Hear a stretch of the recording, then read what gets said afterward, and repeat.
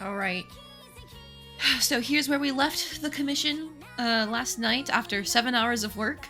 I need to ink this today. There's just one change, like I said. I was asked to add a little bit more to the hip area, so we're just gonna do that right now. Hips and thighs, I believe it was. There we go.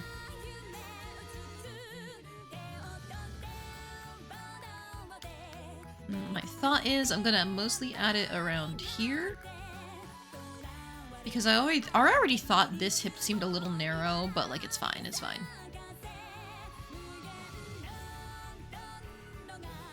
And then I think I should probably add like a couple folds for the pants. But actually, no, I don't like that. It ruins like the clean silhouette. Okay, and then over here, we're just gonna fill out the hips a little bit.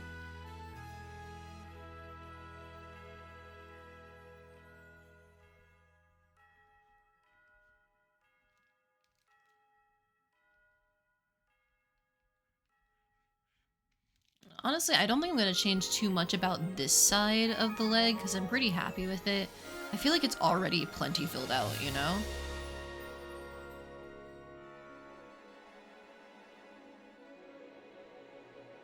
I feel like that should be just a little rounder.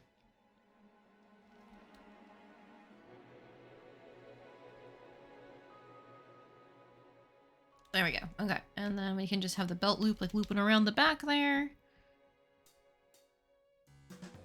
Cool.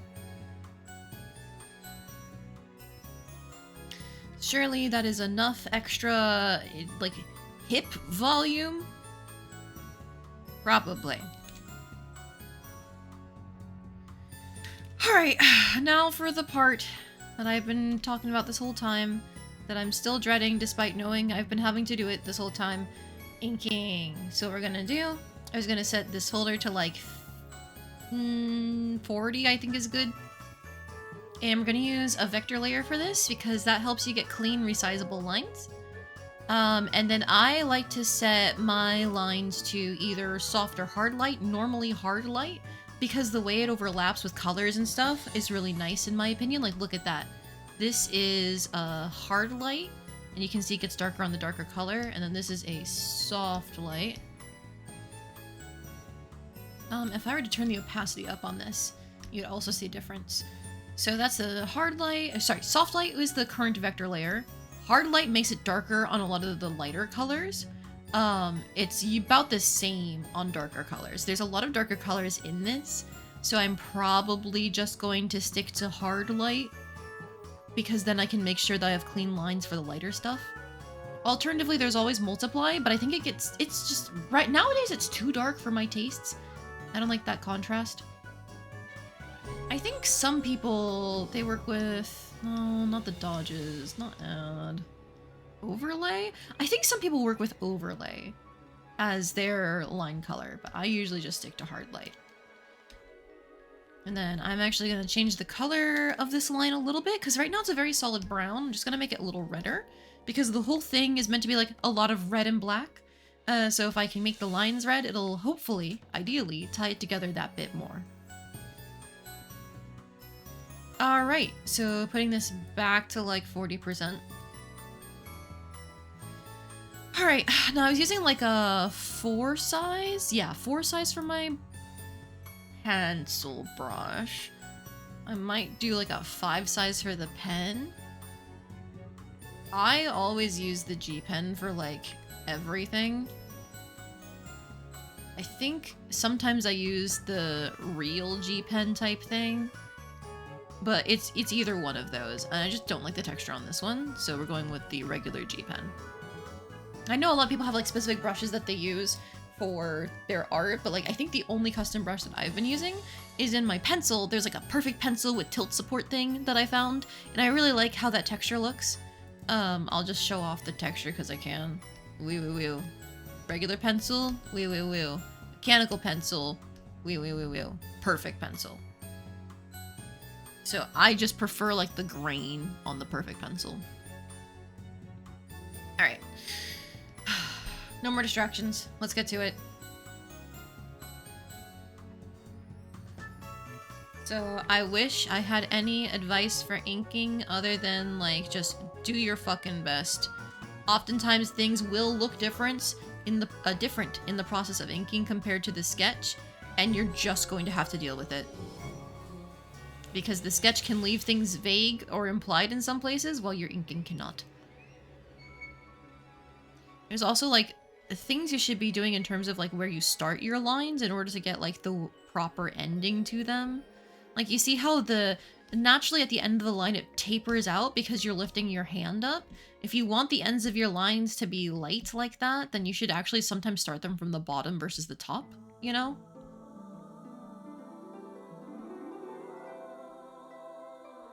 I think there's a lot to be said about like I still fall into the trap of undoing everything until I get the perfect line.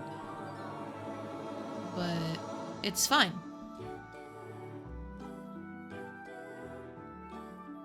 Now I know a lot of people, they work with pretty high stability on their lines in order to get it to like turn into the curve they want. I traditionally don't do that just because I like the ability to get really like essentially how do I describe it? Because the way that stabilizer smooths out lines, I think takes away sometimes from the line. But I don't know what exactly the word to use is for that quality. Maybe I just like the instability? I don't know.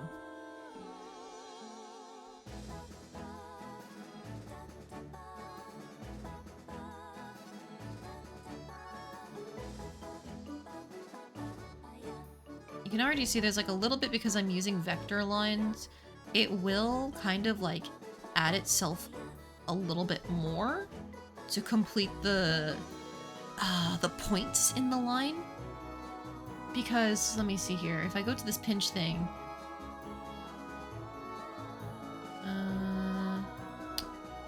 no... control point. Haha, see? Every single line that I've drawn has points in it that let you adjust the vector line. And that's the reason why we're using a vector layer for these lines, is so that way I can actually, like, get everything adjustable easily. Vector lines also don't really lose quality as you adjust them to be bigger or larger. So that is another benefit for them. For example, this line is very short here, and you can see there's like a little bit of a taper where they connect. So I could pull this that way, and bam! Now the lines connect because I was able to artificially extend the line. A lot of stuff like that is possible. Now, that doesn't mean you have to worry about when you erase, you're technically like, you have to erase the actual points, otherwise you will ruin your lines in some way because the points will remain when the lines don't. But whatever, it's fine. All right.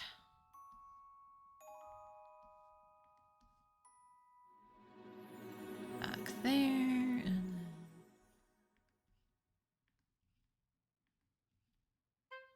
okay, I do like that line.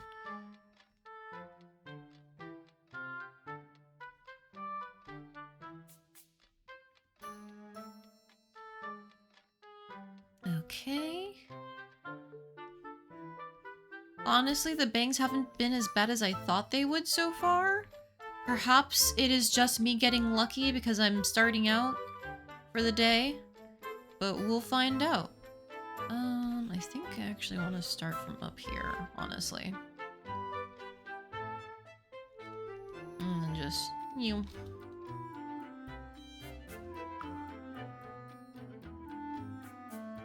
Yeah, see? That point still goes there. Okay.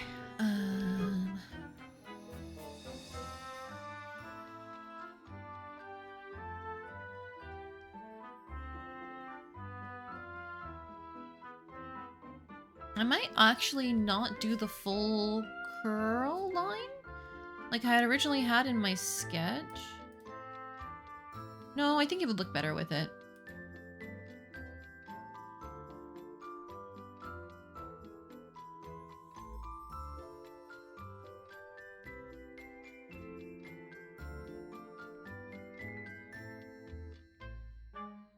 Okay, that's probably fine.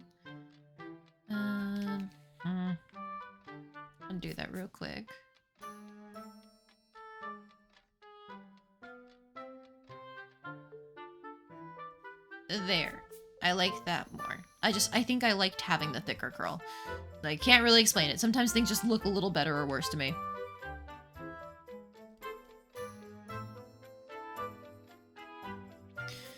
Okay, and then now...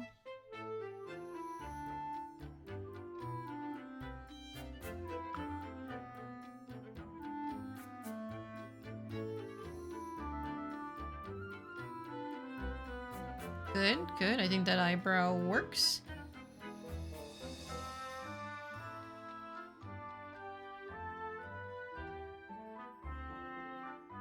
Put these like eyelids here, because I'm probably not going to change their placement very much.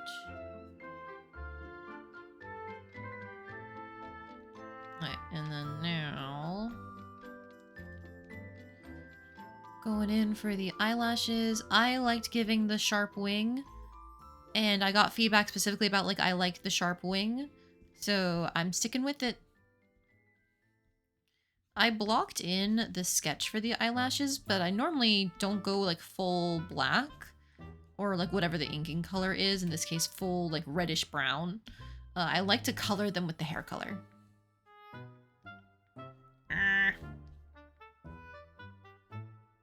Almost. Good enough.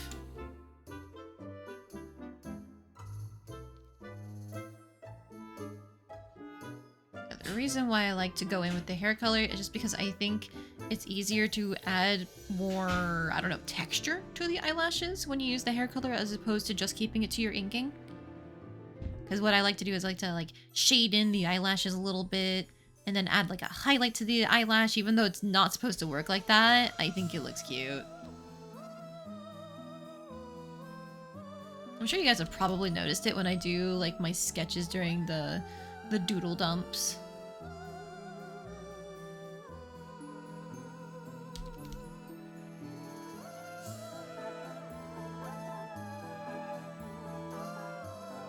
Okay, if I hide everything down here.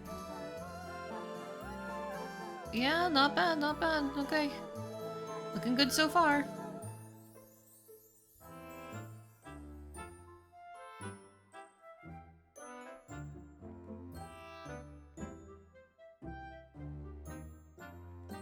I think I'll actually like to find the bottom eyelash first.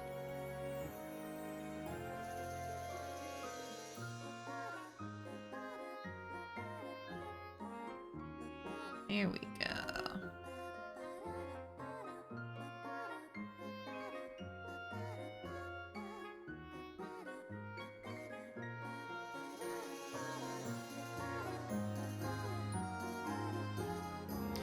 And then from there we can go move on to the other eye and pray that they come out about right when we ink the other one. Now when it comes to the pupils, I do generally just fill them in with the inking. That part I think is totally fine to do.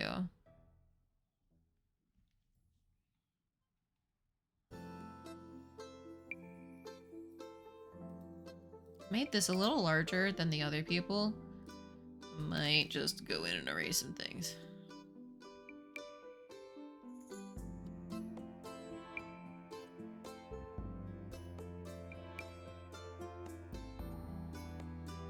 I'll keep that as it is for now, and we'll go back to it later if we need to. This part is probably the part where I'm gonna be like yapping the least about random things because I've gotta be focused.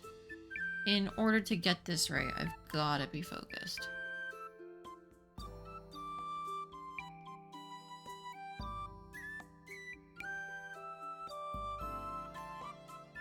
But all I will keep doing is talking about my process in case anybody here is curious about that. But solely in terms of me chatting about random bullshit, trying to keep that to a minimum today. At least until the inking is done. Once the inking is done, I can relax again with the coloring, and then we can play around with the shading to see how that goes. Because on dark colors like these, my normal cell shading might not actually be the wave, but we'll find out.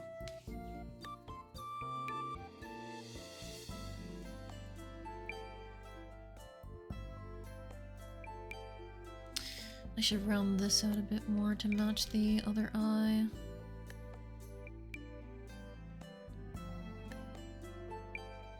Okay, cool. Alright, and now... eyelash. The shape of the eyelash is definitely changed. Somehow, some way. But like, I cannot control that. It just happened on its own, you know? Though I think this eyelash is a little not what I was going for. Some things just happen, you know?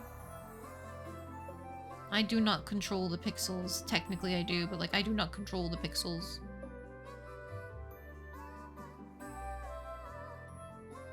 Let's just try that and see how it goes with like the eye added.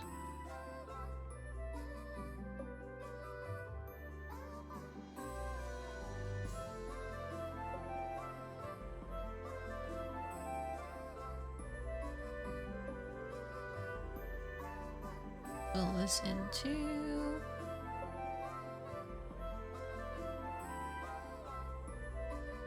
Alright, please, please, please, please.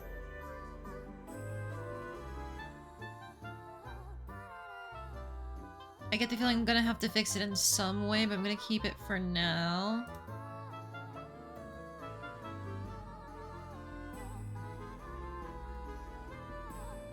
Okay.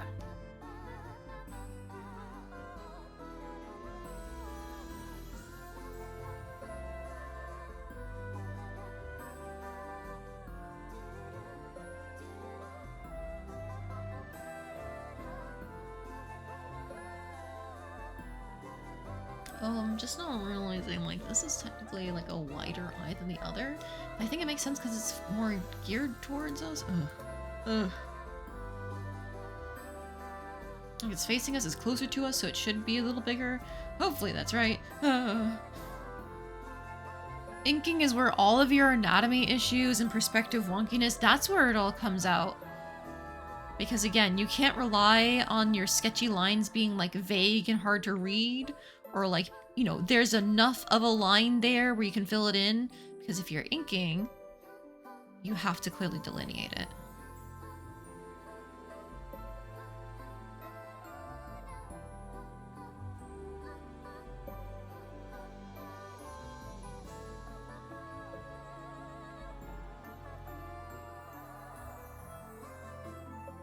Good enough, I think.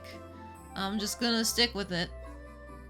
Like, I think this eyebrow technically goes a little too far over, but wouldn't it be too short if I shrank it down like that?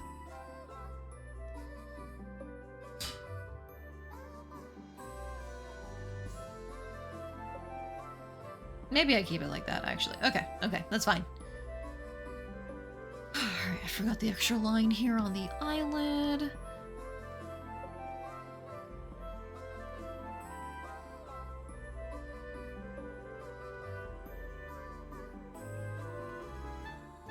Okay. Now we can go back up to these bangs, I think. Eh, man, it is a little chilly. It's coming in from the window. I should potentially close it to keep the herbs good. Oh, hang on, I get to see the cat is testing my self-defense of her getting on the desk.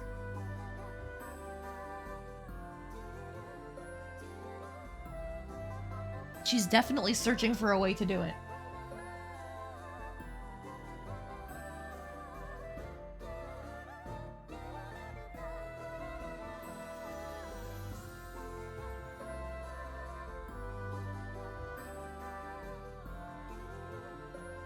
She has been repelled! Let's go! She can't get on that second desk anymore. Cool.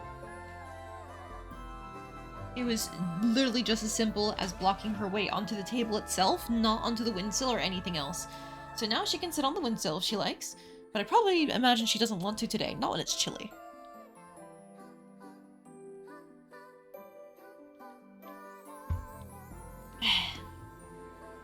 It's crazy. We had 70-degree weather earlier in the week, and now today we're looking at 50 degrees. And dropping. Like this is like the warmest it's going to get. It's gonna get into... Nope, not 32 degrees and below. We're gonna hit like 33 is what it's forecasting for me. But still crazy to me, you know? We can have 70-degree weather earlier in the week, and then like the next... Not next day, but a few days later, it's 20 degrees colder with a chance to go into almost freezing temperatures.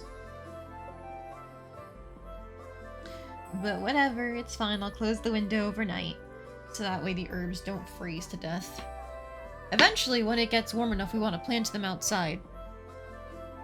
But just looking at the upcoming forecast, a lot of these cold weather temperatures are still like 40 degrees at the coldest. And I know normally they hit that temperature overnight, but that's when they're most vulnerable. So I'm still gonna have to wait a little while. If we had waited to buy our herbs in another like 2-3 weeks, I think that would have been the perfect timing. But my thought was they were gonna be indoors, and then my husband had been thinking they were gonna be outdoors. And so the miscommunication there was like, oops, oops, oops.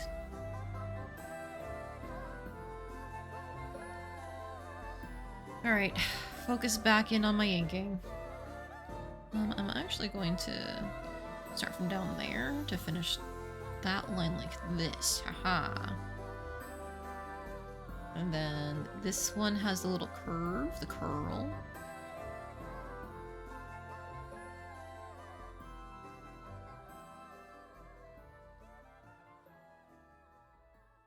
There we go.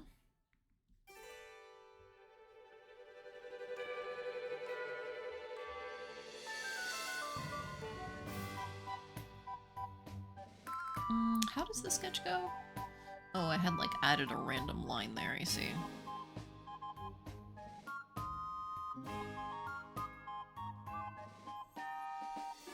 Maybe it's not random. Is that meant to like hook up over here, maybe? I can't tell. That's definitely meant to be another bang there, isn't it? Or is that just a forehead? It might just be a forehead, but it would make more sense for it to be another bang.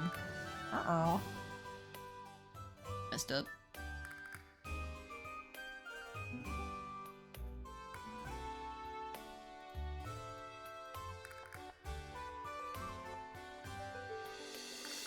Okay, what if instead of that line there, I do like something like this, and then we have this turn into a bang. Cool, cool, cool, cool.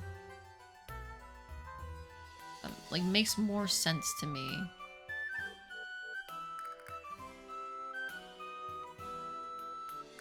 And I think we just have it like... I'll finish that line after I get the curve going. Curve? Curl.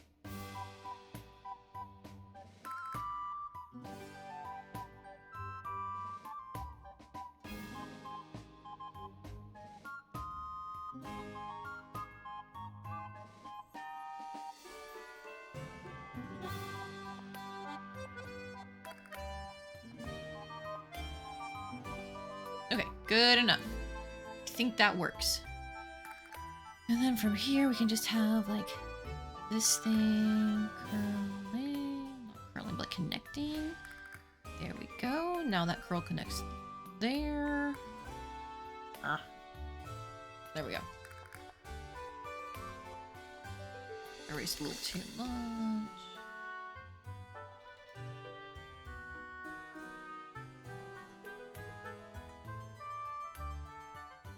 Good enough, I think. Okay. So now, from here, what do I want to focus on? Probably the face shape.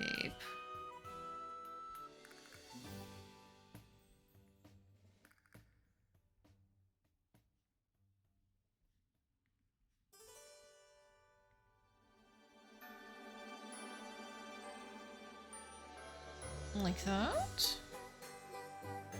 Yeah. And I will just make the line go straight through for now. I can erase that later for the hands.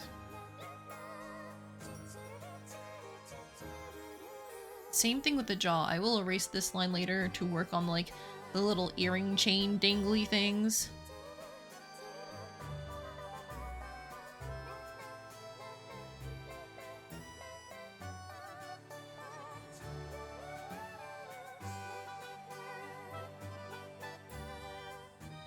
Okay. Mouth time, please, for the love of God. Look as good as it did in the sketch. Please, please, please. Nope.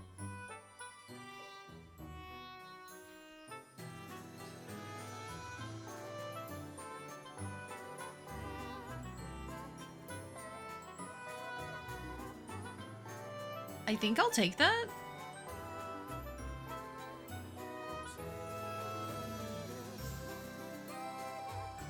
Yeah, I'll take that. Cool. Oh, I love it when it works out. Okay, okay, okay. Sorry for all the background noise. We've got people in the house.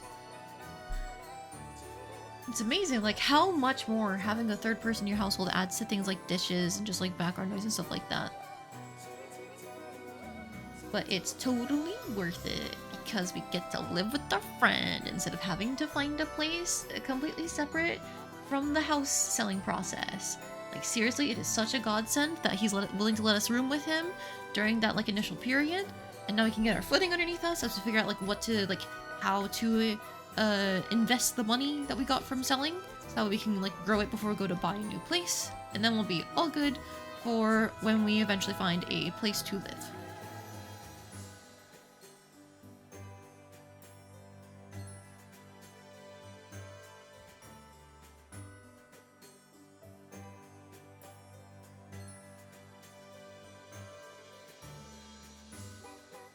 That maybe? Cool.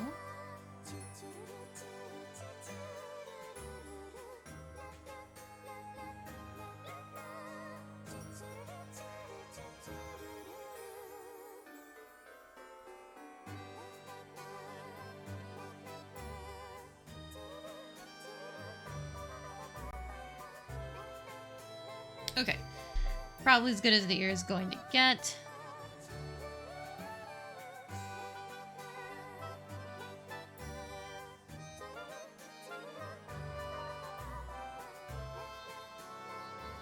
How do I want to start this? Because I think the hair should actually go over the rose earring. At least for, like, this front part, because that's how the hair is portioned out. So, I think I should just start it like this, maybe? And I can complete the curl down here. Yeah.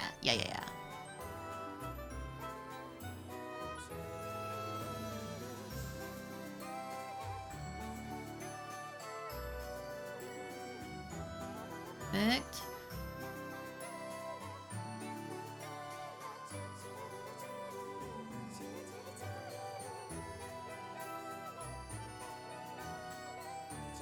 There we go. I like the little curled tip there. Shh. Shh. So close. Whoosh. Morgana, now is not the time for pets. Okay? Okay, girl? Now is not the time for pets. I need to lock the fuck in.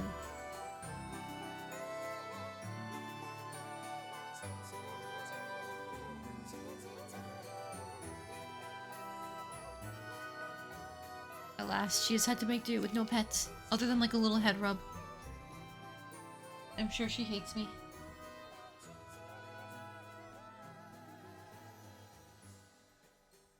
Oh no, she came around the other side to climb on my lap. Oh my god. Morgana, I'm sorry, I'm working. I need to be able to draw, I can't use my hands to pet you. Meow, meow, meow, meow, meow, meow, meow.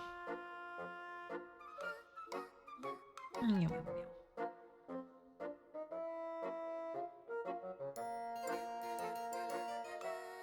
I'm gonna give her some cheek rubs and see if that gets her to go away after I put her down. Normally, I would be elated that she wants to hang out with me in the middle of the day. Morgana, it's like you know I'm busy. Yeah.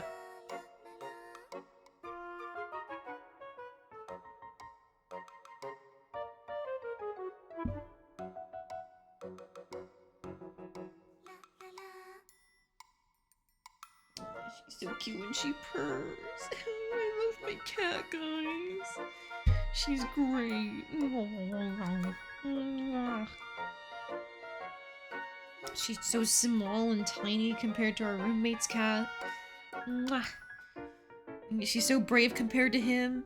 She sleeps on the blanket that's got his scent on it while he runs away from the one with hers.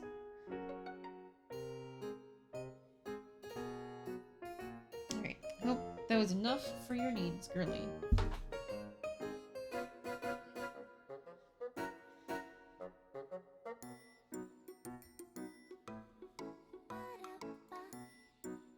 I too randomly crave affection in the middle of the day. I don't blame her.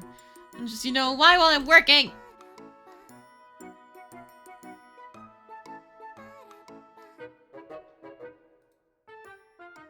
I don't like how that line connects in, actually.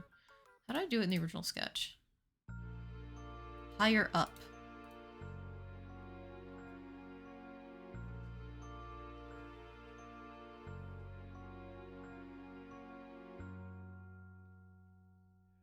Good enough, I think.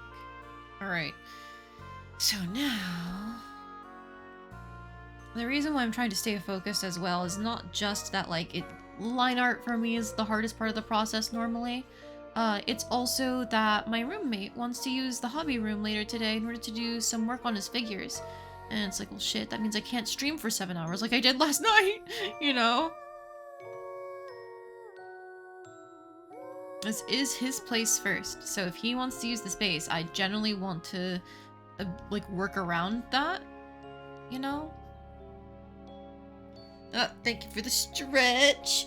Good for the back. Oh. I know, just do a little bit of finger and wrist stretches while I'm here as well. Drew for 7 hours yesterday. I can only assume it's gonna come back to bite me at some point, you know? These lines don't match up, I just noticed.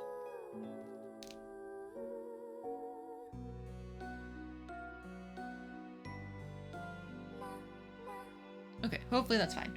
Alright, back up here, back up here. I feel like these lines don't look as good as the original hairlines. Yeah, they really don't. Maybe I should start with the back here?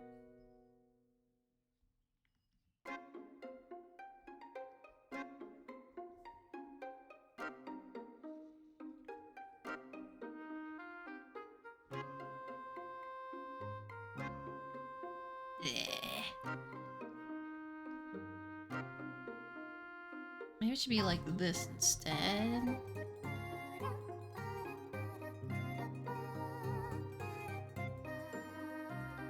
No, I don't like that either. It's too segmented with the top there.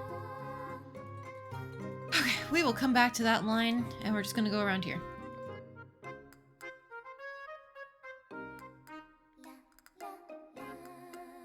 I can get, like, all of the stuff back here.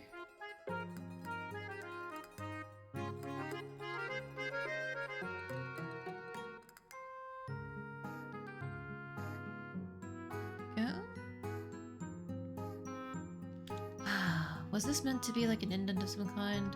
I think it originally wasn't going to be, but I'm going to make it one. Of like where the hair comes in this way.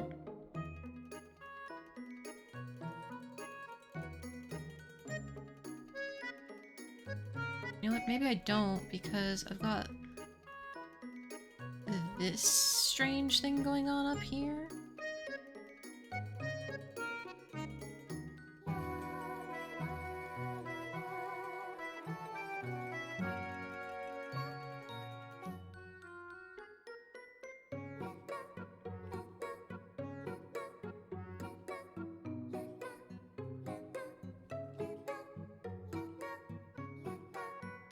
That looks right, but I'm just gonna keep it for now and pray, honestly. Ugh. Now I'm looking at these lines in more detail, a lot of them don't necessarily make too much sense for the hair. I think I was just trying to like add detail because the bun had so much detail attached to it.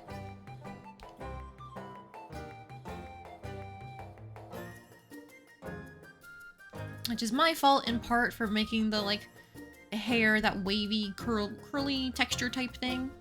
I wanted to try and show that off in the bun, when I perhaps shouldn't have.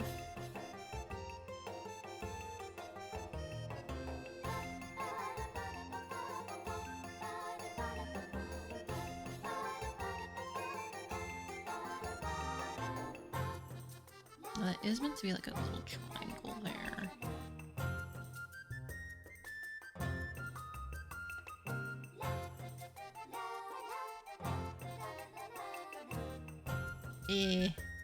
That line isn't lining like I want it to. Okay, that almost did.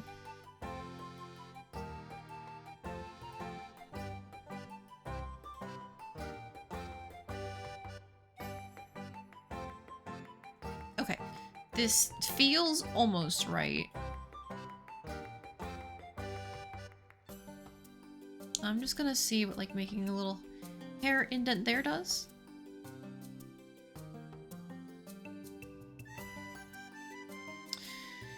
No, I don't like that.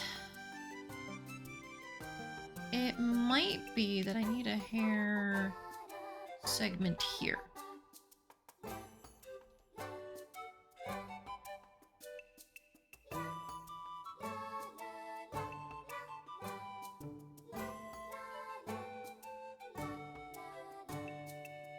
Okay, and then if I do that, I might actually go back to, like, this portion here.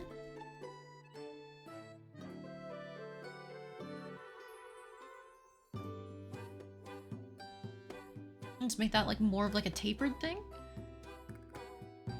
Yeah, I think having the, just that triangle-ish shape really helps. I don't really know how to describe this other than it looks better to me. So much of this is just gonna be, that looks good, that doesn't look good. Over and over and over again. I suppose you could call it visual sense or something.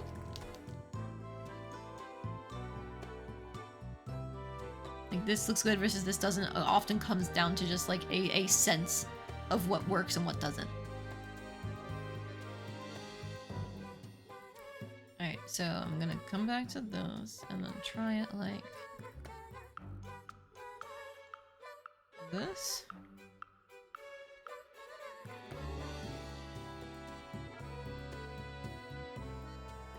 That's not awful. I think part of the issue now is this here.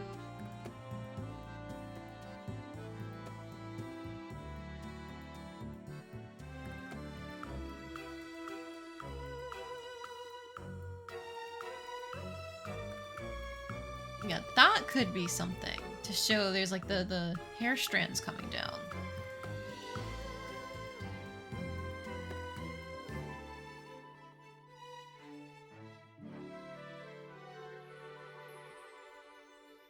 Okay, I think that's fine. That works, that works. Perfect. Alright, so then now let's move on to the flower here.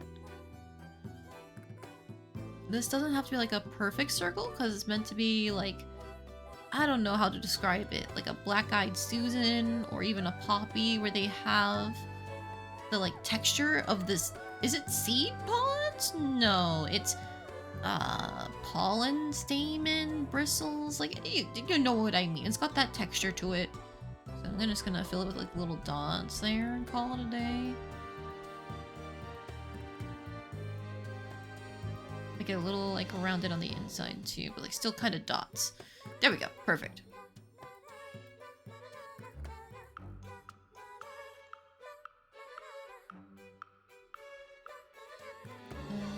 From here, morph that little shape thing.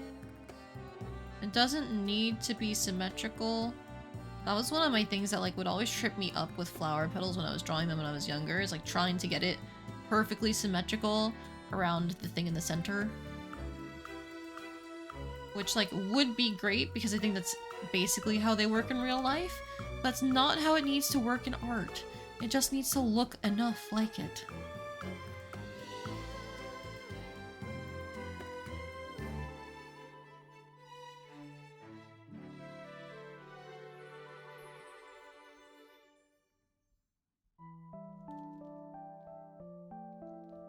Moonbird, the best song in Little Goody Two Shoes. Nobody come at me.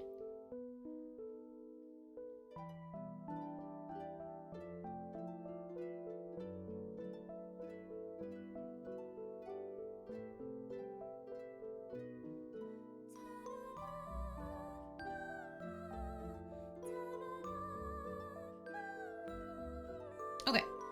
Flower achieved. Let's go ahead and get the little like thorn branch there. You can just make it randomly sharp, which is great. Awesome. Cool. Same thing with this one.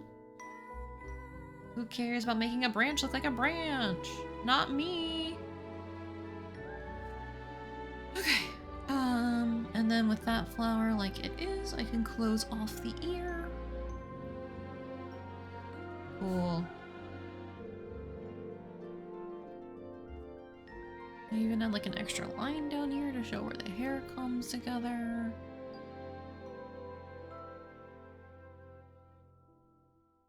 Excellent. All right. All right. So then now we can come down to this rose first. If I do the bun, I'm going to get caught up in all the hair waves and curls. I'm going to do the rose earring first. So firstly, we get to like do the little hook here.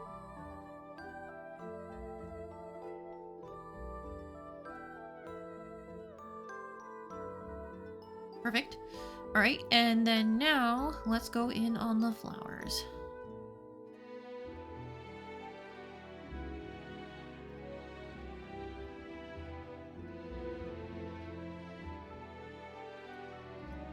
Oh, that's already off.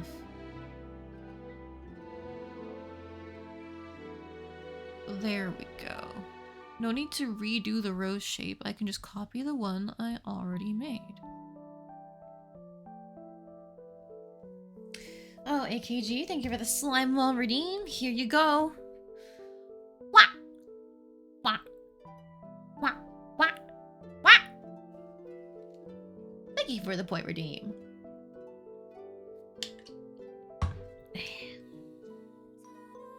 Sometimes I wonder if like people will get like the reference for that, because it originally became a point redeem because I was playing Potionomics and they had little slimes you could feed and they made little wah noises every time you would go to feed them an ingredient. And I loved it so much it became a point redeem, but I think now people just hear me go wah wah wah wah wah, you know? I'm just like, man, I love Potionomics. More people should play that game.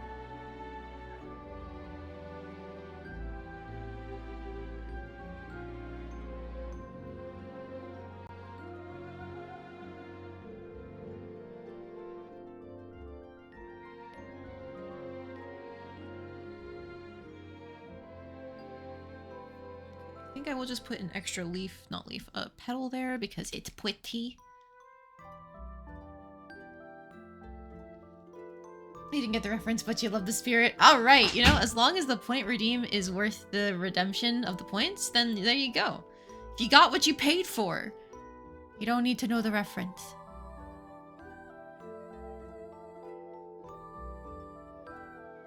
Man, it is chilly. Hang on, I'm just gonna close the window real quick.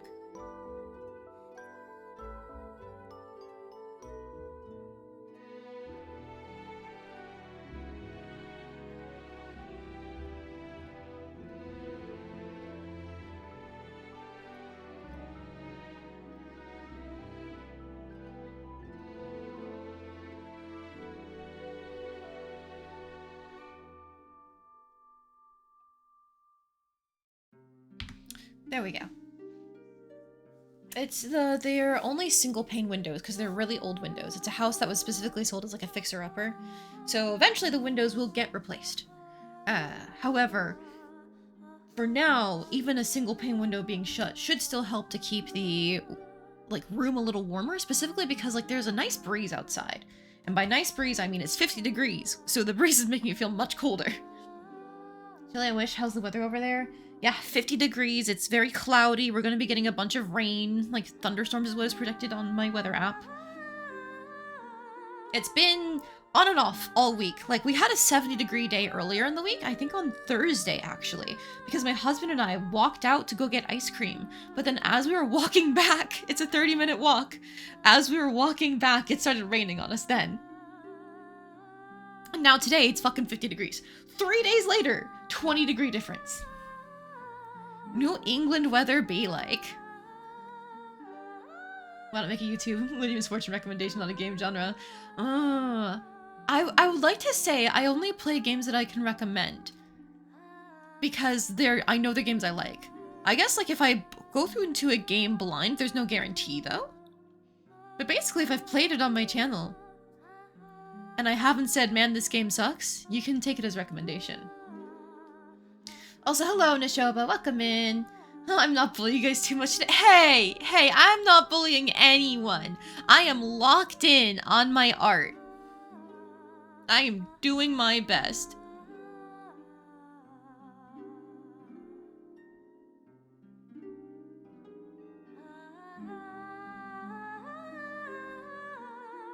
Okay, the leaves are probably fine here. 50? Oh yeah, Fahrenheit, sorry. Most of my viewers are in the US, so I just always default to like US measurements, but yes, 50 degrees Fahrenheit.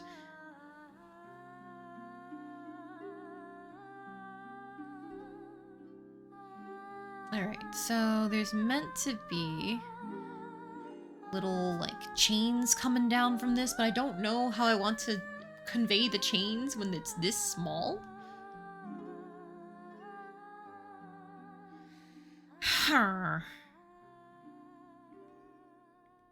If it's this small, then perhaps I just keep it like the little lines? But alternatively, what if I do like this little like loop thing? And just use it to kind of like imply chains? I think that works.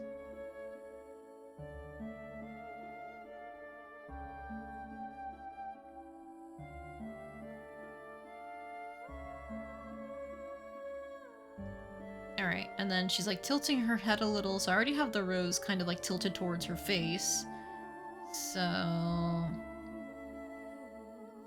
think I can get away with doing one of them doing a little like flourish of like, ah.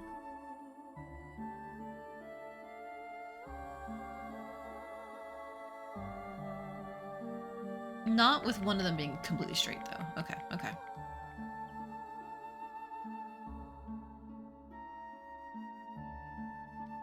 $85 for us today, was like 95. It's gonna get hotter in 2 months. Oh god, you must live in the south of wherever you are.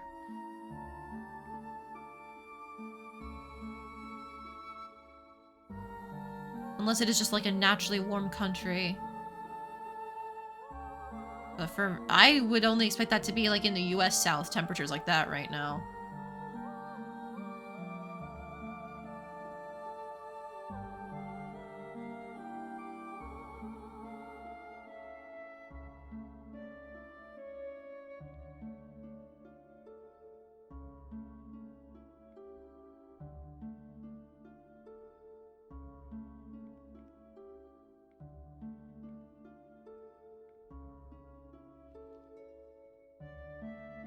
Okay, you know what? That works well enough for me. That looks enough like a chain. Yup. Don't know if you told you this year, we came across a bunch of PS1 games, many of which are JRPGs like Bravely Default. I don't think you told me, but I think I saw you mention it on Blue Sky or something. Like that concept sounds familiar. Do you know which specific games they are? I'd be curious if you ended up picking up anything like that's considered a classic. You live in Iraq? AKG. Oh, I see. Normal areas there can reach Death Valley levels of temperature, especially in June. Holy shit. Oh man. I guess is the strategy for temperatures that hot to just not go outside? Like you just stay holed up and pray? I don't know how you can survive temperatures like that otherwise. I really am bad with the heat, personally. The second it gets to, like, anything higher than 80 degrees at most, it's like, it's officially too hot. I'm going to start sweating like a pig. Especially if it's humid. I hate humidity. And of course, you know, being on the Mid-Atlantic, it's just non-stop humidity. Or sorry, Mid-Atlantic. I grew up in like the Mid-Atlantic area, but also New England now is, again, more humidity.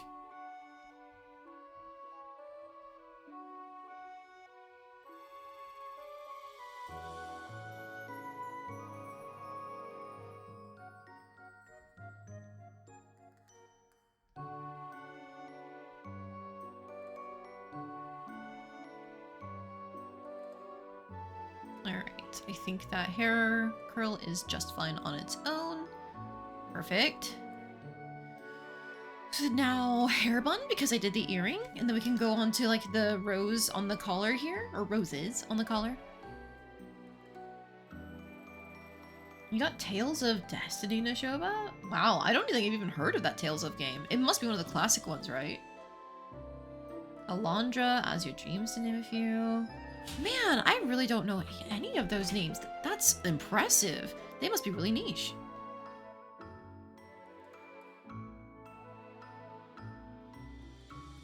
My husband made me hot chocolate. Ow! Hee hee hee, time to take a little sip.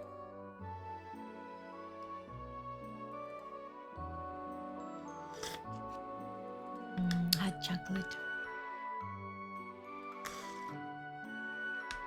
Delicious. It is still a little bit hot, so I'm gonna leave it off to the side, but delicious. No, it's worse. Especially in some of the electricity here only comes like 3 to 4 hours and goes on a low level for the rest of the day, so you can't use air conditioning? No! Oh my god. Okay, well, at least in regions like that, you specifically build your houses without a lot of like insulation, right? Because that helps with the airflow. Does that make it any better?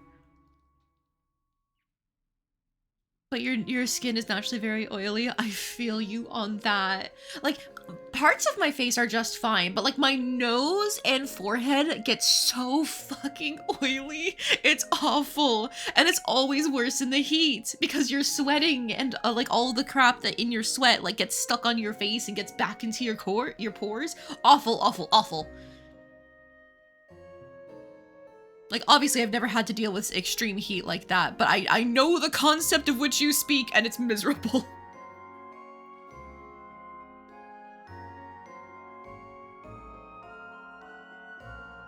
Is everything whole face, neck, and even scalp? Oh my god. That blows. I know sometimes, oily skin can actually be, made worse by modern hair care, skincare stuff, because we over exfoliate, and that causes our skin and hair to produce, or skin and like scalp, to produce more oil to compensate. If you have the potential to do so, I would really recommend trying to find something that doesn't use any sulfates, because that is one of the like over exfoliating agents. Try to find something that doesn't have any sulfate type ingredients in it, because it's going to be a more gentle cleanse. You might have to do more washes and rinses, but it's a more gentle cleanse, and that can help restore your oil levels back to where they should be for like your scalp. Now for your face, obviously still avoid sulfates, but I think like a lot of products are harder to determine what's good for your skin if you're oily. So I need to do more research there, but that's at least what I know about hair. Or scalp, specifically. Hello, Randomist. Welcome in. How you doing today? Flopping into chat like a seal? Ah. I love seals. They're so cute. I saw a video of someone last night where they were, like, sleeping in the water, and so they bumped into each other, woke up, and, like, made the whole little, like, what the hell gestures at each other, but in seal language, and then went back to sleep. They're so stupid. Tales of Destiny is the first in this series, Nishoba? That's crazy that you're able to find that. Let me know how it plays. I don't actually know much about, like, the first Tales of game. Does it still have the combat that the other Tales of games are known for?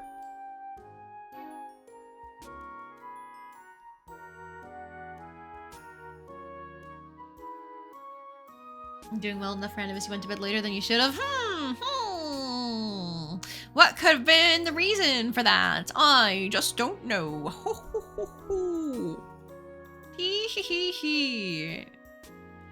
Was it perhaps me working on my art? Who knows? You know what? Maybe I shouldn't claim credit for it.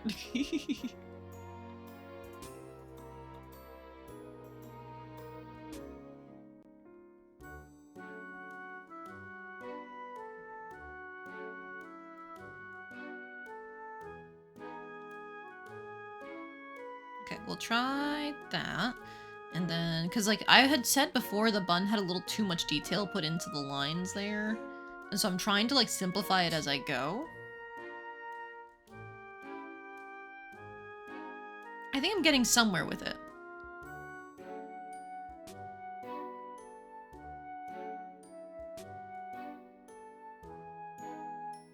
Might be easier to have this like hair tuft pop out there.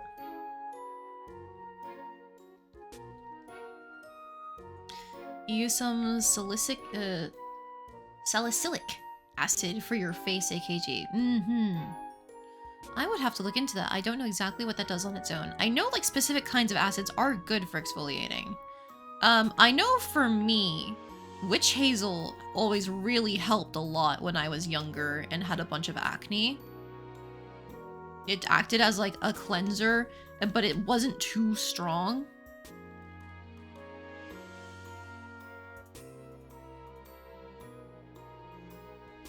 It's been a while since I've actually used any though. I should probably get back on it because I have, you know, I have my period every month. So like I still get acne.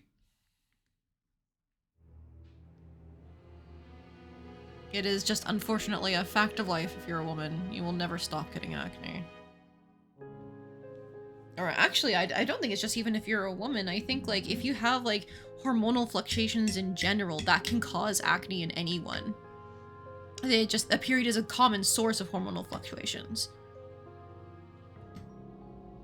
It was actually unrelated to me. Committed to the unintentional classic blunder of deciding that you try and beat a boss before going to bed, which did not go well at all. Ooh, big mistake! I've definitely been there before, but ooh, big mistake.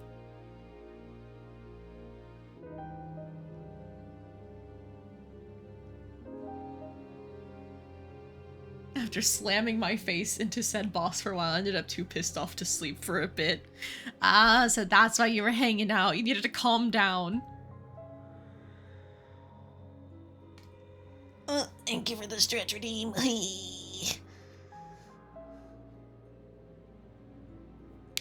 Getting those back stretches in. Now some wrist rolls. Keeping myself healthy. I can't afford to lose my wrists. They're how I do my art and my video games.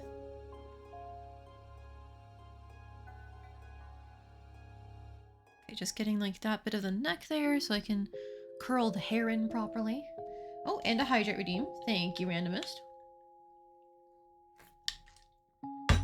Water.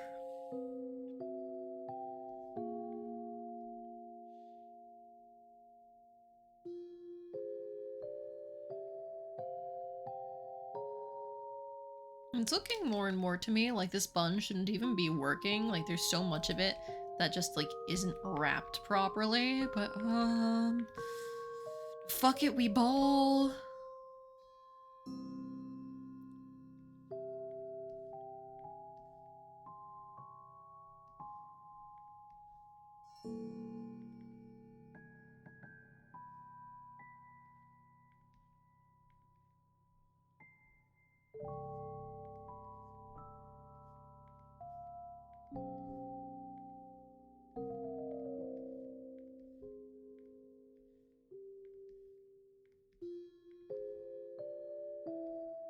Maybe like that? Huh? Something? I could rant about said boss, but probably shouldn't because it would just make you annoyed again. Oh, jeez. Is it like, not to make you rant, but is it like bad game design boss or just like really hard design boss? Because I find that I'm usually much more tolerant of like just really hard design bosses than bad game design boss.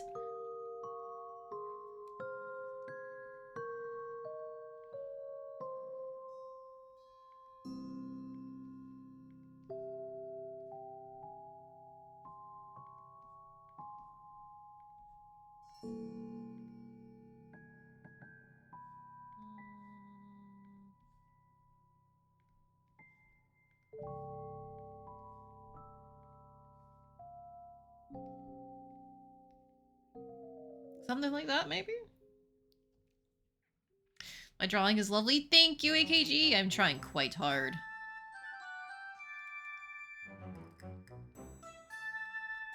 I think I have managed to simplify a little bit of the button.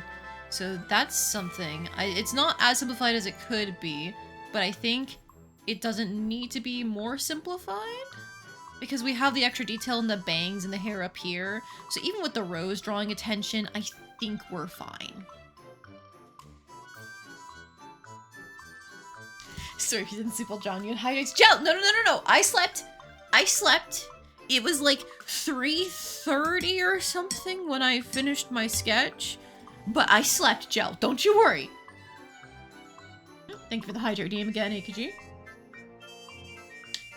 It's 4 a.m. bedtime. I slept! Okay.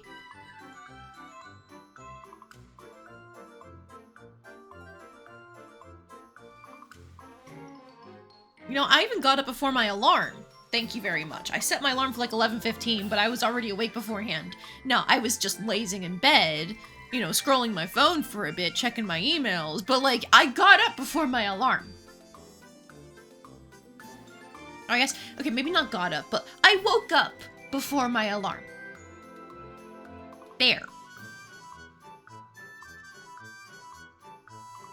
But now I am back in my art mines, my torture labyrinth. I've just managed to finish the head, and it's already been an hour. No. Surely it'll get easier as I go, though, right? Fuck. Okay, all right. Lock in. Oh, thank you for the hydrate redeem.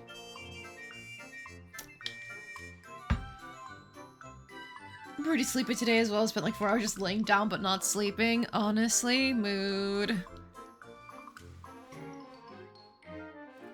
That happens to me a lot. It's always specifically when I'm trying to sleep, too. Just sitting there thinking about random bullshit.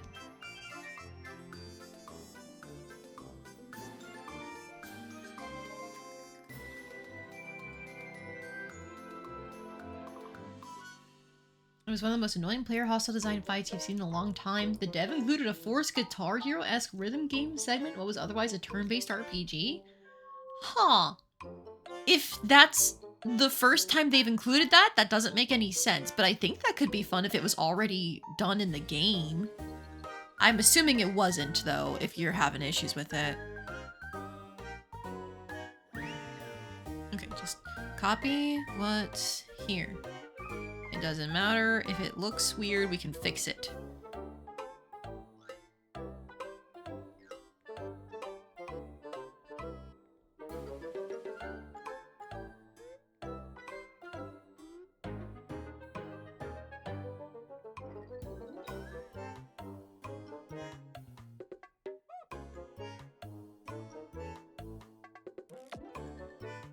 I think this is meant to be more like this. Just based on how I'm interpreting that.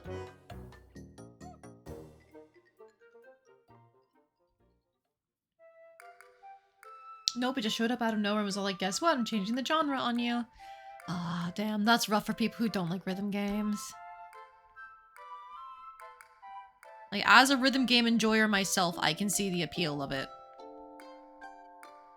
But also, if it doesn't make any sense for the fight, or if it wasn't, like, included in anything previously, for people who aren't prepared for that kind of thing, it can suck.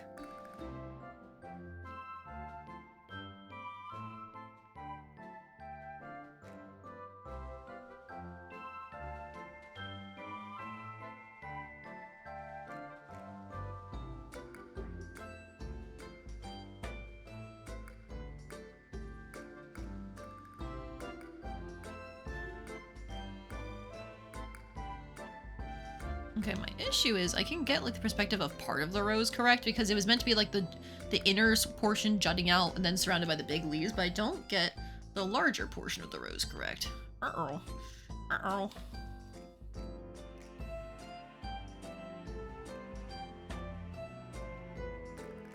Not leaves, but more petals.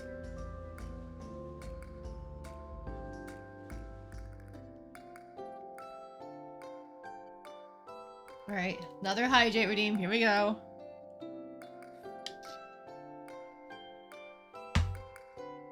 Well, what rhythm games have you played? I also like rhythm games. Okay, so I haven't played many rhythm games. Like, I never played Osu or anything like that.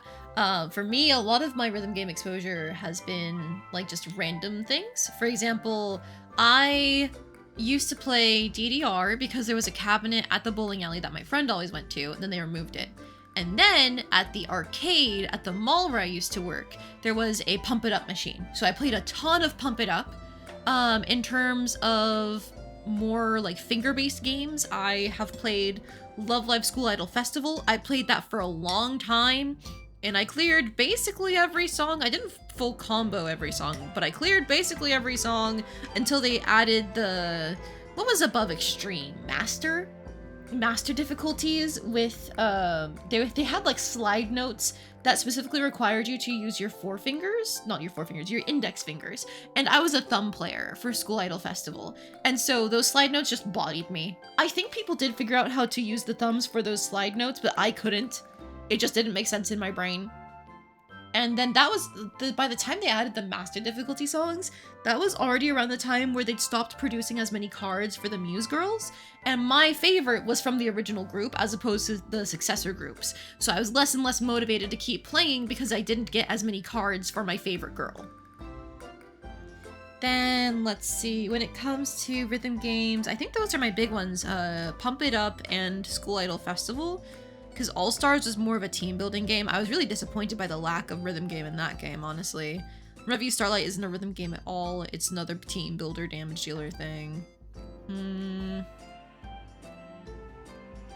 I've had people let me, like, try out Project Sekai on their phones, but I've never actually downloaded it myself because I've sworn off of gacha. Should check out Rhythm Doctor here, it's really good. Oh yeah, I have played, Rhythm Heaven. Again, it wasn't anything that I owned myself, but I borrowed a friend's copy for a little bit, and that was fun, but I was really bad at it. I'm always consistently early with my timing. And there is some offset in the Rhythm Heaven games, but it wasn't enough to make up for me also struggling.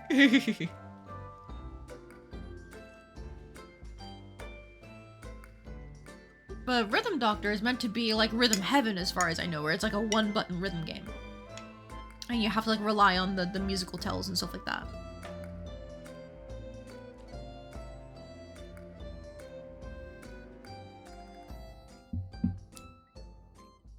Would you like it if it happened every combat instance before you could do anything, and if you miss any notes you get stunned for a bit, being unable to hit other notes? Causing you to lose most of your health while fully healing any of your enemies, and if you actually lost any of those, you'd immediately get game overed and have to load a previous save.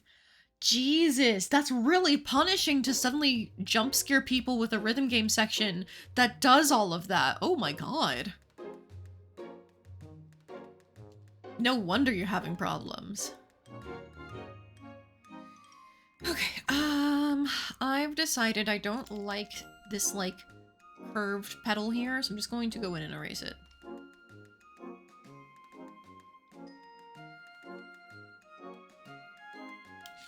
And I'm gonna focus on this rose first, because it's easier to deal with.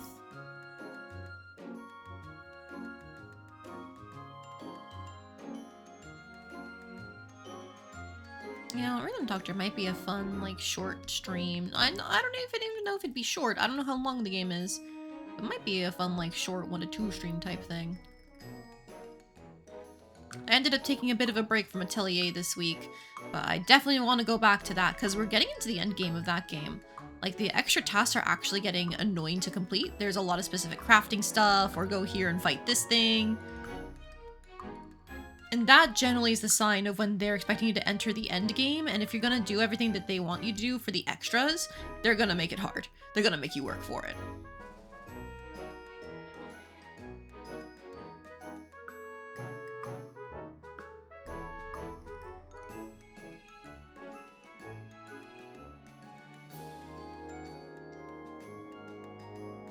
Okay, I think I had a petal here, but I think I'm gonna get rid of that, honestly.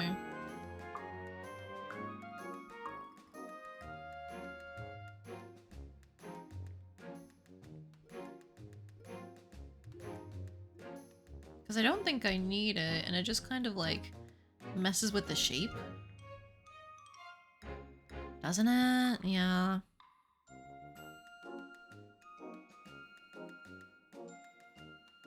Okay, so that's fine because we can just like fill in the rest of the choker ribbon thing here.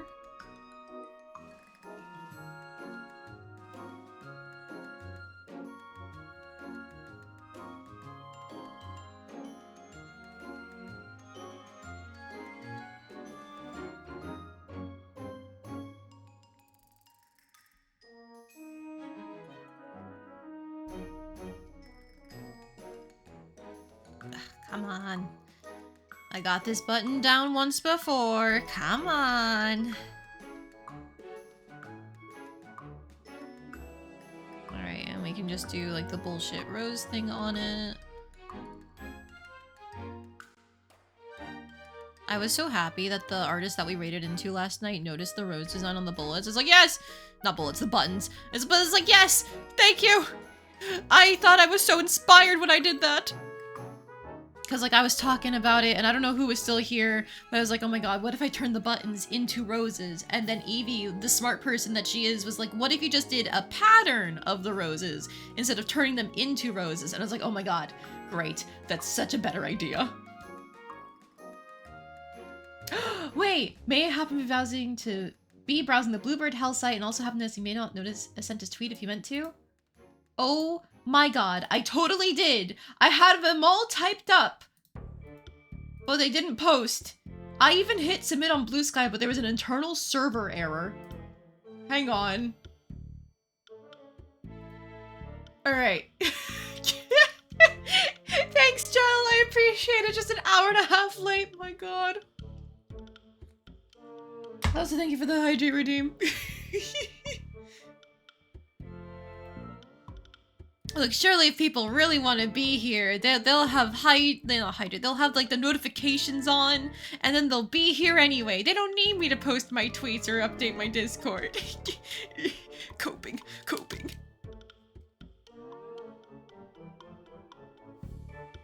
Oh my god, I'm not looking forward to this cravat. Oh.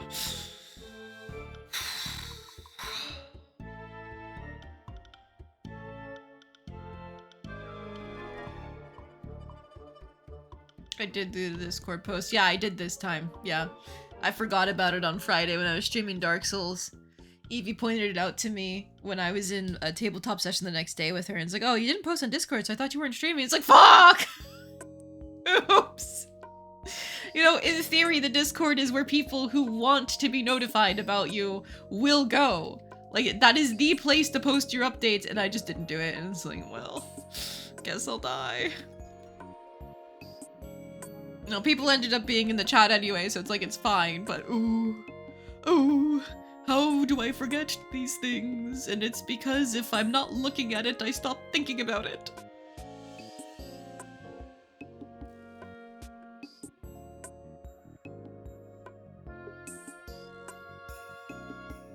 That's why I set up a Discord bot to do it for me. True. Okay, maybe I start with the S frills.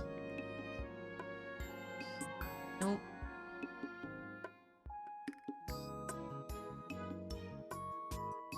Good enough. And I can just like pull them all the way in back up here to where they're being like bunched by the button, let's say. I don't know if that's how cravats actually work, but that's how I'm explaining it. He meant to point it out to me on Friday, but she got figuratively flashbanged by Pony Husband and then forgot to mention it. I mean, yeah, you know, my beloved model artist, she made him the pony, so he had to use it. Thank you, Evie. I owe you my life.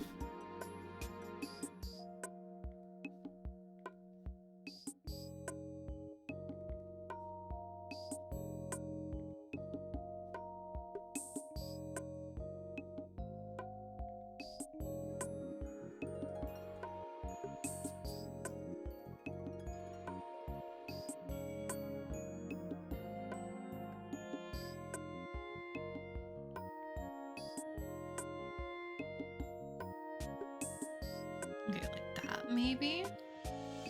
We can get like the underside here.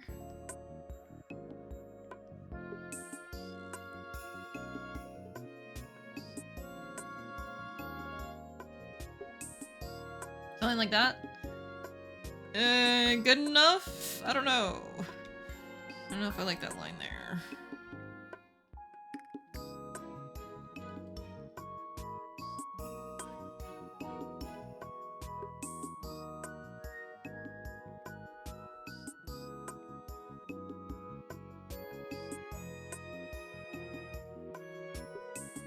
Probably fine. Well, another hydrate and stretch, thank you. You guys are taking such good care of me today. Yeah.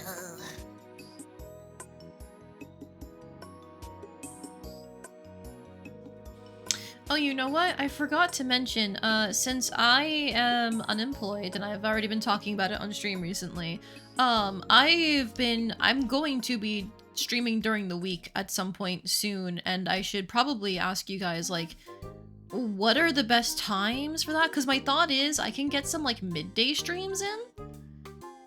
Because I know there are people that would be better time zones for, is the midday. For me. Midday for me, because I think that's, like, evening for a lot of Europe.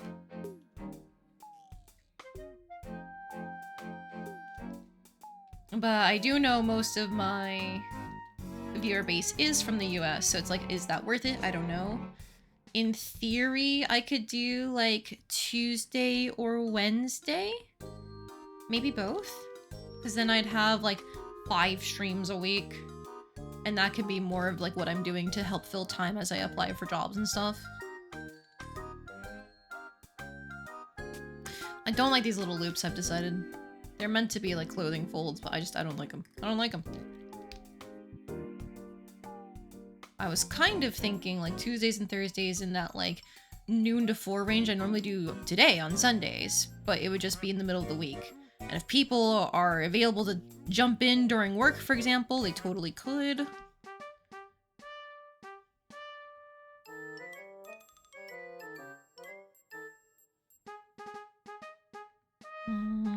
Should probably...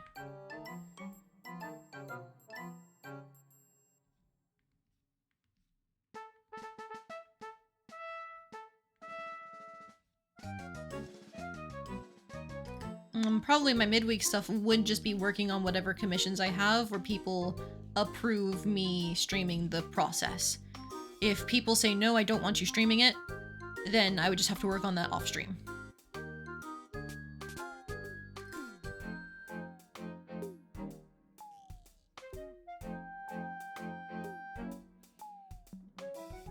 Plans for you, Jell, but 1 PM Thursdays are usually preferred time. Pretty available during the weekdays unless something comes up. Okay. Thursdays are days I wasn't looking up because I generally tend to have things in the evening. But, like, I guess that doesn't conflict with, like, daytime stuff, huh?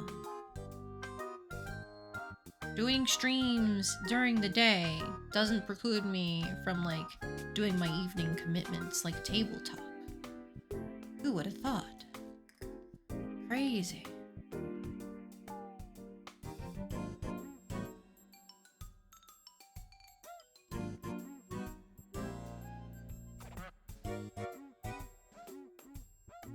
Why do these ruffles look so bad? I don't know. I don't know.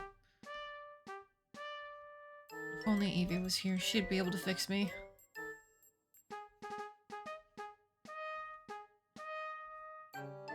Because she helped me with the shirt ruffles too.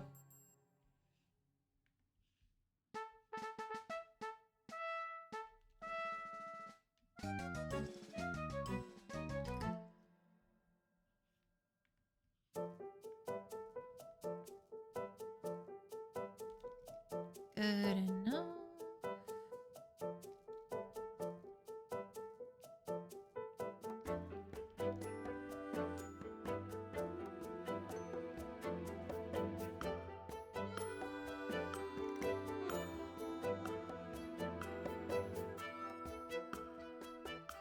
Okay, we can do something like that.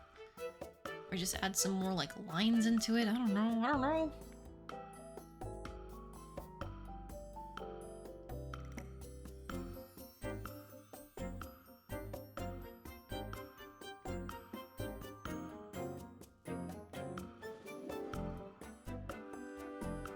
Okay, good enough. Ah, drop my pen. I should be changing out my pencil nib soon, because it's getting quite down to the wire, but I don't want to waste any of it, so I'm still going on.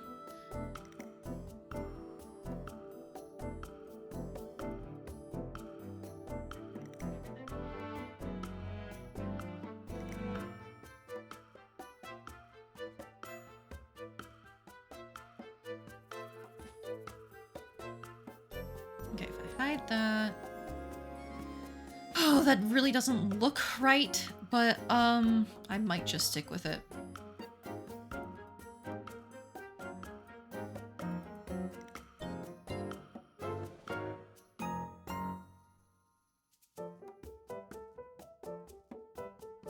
I don't know what about this cravat just doesn't look right to me. It could be that this is too thick here.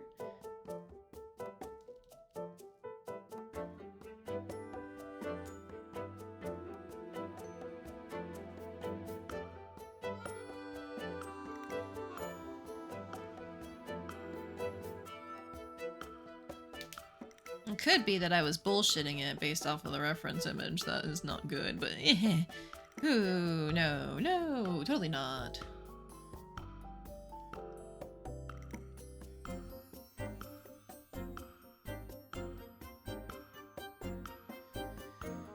Okay, I think I just leave this part, the cravat as is. It's gonna be as good as it's gonna get, you know? You know what? I'll put the cravat under the choker so that it looks more connected there. And then because we're doing the underside of the choker here, I can actually show, because like I think it'd be neat for it to be like a latch that's closed there.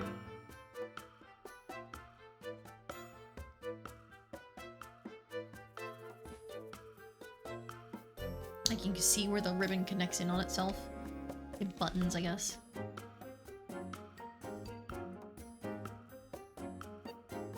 Well, this is honestly probably a detail button as opposed to anything else.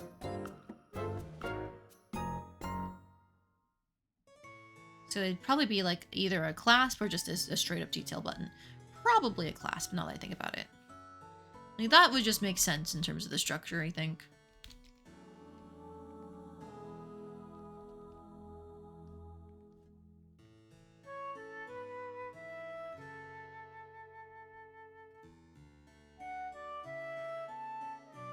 Okay.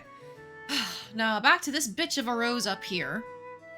Unless I let myself do more of the shirt. By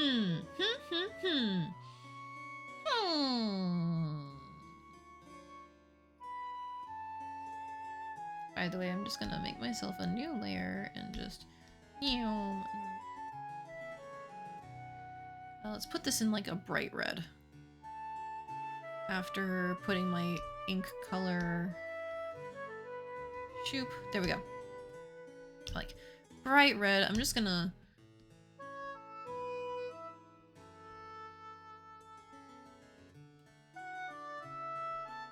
Shoulders there.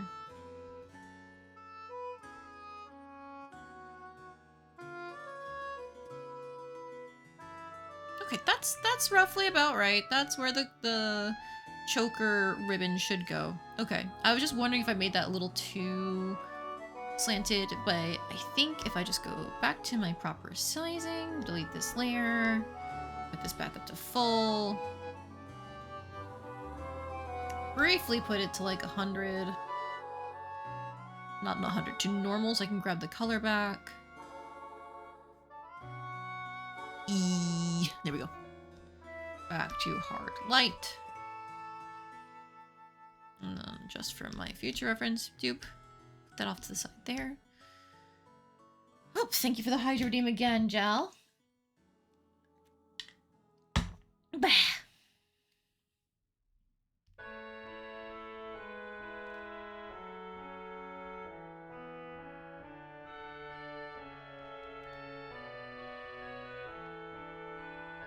So I think just like a little bit less sharp for the curve of the choker after I put the little like clasp button detail here. Perfect. And I'll even make it a little thicker on the bottom so that way it can like account more for the button.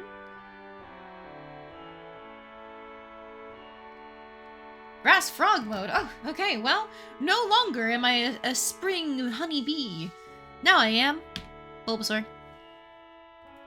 Just gonna shrink myself down a little so you can see my cute little talking sprite. Oh, what if I shrink myself down more? Now I can see the little claws. But nah, I think expand up. Slide to the side. This is the one PNG tuber mode that I have that doesn't quite like fit onto the side here just because it's a very horizontal body instead of a vertical body. Flat fucking frog!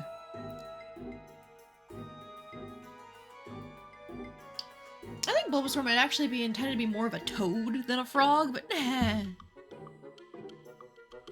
don't worry about it. This is still, like, I'm still really proud of how this came out. And you fucking know it's gonna pay off when I go to play Pokemon Mystery Dungeon Explorers of Sky. Like, I don't know when I'm getting there, but I swear I will get there.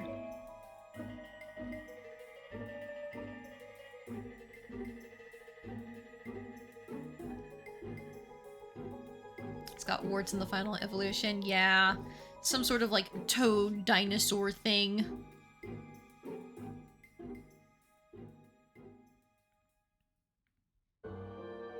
But it's fine. I can be a frog if I want to be.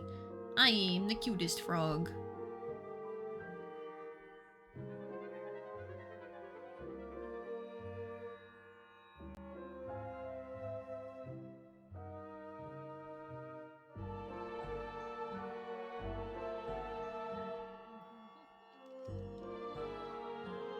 Please ignore the spooky music in the background. We're getting to that portion of Little Goody Two Shoes soundtrack.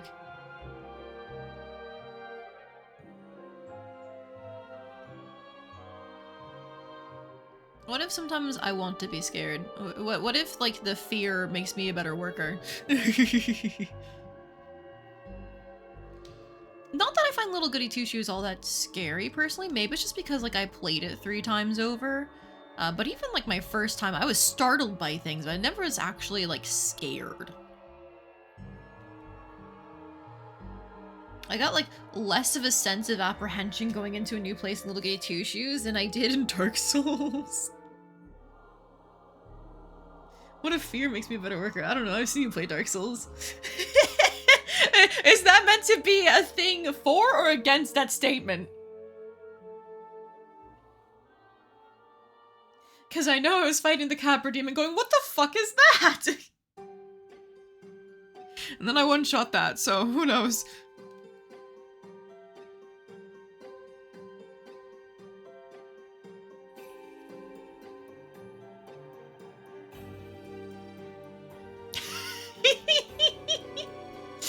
Alright, hang on.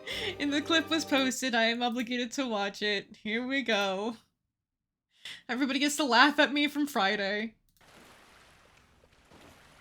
Be wary of fall?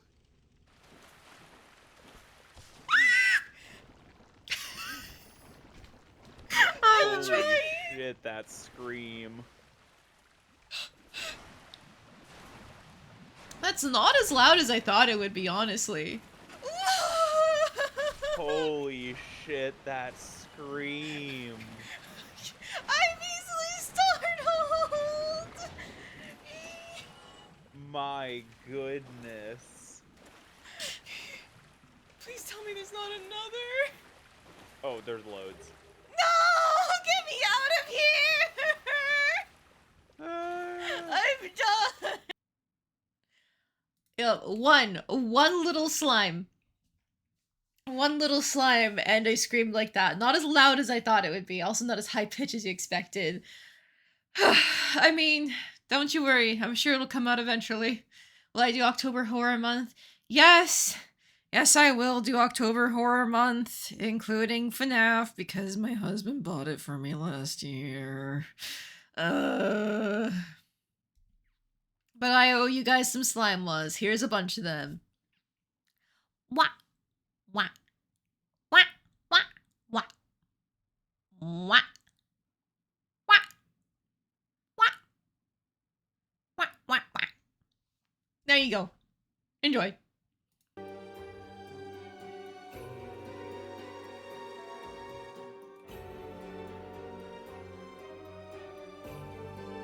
Yes, I will do October Horror Month. I'm going to hate it, but I will do it.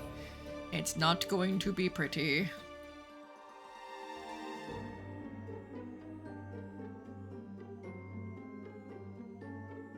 When I recall, the slimes and deaths are more annoying than they are dangerous. Yeah, I thought I was just straight up going to get instant killed when that slime was on my head. I thought it's like, oh, you got slimed, now perish. But it didn't even do like half my health, surprisingly enough. So whatever, that's fine. Now I imagine you put that in the same room as a bunch of other enemies, then you're going to have problems because it's going to be random slimes dropping on your head, immobilizing you while everything stabs you.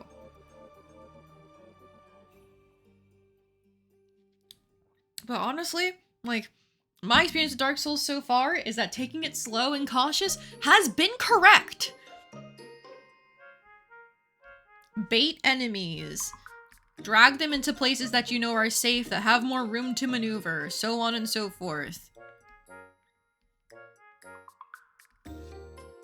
I feel like at least part of the game, after like getting used to the controls, the difficulty is not from the actual enemy design, but in how they place the enemies, because it's designed to overwhelm you.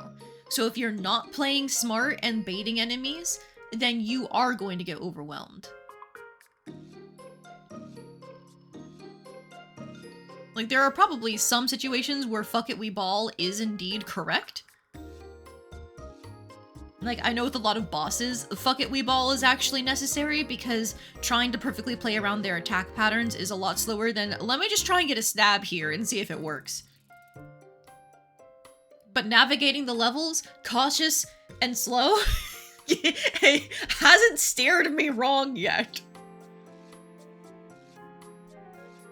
Always fuck it, we ball. I mean, that does tend to be my default mode when I'm comfortable with something, but if I'm not comfortable with something, that's when I go cautious and slow.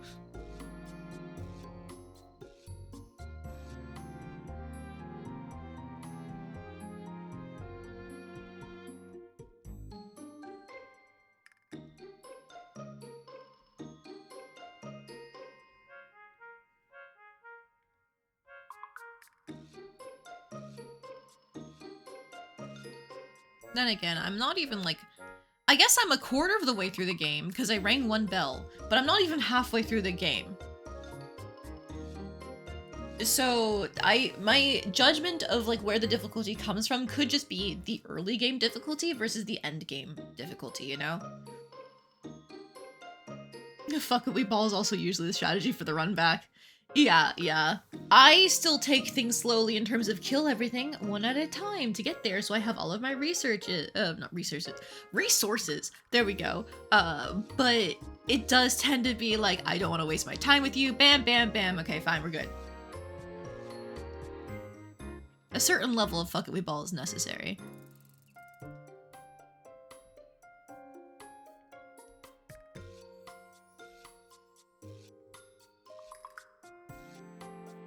Okay, I think I recovered the rose petals enough.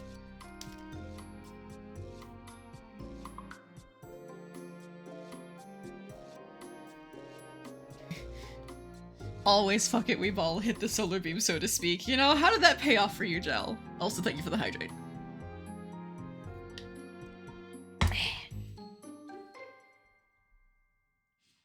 Oh, you know, you hit the solar beam using this Pokemon's evolved form, wasn't it? Because aren't you running Mega Venusaur? Damn, how does it feel being constantly reminded of your mistakes?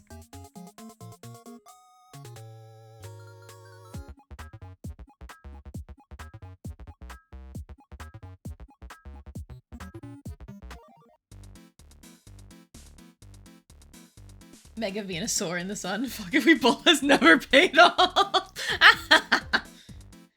Bad play all around. I think at one point I ended up figuring out the optimal method to run past all of the enemies without having to actually fight them for a boss. Oh man, that must be a long run back then.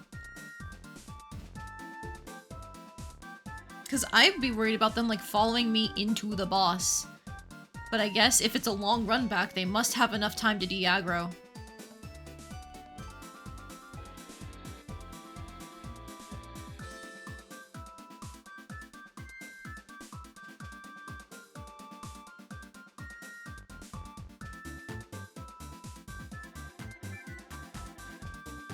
Okay, good enough there. And now I can put my little leaves here.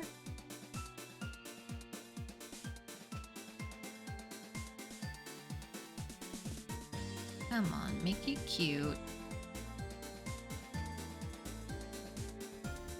If I overlap them? No, I don't like that.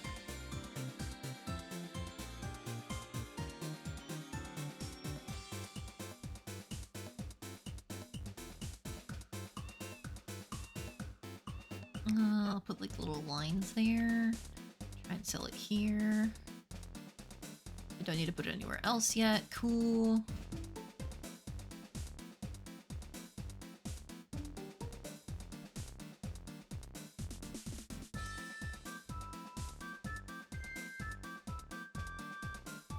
All I can hear in this minigame music is Kiss the Rat!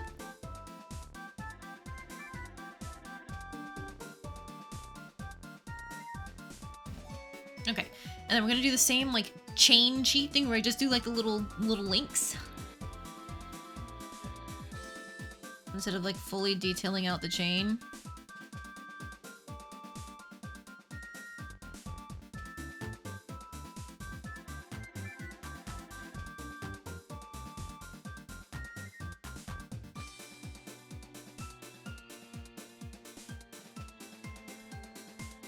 Okay, and then technically there was more of like a geometric form to it. Do I want to turn them from teardrops into like diamonds maybe?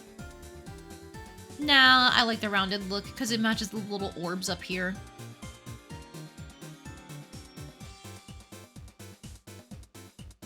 No point in overcomplicating things, am I right?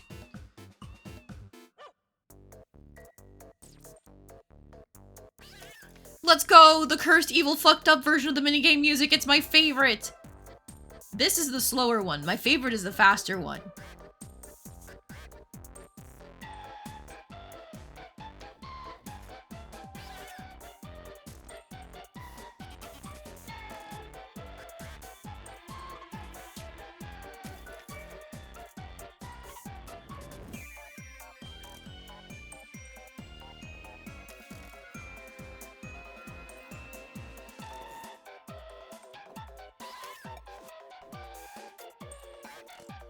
I'll just make these a little closer in shape and size. There we go. Good enough. I don't like how stiff that chain looks. Yeah, especially compared to these guys. Okay.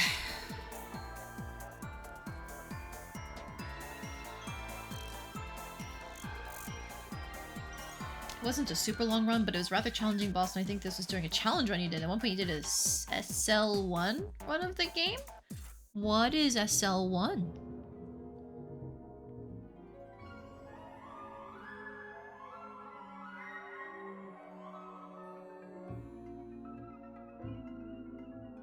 Oh, this is the spooky area music. We're in it now, lads.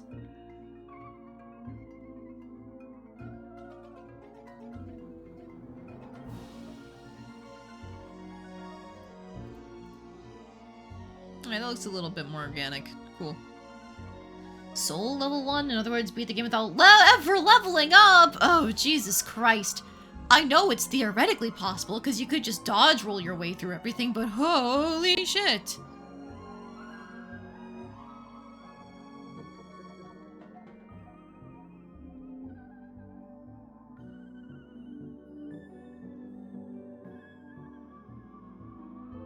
That is not the run for me, let me tell you that. I need my level ups.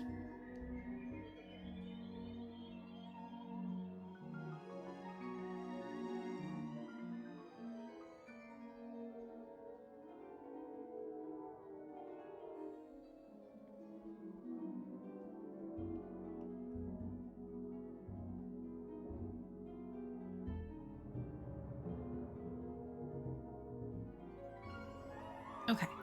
There we go. I think that part's looking good. You just do the bullshit ruffles up here.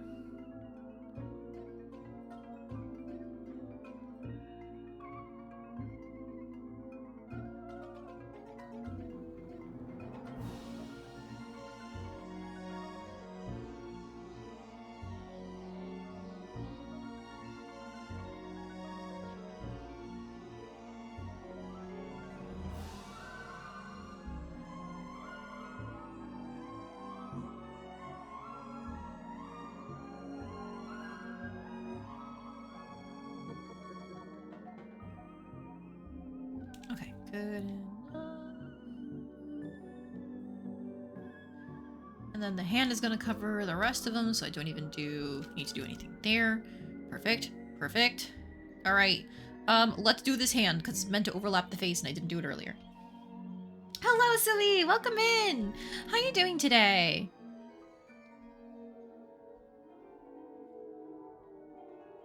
Oh, you know what? This is probably a good question to ask you, Sui. I don't know if you've heard, but I am currently unemployed because my old job didn't want to let me work at the office literally in the city that I moved to after selling my house.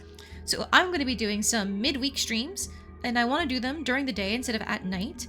So what would be like a good time for you? To try and establish time zones. Like right now for me, it's like 2:08 p.m.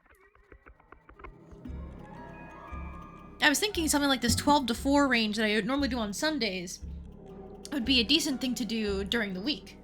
Because if people are like working and need something to listen to, that's an option. Or I can get like the nighttime for people in other time zones. Congratulations, free from corporate slavery. Ahaha. Well, I'm trying to get back in it because I'm gonna need a job eventually. So I'm going to be applying to places already. Well, I've been looking already. I haven't applied to anything yet because I've been doing a lot of like house maintenance stuff this first week of unemployment. But this week I intend on actually starting the application process. And then, of course, I'm going to be working on commissions too.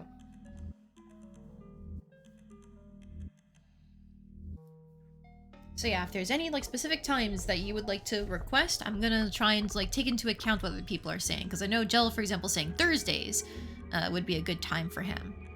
I was originally thinking like Tuesday, Wednesday, but I could do like a Wednesday, Thursday type thing. Wanna be colleagues? I can employ you in my corp. Okay, hang on, Sui. Doesn't that place make you do like tons of overtime? And didn't you say that they? Oh well, no, they pay you right? Like, that's why you do it, because they pay you well?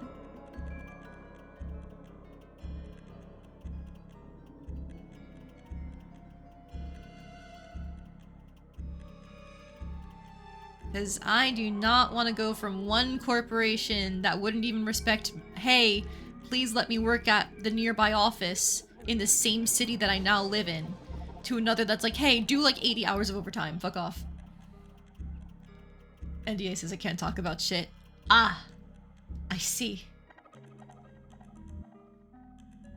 Well, then, pretend I didn't ask any questions. Kidding aside, yeah, they do pay me well. Okay. Please ignore the spooky music, it's fine, it's cool, nothing's wrong. This is just like my internal state when I think about how long I've spent working on this one commission.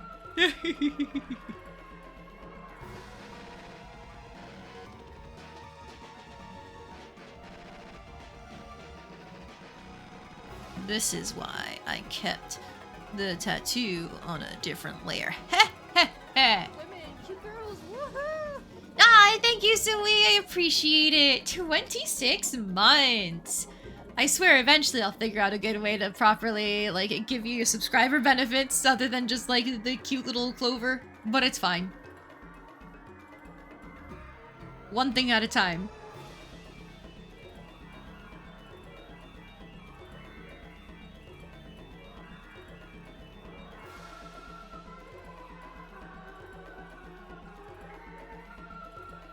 Just going back up to randomist. As you know, it's basically all weapons have different damage scaling to different stats. If you don't level up, you can't benefit from that. Yeah, so you basically just have to grab something and two-hand it, maybe? Or is it that you just stick with something that lets you keep moving in your lightweight? I don't know. Corporate suffering aside, doing an SL1 run is pretty hard, but it does benefit from one great equalizer that is useful regardless of your level. Eh? Fire bombs?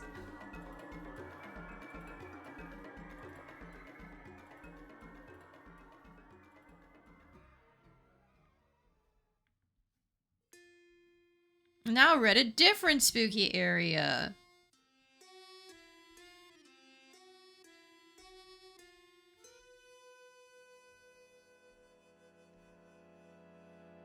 What is SL1?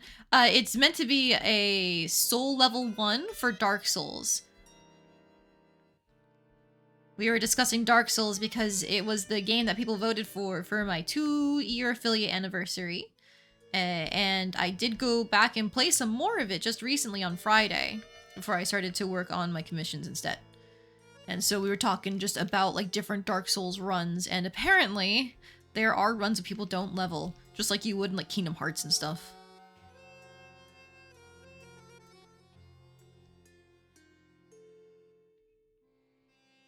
Dark Souls, you thought it was more corporate slavery. No, Dark Souls is different from corporate slavery, right guys? You actually get rewarded in Dark Souls.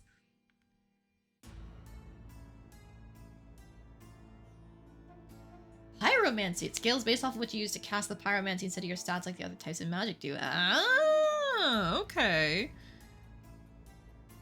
Oh, so in a way I was kind of right, because fire bombs are like a man-made pyromancy if you think about it.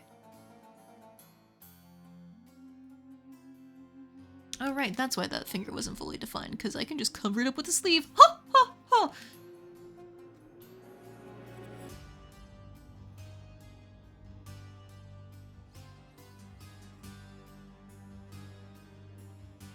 Okay, so then that does mean her neck is supposed to be there, I think, just about. So that means I do need to draw a little bit more of this ruffle here.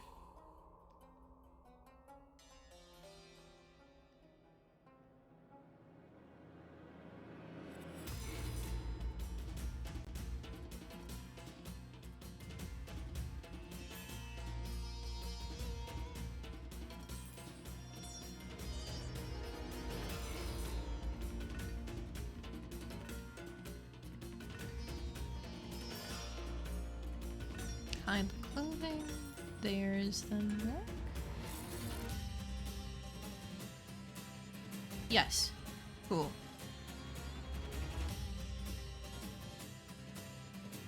No, not cool. That looks too much.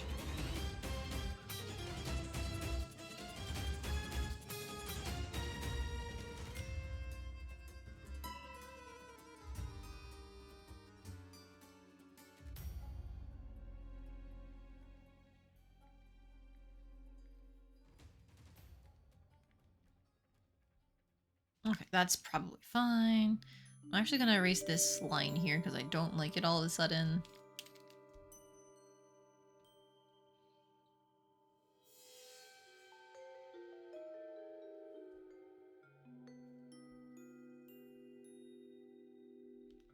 Okay, and then I can just put this finger back where it's supposed to be. Probably good enough.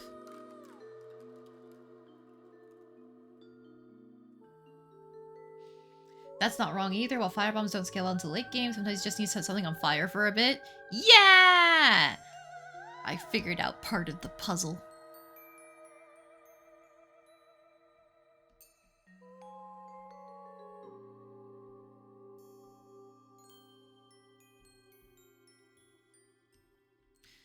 Okay, so you can go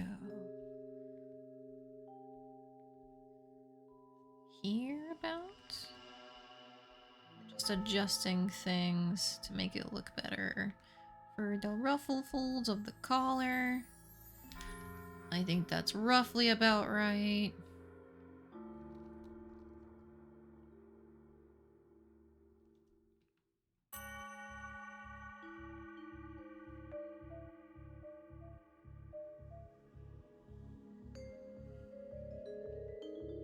Okay. As for my other question, the strategy is, or at least back when you did, was you use a weapon called the Reinforced Club because it had the highest damage output of the weapons you could easily use at level 1 while still being upgradable throughout the game. Okay. I guess you'd like, oh, it wouldn't be worth it to make it a divine weapon, huh? Because doesn't that scale off of faith? So I guess you just have to do like whatever upgrade path gives it the best scaling from those. You'd think magic damage would be useful, but maybe it's not useful enough to ruin the scaling.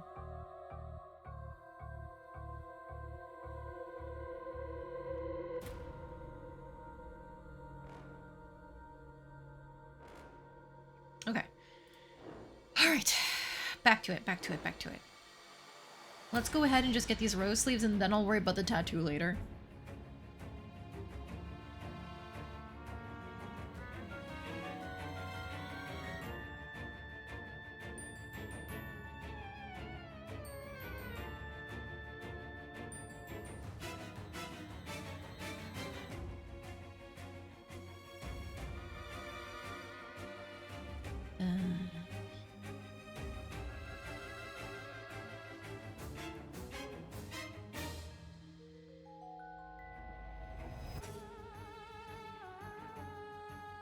So this design is making me remember that detail charges are so fucking important.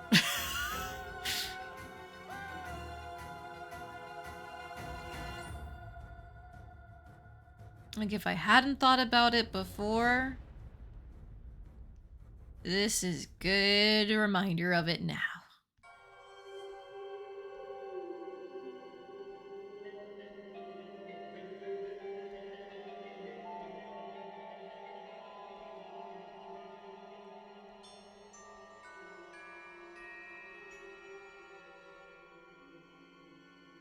The weapon scales off faith, but the divine path does have a special, very important side benefit. Can it hit ghosts?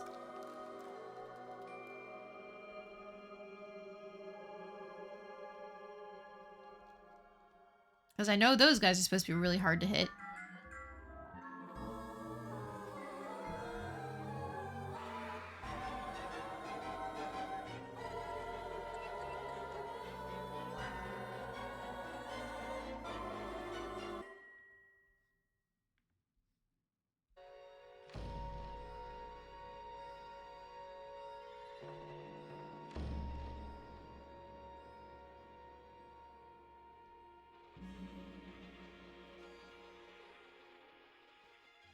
Okay, now I can move on to the sleeve. Yeah, I think I'd rather do that than do the tattoo still. Oh, but I probably should do the tattoo.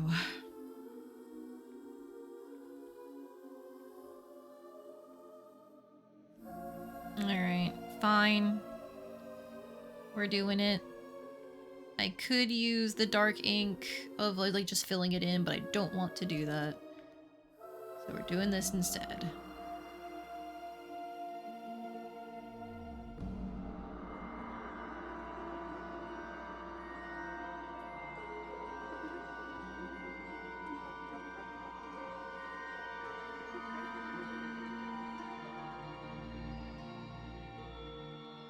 It's more like thorn shapes and stuff. Doesn't have to be super detailed. It just needs to get the, like, thorn idea across.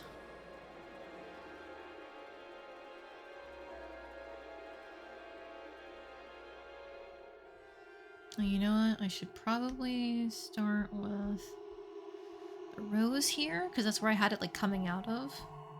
The original thorns.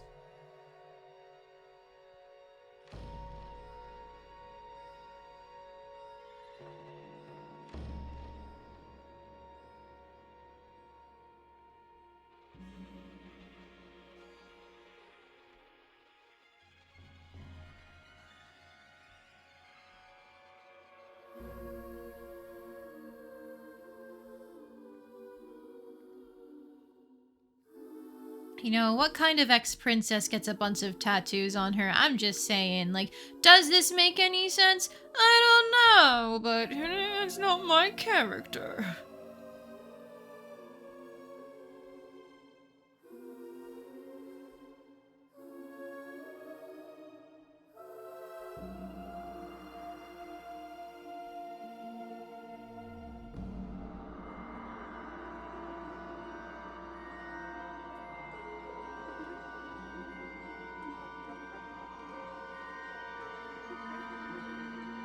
What kind of princess gets a bunch of tattoos? I guess the same kind that becomes an adventurer. Being an adventurer doesn't mean you get tattoos. Like, there are plenty of adventurers that don't get tattoos. Just saying.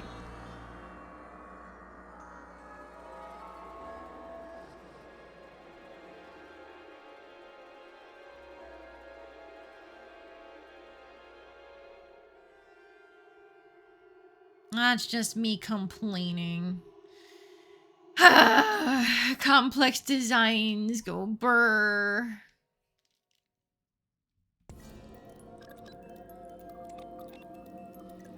Does a scar count as a tattoo? No, I would say a scar is different than a tattoo because it's not purposeful and it doesn't use ink and stuff.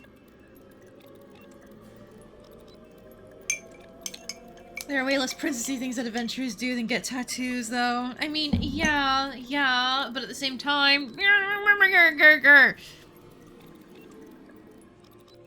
How dare you make me do so much work? Tattoos. You are the bane of my existence, you fucking tattoo. I can't get this pedal right. Okay, that's good enough, I think. I don't need to worry about the back, I think, because you wouldn't be able to see it. Okay, I don't even know what it was originally supposed to be over here. I'm just gonna guess. Another leaf.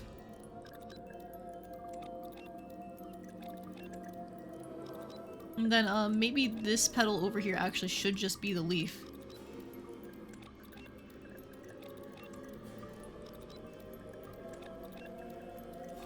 And then, like, I can change the positioning of it to go, like, up here.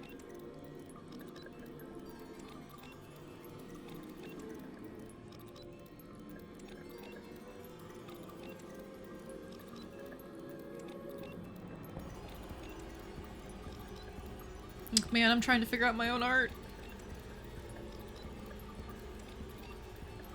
Okay, and then now that I have that mostly done, like I can just do kind of like, I don't know, imply the thorns going up the rest of the hand.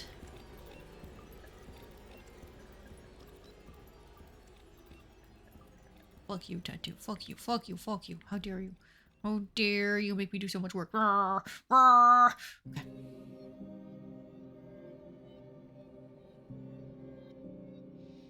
If you can get magic tattoos, and every adventurer would. You know, what if some adventurers aren't comfortable with tattoos, you know?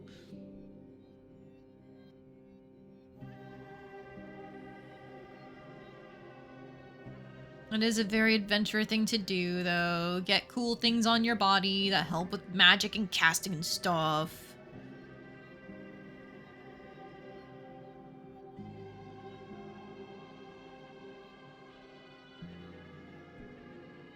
But these are purely decorative tattoos, by the way, as far as I know, at least.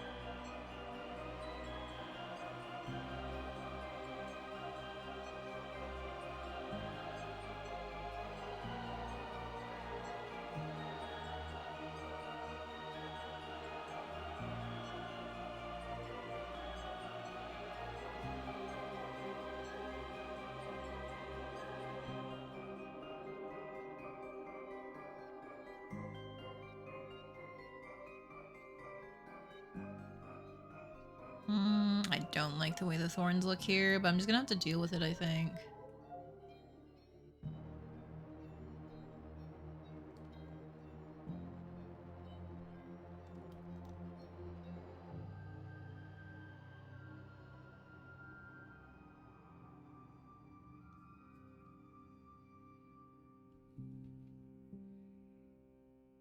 Yeah, that's probably fine. Like, nobody's really gonna focus on the tattoo, right? You pull a magic ink sword from your arm, I think it would be common. I don't know. Would an ink sword even hit most things? And, like, she's definitely not pulling a magic ink sword from her arm. This is a fucking druid. You know, it's a little out of place for her to have a wand for most druids, but, like, it's fine. A lot of settings aren't very clear about, like, what exactly a druid's use to cast. So, I'm not gonna complain.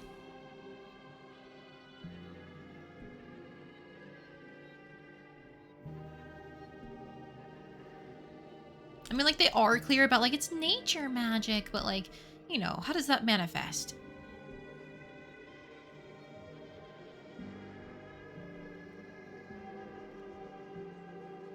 Okay, Thorny Vine Whip or whatever, they just eat a ball of magic moss. That's one thing I've seen, yeah. Like, they like, eat the plants. I really don't like that, so I think I'm gonna redo that portion, and then you can just have the curve of that one thorn instead of multiple, and we're gonna call that done.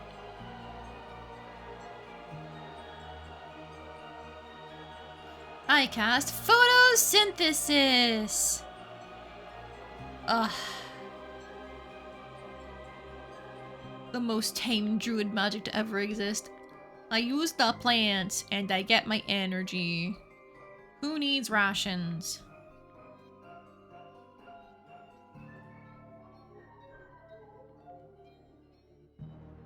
Because for me, at least, it's funny how much of, like, druid magic is like, yeah, you control the earth and the skies, so now you can call storms and lightning down upon your enemies. One of the druid cantrips in D&D is Shillelagh, which is just turn your staff into a big fucking club and beat your enemies with it. Or I guess, like, not a club, but, like, a magically enhanced stick of some kind.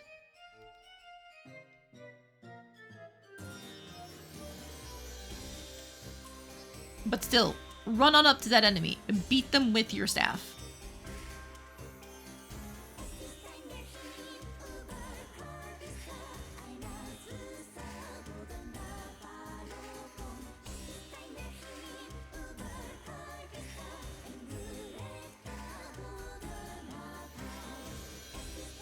This song is like the second best song in Little Goody Two Shoes. It's so good. You remember Shillelagh? It's Shillegh, I think? Shillelagh. No, I miss it. Shillelagh. So Shille.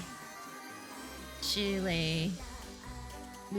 Shillelagh. Oh god, I forget. I can see it in my head without getting it right. Okay, alright. It's Shillelagh.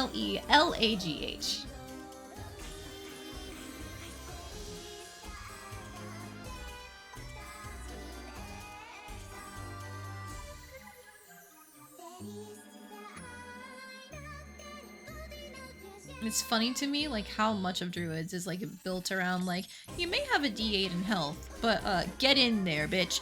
Beat them to death.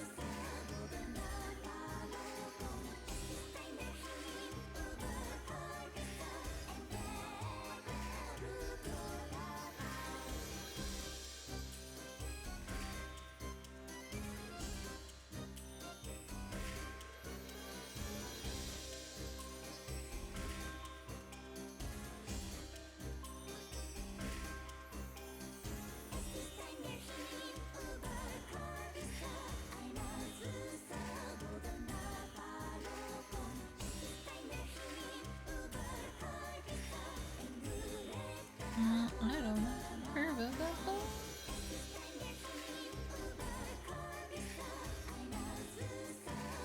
I guess I'll fix this curve instead, maybe?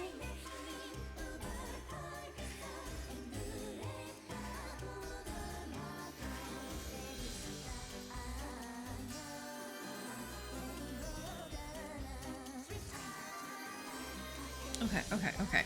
Almost there with this fucking tattoo.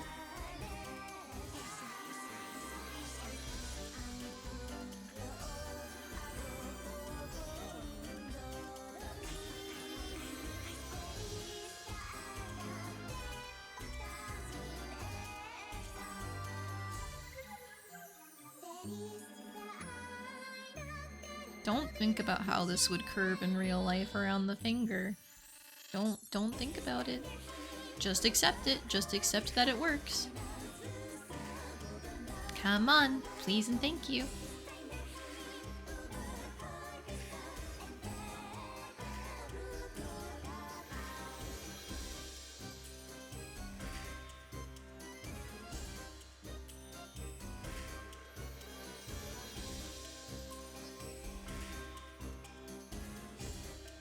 Okay, that looks good enough to me. Like, if somebody complains about the tattoo not making perfect sense, I'm going to scream. That looks good enough to me. That would be exceptionally painful. Uh-huh. Hand tattoos are meant to be painful in general, but especially anything that curves around onto, like, the palm side. Woo!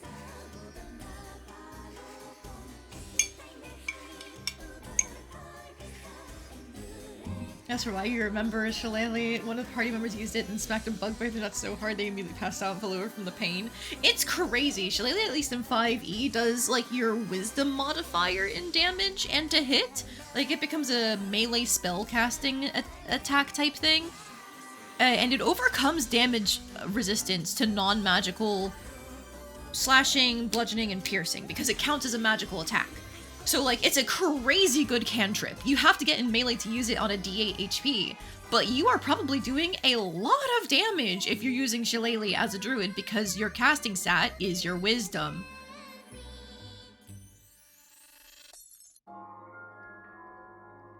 I'm just gonna put, like, one more thing of, like, thorns here. There we go. Good enough.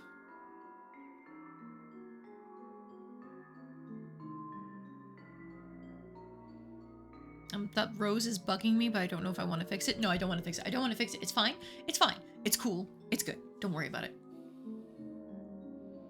I need to move on. I am so fucking slow! I put all this effort in, and, like, the final product is good. But this, like, the amount of billable hours here is going down rapidly for how much people are willing to pay for something like this.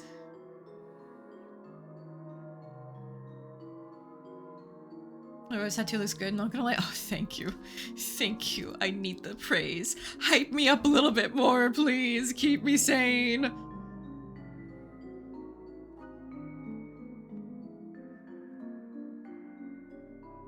That pedal on the left. No, no, stop! It's looking amazing. Thank you! Feed me more praise! Rah! I've been rewatching Bocchi the Rock because our roommate has never seen it, but he loves music, and it's like, okay, well, you have to watch this.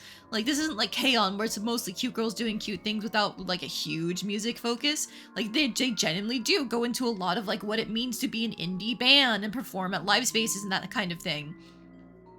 And, like, it was so cool. He could tell right away that the guitar quotation marks that Kita had was actually a bass just the second she opened it. So yeah, we've been rewatching Bocchi the Rock because it's a really good music show, even if it's also cute girls do cute things. And the whole, like, segment of Bocchi going, no, I can't have social media because then I'll become the, like, the like monster, the like, a depressed attention whore type thing. And it's like, oh my god.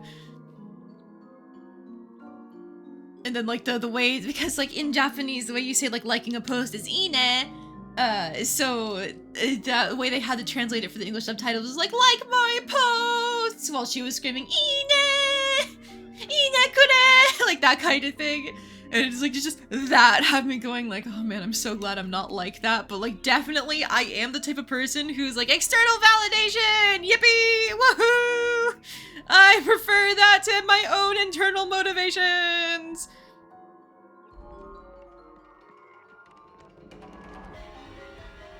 So it's like looking into, not like a mirror, but like an alternate dimension of like, yeah, that could have been me.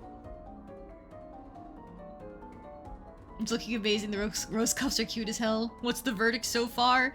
About the validation? Great, awesome, cool. Thanks, guys. I appreciate it. If you're talking about Bocchi the Rock, he's loving it. We've been able to do the whole, like, one more episode, and he'd be like, yeah, okay, one more episode.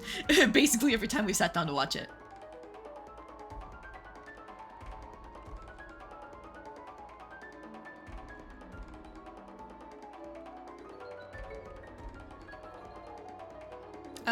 The last episode we watched was the big performance with that band. I almost said Anno band. Ugh, God. It's the big performance with that band, which is like my favorite fucking episode in the show. Just because you get the hype moments and aura thing with like Bocchi pulling off her solo to refocus everybody on the performance and like get them to lock in. But you also get that really good conversation with like Bocchi and Nijika after the after party thing at the izakaya, and I love that conversation so much because the way it pays off the bit from Bocchi turning to Ash in episode 7 is crazy. Because the thing, I don't know if you guys ever watched Bocchi the Rock. I'm gonna do a light spoiler. Episode 7 has a bit in it where they go to see Bocchi, and Bocchi freaks the fuck out when they start dressing her up in clothes that her mother picked out, and she turns to ash, and then the others in the room inhale the ash of Bocchi and start being depressed, and they make jokes about like, I'm sorry for smiling through everything, I'm sorry for being too cute. And like Nijika's is, I'm sorry for smiling through everything, like for forcing through everything with positivity. And so, like, you think it's just a bit because of Kita's being, I'm sorry for being too cute. And then you have the conversation with Bocchi and Nijika, where Nijika talks about her motivations for being in the band and, like, how rough it's been for her and her older sister, who's been, like, parentified to take care of her. And you go, oh shit, that wasn't just a bit.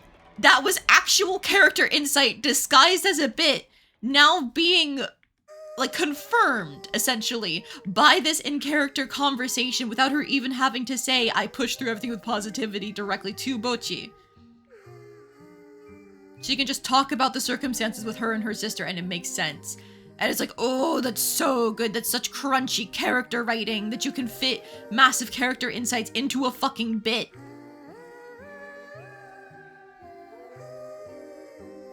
Bocchi the Rock is a good show. If you guys haven't watched it, you should watch it.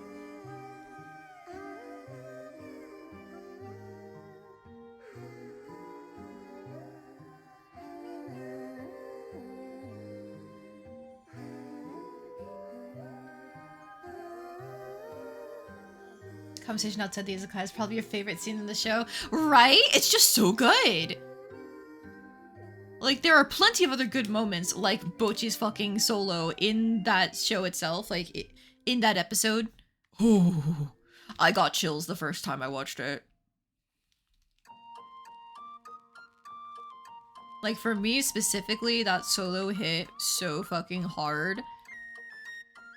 Yeah, and it's supposed to be like a pretty easy solo to ad-lib, at least based on like what people were analyzing after the episode release, but like it was good.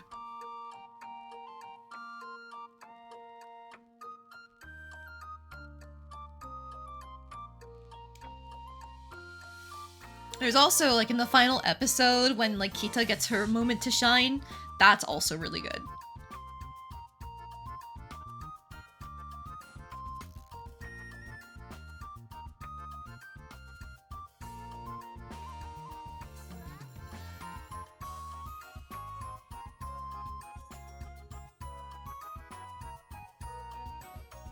Okay, I need to stop yapping about my shows because I'm falling behind again.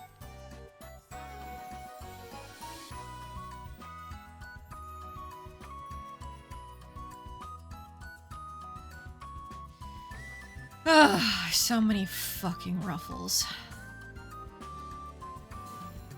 This is after cutting out a lot of the ruffles on the sleeves. Like, I added some of it back in for the rose petal sleeves, but they're not even like proper ruffles, they're just cloth in the shape of rose petals. I cut out a ton of ruffles, and it's still so many fucking ruffles.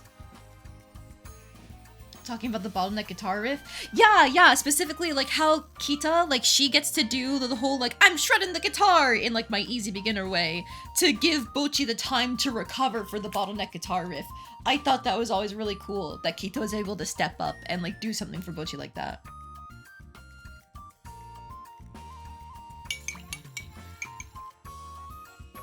Because even though, like, we are stuck in Bochi's perspective for so much of that show, from Kita's perspective, like, Bochi does so much for her, and she never has a way to really pay her back. So, like, that moment becomes her, like, being able to return the favor in their friendship. Like, obviously not in... Their relationship is going to keep developing, obviously. I know that the original manga continues past where they cut off in the anime. But for Kita, like, just being bright and cheerful and friendly around Bochi is all Bochi needs. But for Kita, that's just expected. That's what she always does. So that feels like a good moment for her in terms of, like, both her character, but from her perspective. Like, just the way she's so confident as she slams into that guitar when she started the show not being able to play it at all. It's wonderful.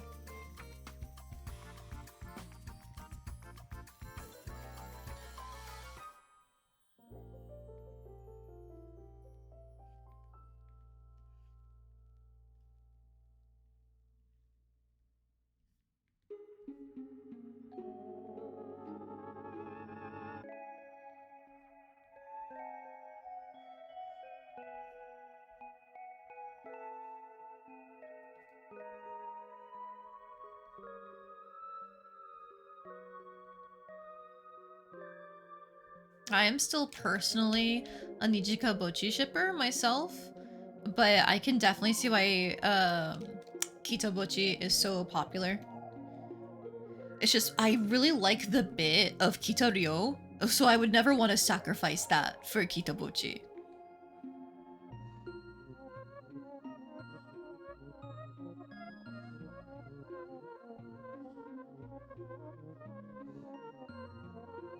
Ryo is, at least in the terms of the anime, a good, like, bit character, but I don't really know if there's, like, much more to her in terms of, like, depth to be plunged, or whatever, for, like, character development and insight and stuff like that, because she is an introvert who's very confident and secure in her position. She's got a rich family who just keeps giving her money for instruments, and she has, like, a lot of, like, she believes music should be about, like, communicating what you want to communicate. Don't compromise on your artistic vision.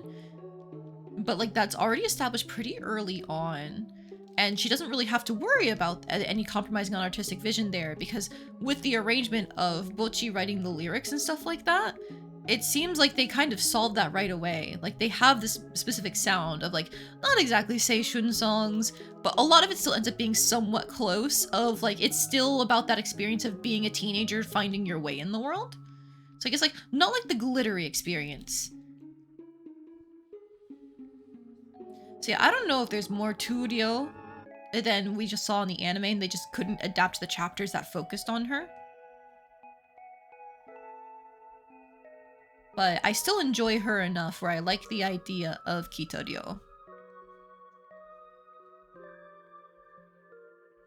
I do think Ryo's deadpan delivery really helps to elevate the gags that she's involved in, though.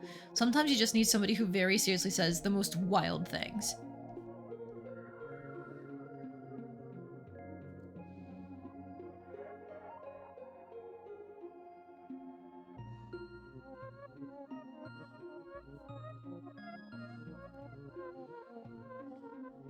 That's actually, like, the source of a joke that I still amuse myself with for, like, a tabletop character. You guys know the bird girl that I drew on stream for a little bit and was like, hee hee, I love her, she's so cute, and this is her partner, wow, like that kind of thing. Well, I came up with an internal joke of, like, ha ha ha, there's an NPC in the party who's, like, just kind of, like, chill, cool dude, and he hangs out. He had a crush on one of the, he asked out one of the other party members, but she was not interested, and he totally accepted it. Very cool, fine, awesome dude. He even, like, helped some of the other characters work out relationship issues with, like, siblings, because he has a ton of siblings. So, cool guy all around. But, like, one of his things is he likes to gossip, he likes to talk about romance and stuff like that. And so I just imagine he could at some point fall prey to, like, the straight talking, like, haha, I'm gonna say the most ridiculous thing, and you have to tell if I'm serious or not, thing from the bird girl's partner. And so the one that I came up with was, we all know what a BBW is, right? Right?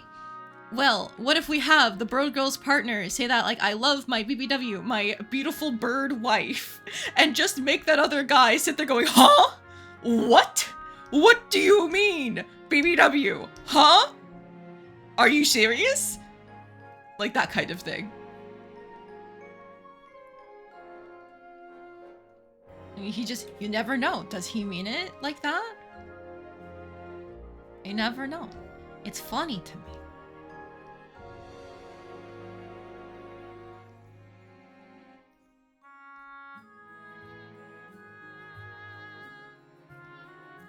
As a demisexual person, I think that's like my favorite thing to do is to just come up with like little random sex jokes that like are only funny to me.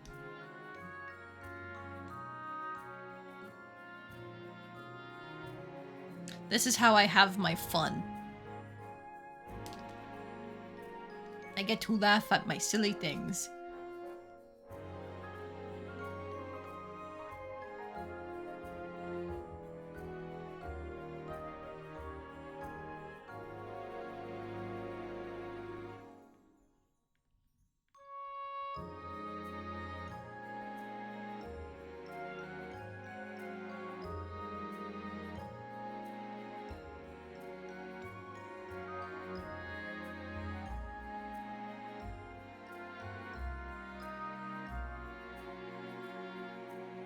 We too laugh at your silly things. Hey, thanks, Rike. I'm glad somebody's laughing with me instead of laughing at me, teehee.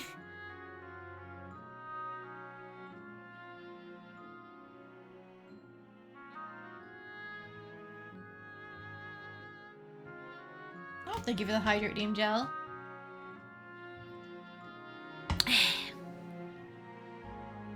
Water.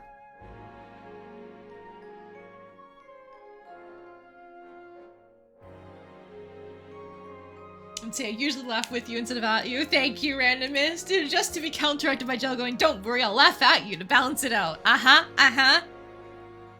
Somebody's gotta do it.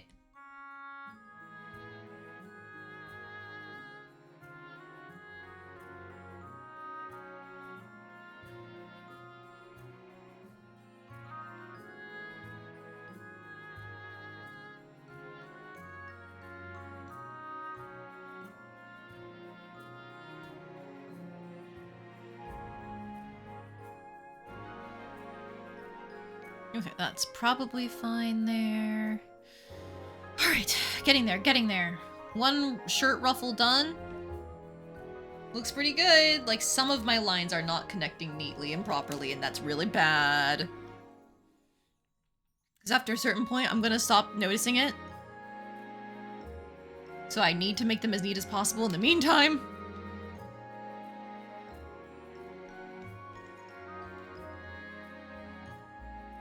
But also, like, is somebody really going to zoom all the way in on this? I don't know. This is a 400% zoom right now. If I go to 100%, that's not bad. That's not bad.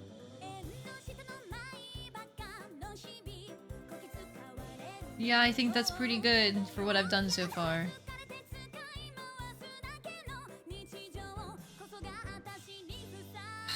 God, Elise's voice actor is so good at singing! She's so good at singing! Okay, yeah, cool. I'm normal about this.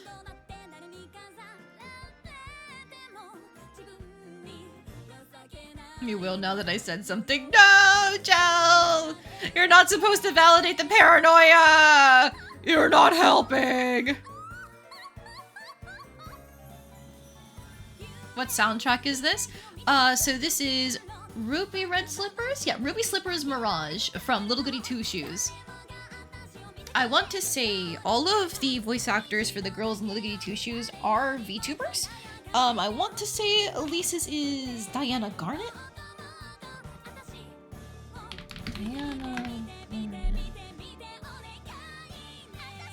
That seems so wrong. Never mind.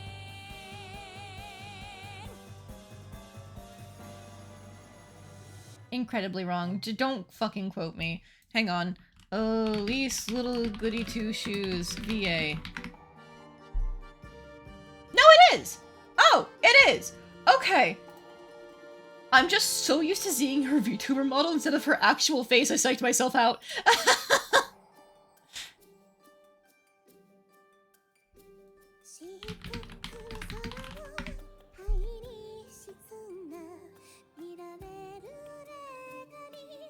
Lumen Tsukiboshi. Okay, that's her VTuber model. Okay.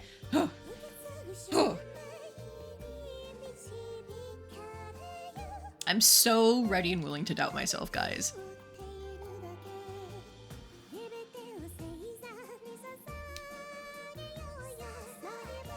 But yes, Elise's voice actor, such a good singer. Cannot recommend listening to her stuff enough.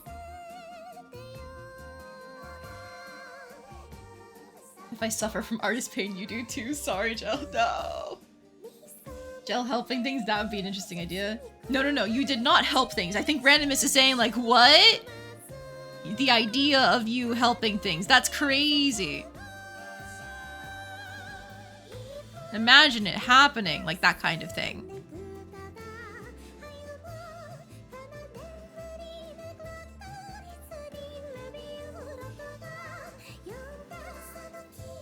Oh, the singer for this song is a VTuber named Yumemi. Originally, she was going to be like Astral Shift's official VTuber, but then she had to go on hiatus for a long time due to health issues. So they have recently like parted ways as like officially connected. Of course, Astral Shift devs are still on good terms with her. But she actually recently returned. She just yesterday had a karaoke stream for her birthday. I could only listen to part of it because I think it was, yeah, they were going while I was playing tabletop, and then I had to clean the house, and then from there it was like anime with my husband to stream. So I could only listen to part of it after we were done cleaning the house, but before anime. But she's a great singer too. Like, she has such an interesting vocal tone. I don't know how to describe that like pronounced vibrato that she does. And then like it's almost nasally, a lot of her voice, but in a very pleasant way. She's the singer for this song, which is the ending theme for Little Goody Two Shoes, Da Sende. Let me turn this up a little.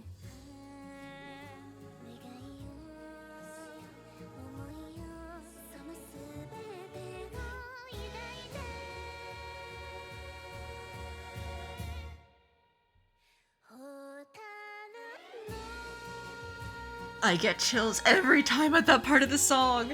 When we forced our friend to play through this and we got to this ending theme and my husband was starting to talk over the song, it's like, wait, stop! This is my favorite part of the song. And then I made him wait until it did that big crescendo for him to continue his thoughts.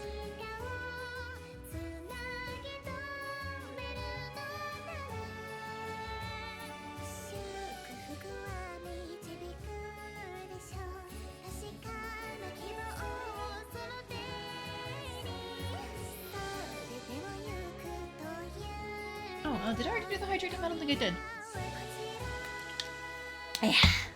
Water.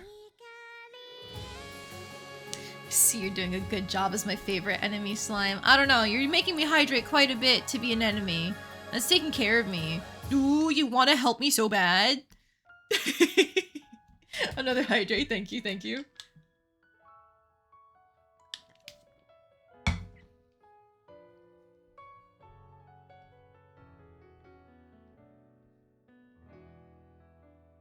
Overhydration is a thing. Okay, but it's really hard to do that with just a single water bottle. Even when I go to refill it, it's only a second water bottle.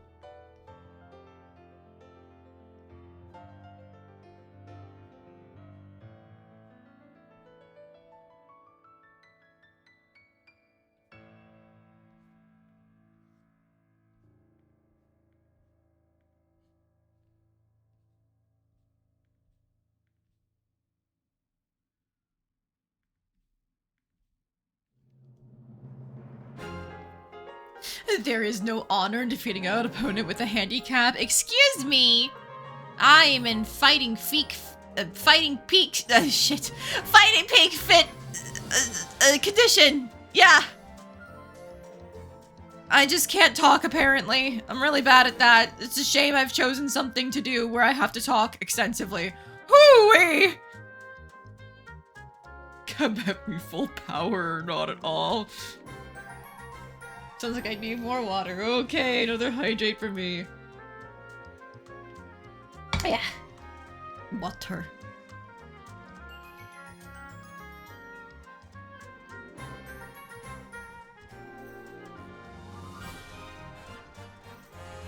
I was joking about it the other night before a lot of people came in, but it's like, you'd think I would have gotten over my stutter, or my stumbling, or stammering, or my little bit of a lisp in all of the years I've been alive. No! No, I did not.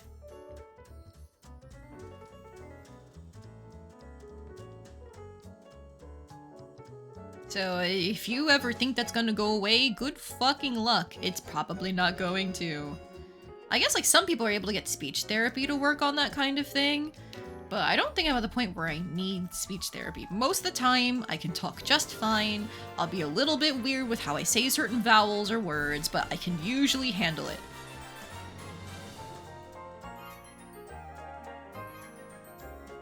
Not gotten over any of my issues, so you know the feeling, right?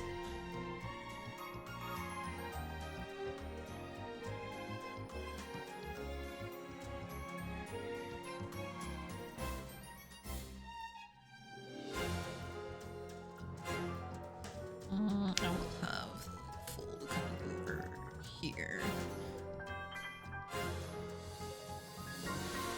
And then I'll just have this like sleeve line exist before I actually get to that sleeve because it interacts? Yeah, interacts, overlaps with the folds.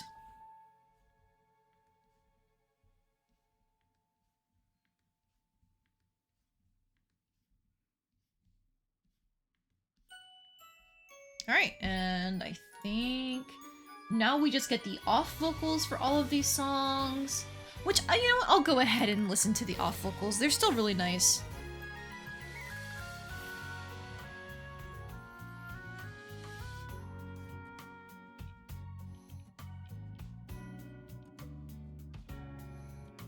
The opening that's playing right now, the off vocal of it, is Ruby Red Shoes.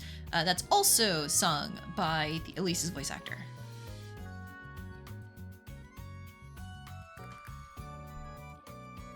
Don't really notice a lisp if there is one. In very specific situations, there is a lisp. At least I'm pretty sure.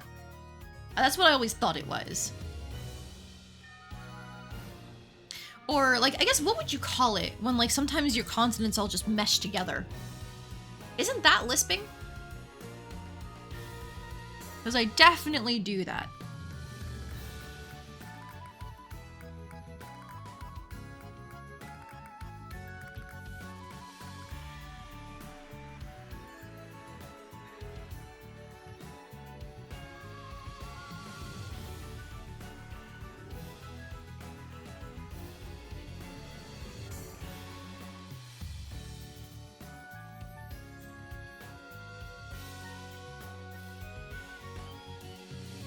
Well, this is specifically the S sound, isn't it? I don't know. I thought lisps could also be like with a the and the s and the sh, that kind of thing.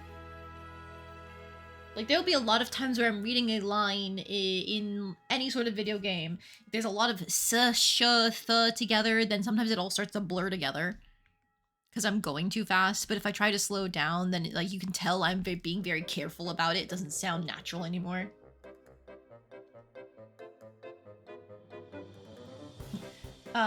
This is Ruby Slipper's Mirage off vocal again. Next up is the Wild and Wandering Thistle off vocal. I talked about Yumemi's VA for, Rose and Marine's VA, which is Yumemi for Wild and Wandering Thistle. But she also does a lot of the backing tracks in, like, random songs throughout the game.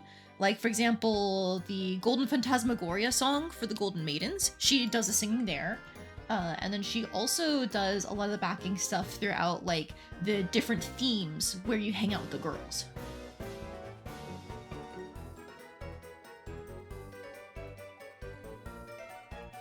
More fun facts about the Little Goody Two Shoes OST, because I love this fucking game. It rewired my brain chemistry.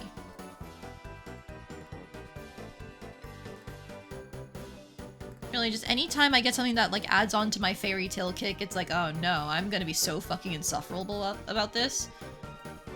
And we were talking yesterday, like, who's your favorite witch in anime? And it's like, you know what? Sophie Hatter, she counts.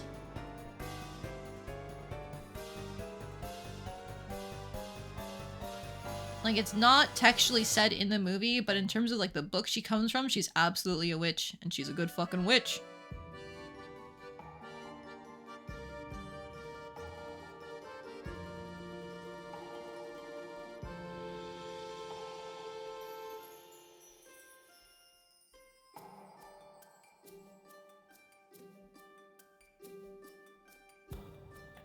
Man, making the buttons rose pattern instead of just roses themselves is such a good idea. It's so much easier to, like, bullshit the detail.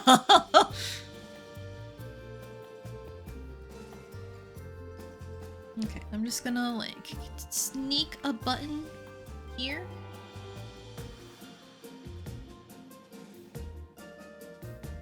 Okay, there we go. According to Wikipedia, the Free Encyclopedia, a lisp is a speech impairment which a person misarticulates sibilants. What the hell are those last ones? I don't know what they are. These misarticulations often result in unclear speech in languages with phonemic sibilants.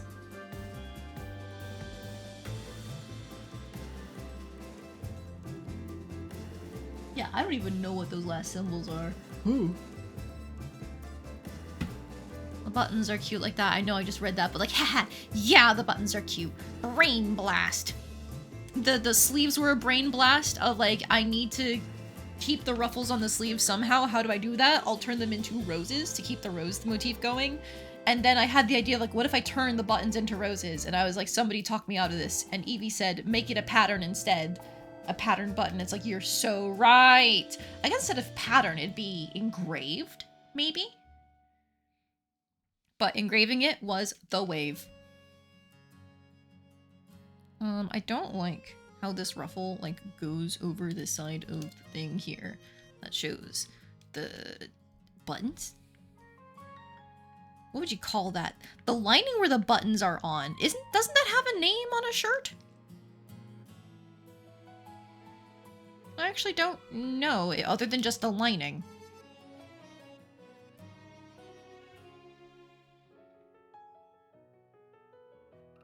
Ah, whatever.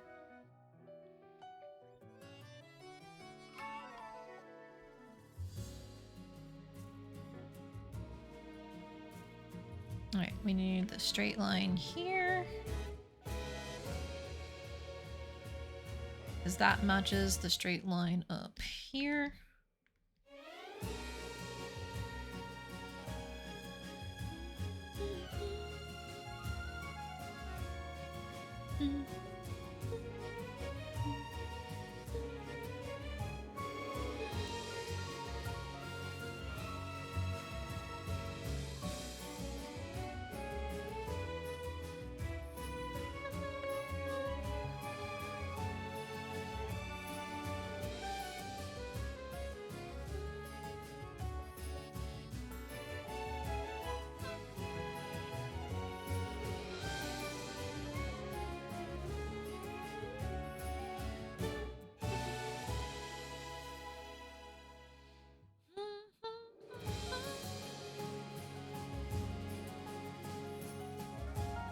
It's such a good song. The ending, the little goody two shoes. It's so fucking pretty.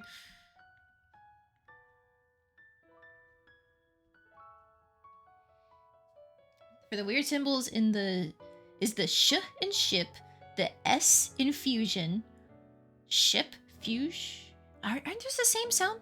Sh, shoe. Oh, I guess it'd be like the sh versus shoe. Okay, I get it. Or ja, maybe, actually. Because instead of going into it, it'd be fusion. Yeah, sh versus sh. Okay. A ch in chip, and then the j in jump. Yeah, I think I do have a minor lisp then. Like, now you guys are never going to unhear it, but I'm pretty sure those are the consonants that I struggle with the most. And it's usually only when I'm reading out a line very quickly or something like that, because I talk quickly. So when I read lines in video games, I don't normally give it the slow pacing that you would have in an official dub, because I talk quickly, so I read it quickly, and that comes out in how I say the lines. That's why I'll often have those moments where I have to like stop midway through and be like, oh, that's how I'm supposed to say this because I misinterpreted the line based on my initial reading of it.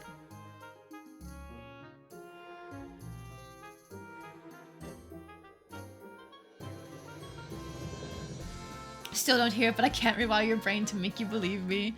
Well, thank you. I appreciate it. It doesn't normally come out when I'm talking like this, because I'm not, like, reading anything.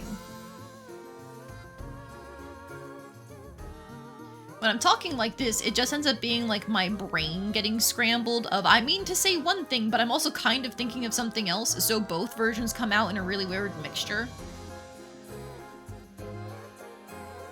Like, I will just make up words because I'm trying to say two different words at once.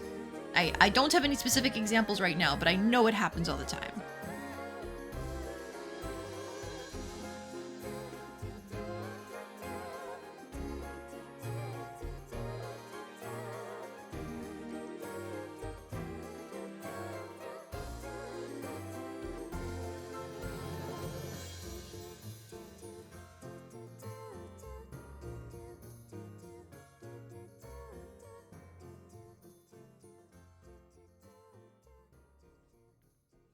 Totally know the feeling of talking really quickly.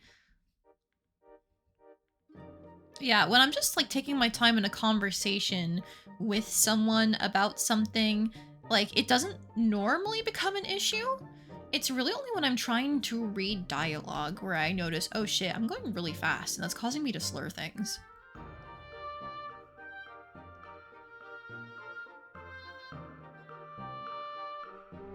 And then I also have that bad habit that a lot of like Mid-Atlantic people do, where you don't pronunciate all of your consonants and thus you don't really finish words properly.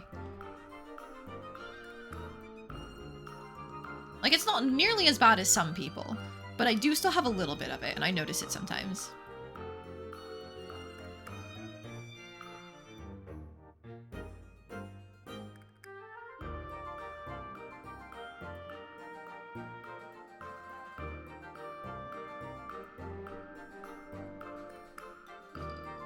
I think I've gotten better about the whole, like, finishing my words thing, though, because I normally try to be conscious about it. So the added boost of being on stream is like, okay, I need to make sure in some way I'm speaking clearly for people.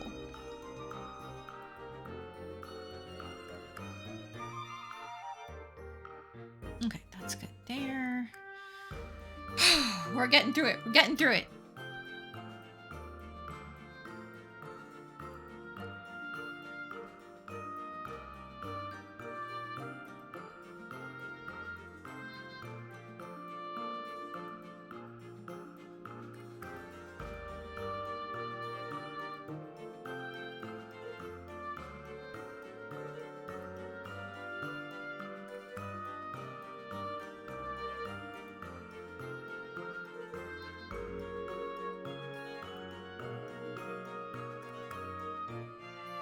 Oh, but you know what? While I'm on the topic of Astral Shift, you know what they posted on Twitter recently? A gameplay preview of the second circle. And the music in it already goes so hard!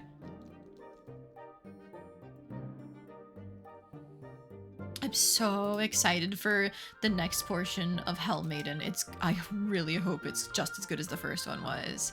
I'd be excited to see if they did any balancing adjustments for like the different cards, because we found a lot of people found, for example, Blistering Wake, the one that leaves fire in your footsteps, as something to hit the enemies with. Like, that one is really busted in terms of its damage multipliers. So ideally, they did some balancing between the first demo and the last one. But ultimately, for me, it's not gonna be a turn off either way. I'm gonna be playing that fucking demo as soon as it's available. Sorry, not demo. Actually, it's gonna be early access with the second circle, right? Oh, exciting. I'm gonna try not to burn myself out on the early access, but I definitely want to get some good runs in. Especially because I think they should have more of the poets released by the time the early access is out. Like, we should at least be getting Homer.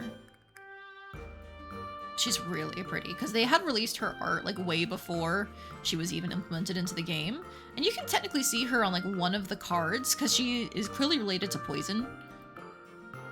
Like she's on one of the Poison build cards.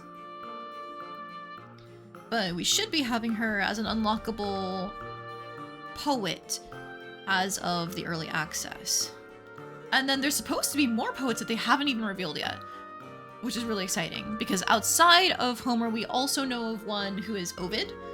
She's really pretty. She's got like purple hair and like a blue dress thing. It's very butterfly themed because of Ovid's metamorphosis or metamorphose. You know what I mean. But outside of Homer and Ovid, there's supposed to be even more poets that we have yet to see. And I'm really excited for who they're gonna pick.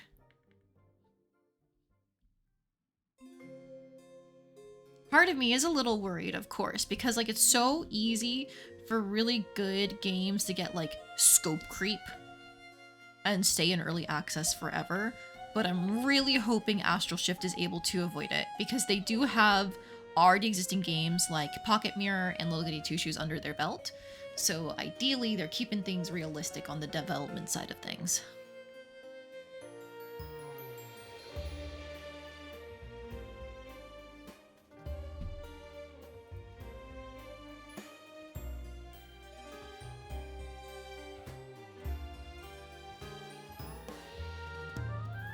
Okay, we're getting there.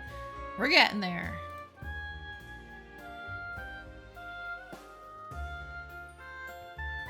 I think I'm actually just going to get rid of these here.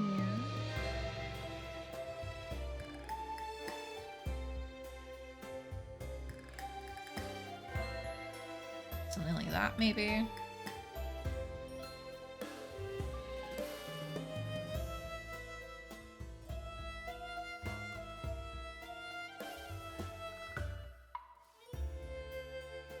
Maybe not, honestly. My thought was I could get like something to help imply like the body going this direction, but I don't think that's working. Alright, that's the end of the Little Goody Two Shoes soundtrack. We're now gonna get into spooky territory with Pocket Mirror. There it is.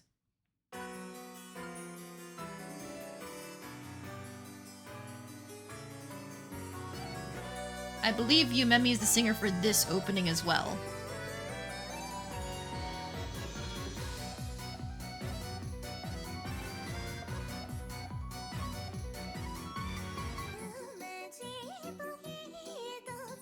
Yep, you can tell right away. Her voice is so distinctive.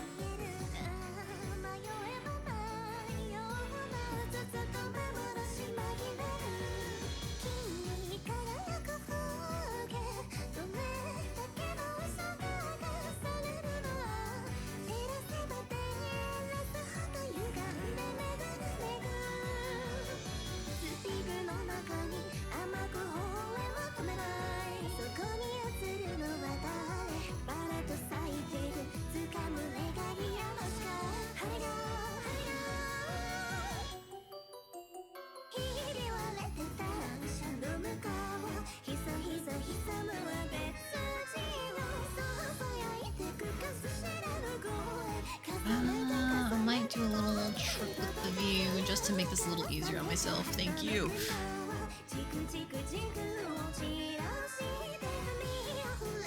I really should like rotate things more often in terms of my viewfinder, but I forget to do so. It's a useful trick though. Hydrate, redeem again, thank you. That puts me out of my water because I didn't fill it up before stream like a fool. We were talking about things being half full versus half empty last night, and I am always like a half empty person because it's like, damn it, this thing, if I don't refill it now, I'm gonna have to refill it later. Like this half empty glass is not going to last. And I foolishly didn't refill my water bottle today because I had already like eaten my lunch, and it's like, I need to start streaming. I can't go super late today like I did yesterday since my roommate wants to use the hobby room.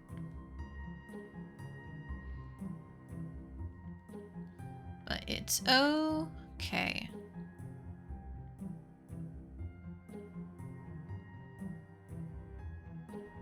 You're a percentage person, Gel? What does that mean? Like it's 50% full as opposed to half empty or half full?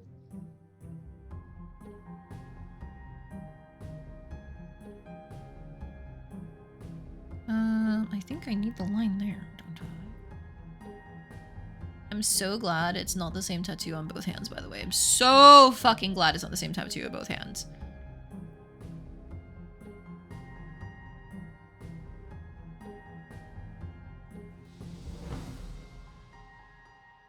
Because that means I didn't have to draw it twice.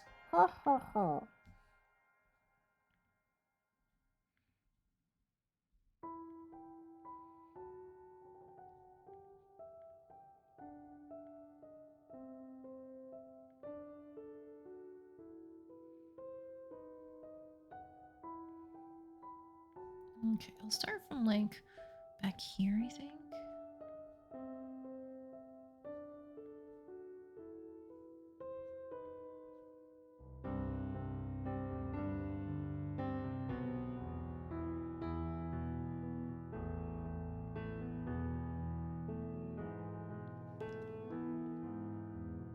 I can't really get the finger to be all the way filled out, I think.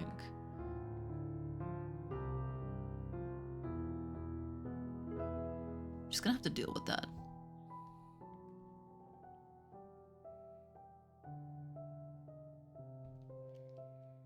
Okay, and then this joint looks off now.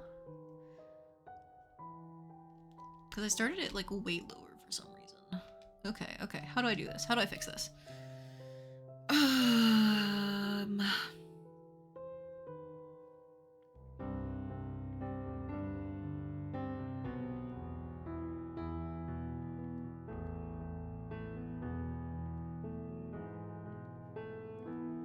That's roughly how it should be, right? Okay, so we can redo this pinky with one joint here, two joint there, roughly.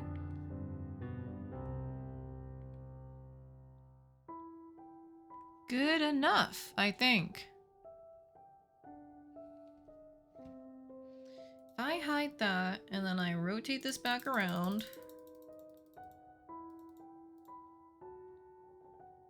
that finger looks off here, but it's not the end of the world. It should be an easy enough fix.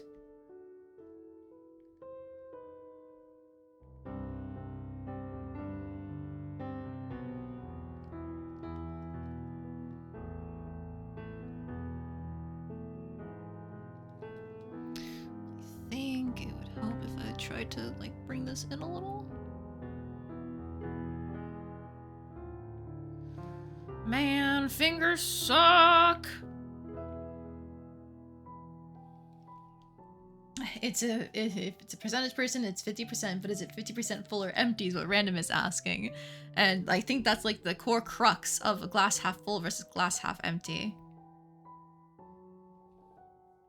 Even if you say 50%, like, do you still consider it internally like it still has stuff in it positive, or it still has stuff in it negative?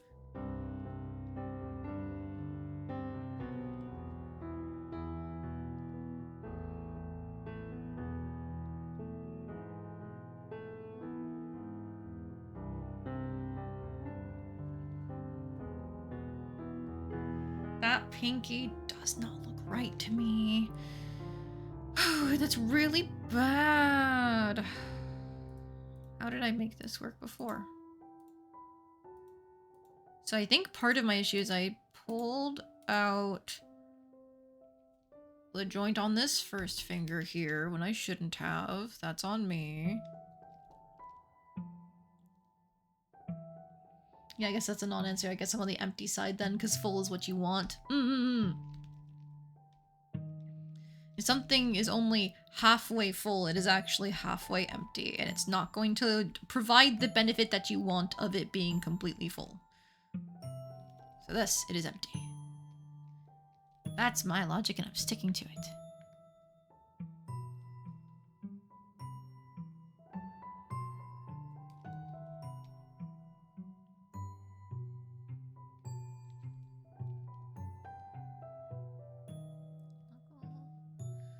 there.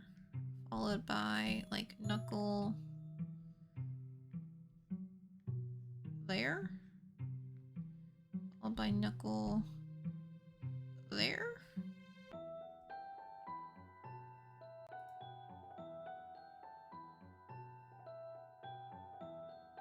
It's not how I want it to be, but that might just be how I have to settle for the hand being.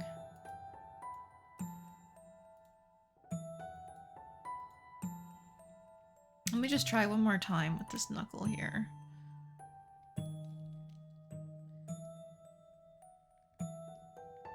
Joint there.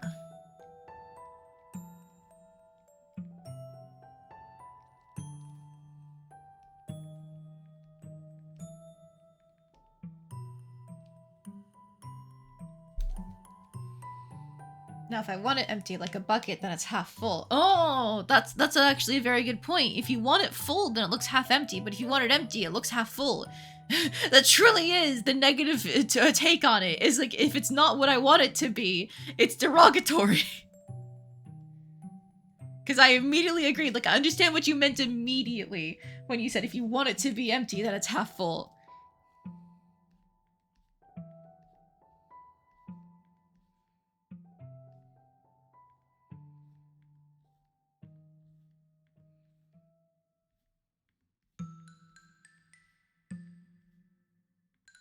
I didn't like that line.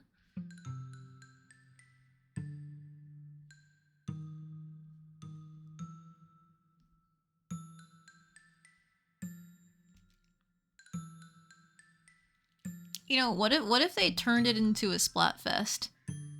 I feel like Shiver would have to be team half empty, Fry would be team half full, and then Big Man would be like, oh, it depends.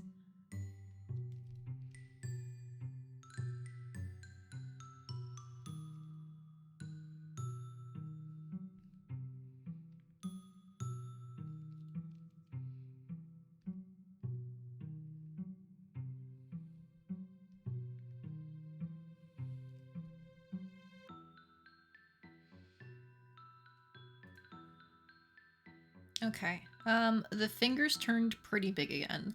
Like, I went out of my way to slim this hand up in my sketch, and then the fingers turned big again. Hang on.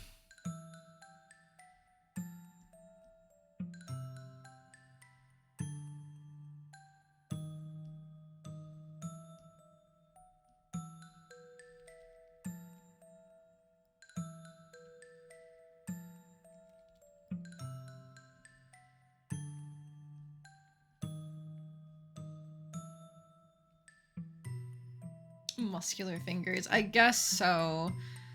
Ugh.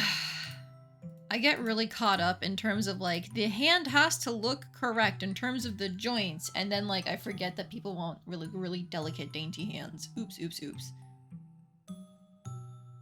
Whatever. It's probably fine. I'll just survive for now. If it's a complaint, I can deal with it when I get there.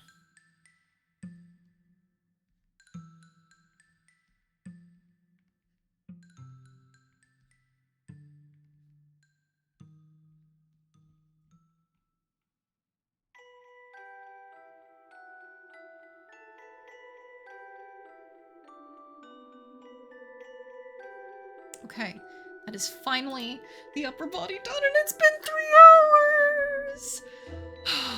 We're not making out of this one, lads, with a reasonable price on this.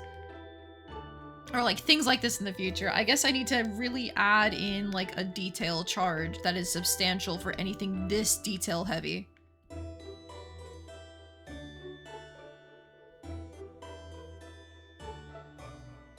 It was like, the person who commissioned me from this, who commissioned this from me, like, we can already come to a reasonable price agreement, but, like, for your average random person, if they see, like, 20 hours went into making this, and thus it is way too fucking much for what I'm paying for, like, the quality of what I'm getting, it's like, they're never gonna buy this. Oh god, you know?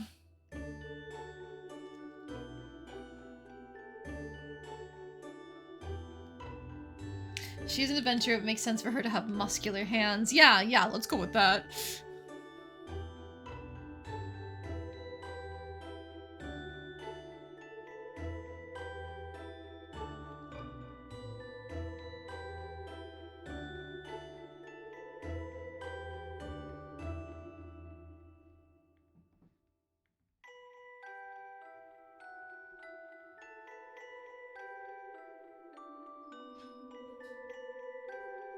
Something like this. Ah.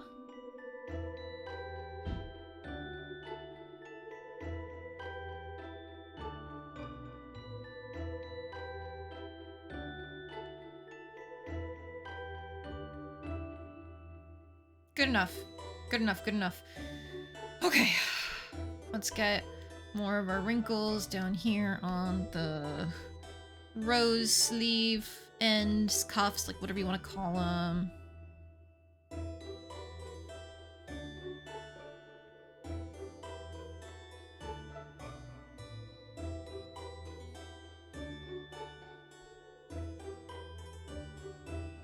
Also, druids would do a lot with their hands, of being dexterous and strong with those tasks makes sense. I would certainly hope so. Never mind the fact that a lot of druids tend to dump either strength or dex, because they need to boost their casting and con, but whatever. They definitely need to include details about how well detailed they want the art to be and how much that would increase the price. Because something this detailed goes a little crazy.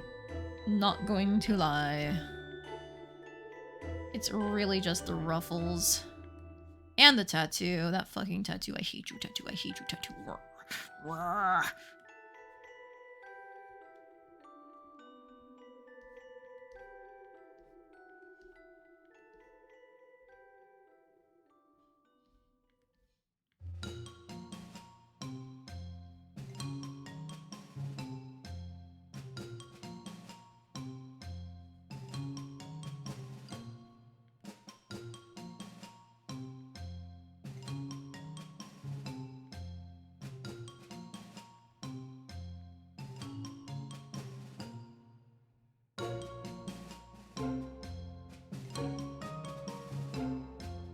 Tattoo is really bothering me. Look!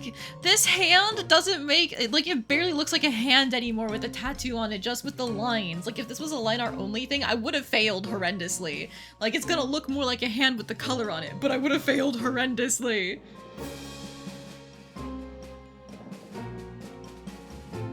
You know, that's my fault. It's my lack of skill, but it also, again, like, because it's so fucking detailed, it takes away from the face. Like, there's this focal point of rose, flower, rose, rose, and bun here takes away from the face. I've got the highly detailed bangs to try and bring you back in, but this hand takes so much attention because it's so detailed. But, like, this was the pose they requested. They wanted the left hand with this tattoo to be shown off. So I can't, like, not do it.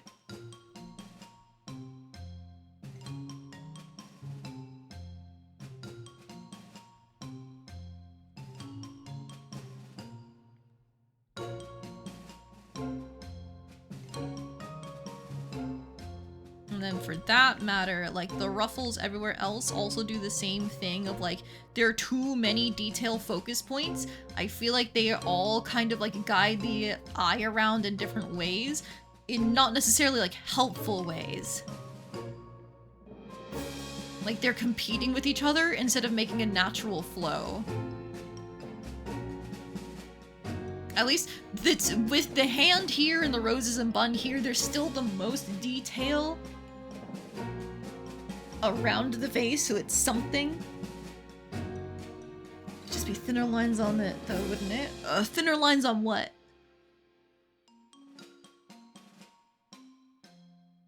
You mean the inside of the hand? That would have been such a great idea for me to use thinner lines there, and I just didn't because I'm stupid.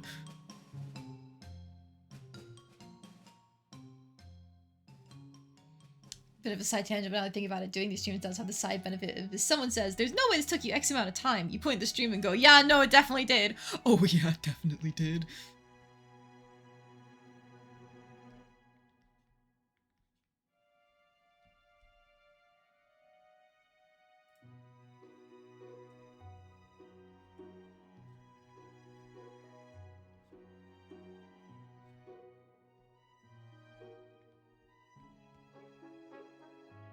Yeah, realistically, I should have used like a thicker brush for all of my outer lines, so that way there's like a nice defined outline for the character, and then use a thinner brush for everything on the inside. But I used the same thickness for everything, and that's where I failed. Only point, so you spent an hour talking about idols, and it's like, you know what? You're so right. However, I was still working in the hour that I spent talking about idols. Probably. Because I think the only time where I actually like stopped working entirely yesterday is whenever I had to get up to stop the cat from harassing the desk. And when I was eating my food. Otherwise, it was not very long that I put my pencil down. Well, Johnny, if you watch enough of the stream to know that, then you know I can multitask. Can I?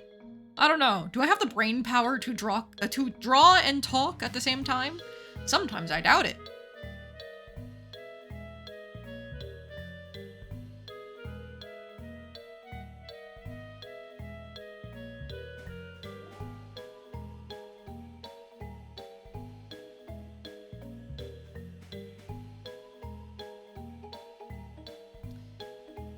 Alright, bigger buttons for the pants.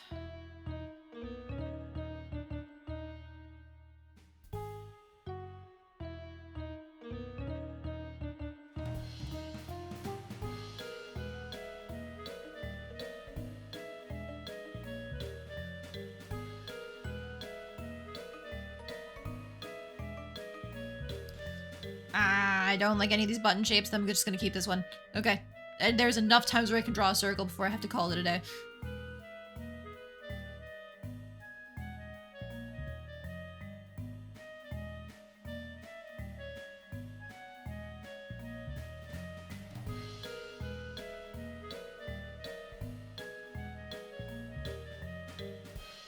Good enough there.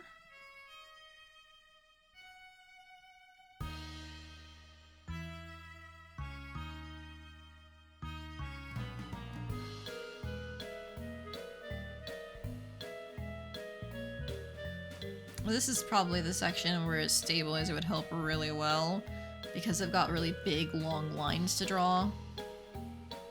But, we're just not gonna worry about that.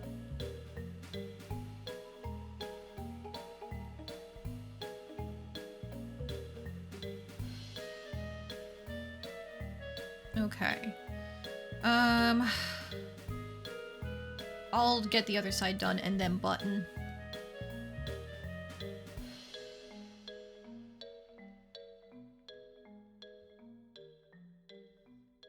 Shifted the placement of the other button up, so this one has to get shifted too, I think?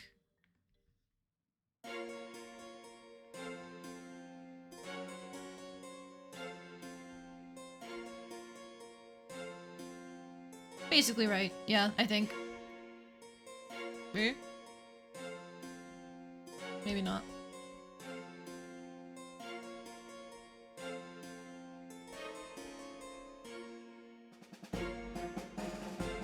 Good enough.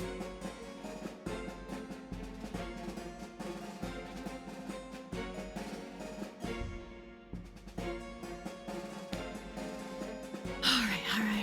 Come on. Come on. Man, I really hoped the line art wouldn't take this long. It was all the ruffles. That's on me. I underestimated it.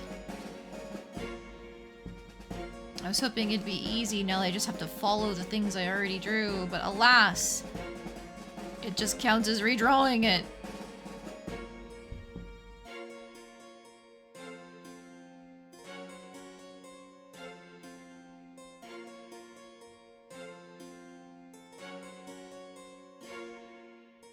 And then I can already tell, like, one part of the process that, like, left me dead in a ditch, was I did not simplify my sketch enough.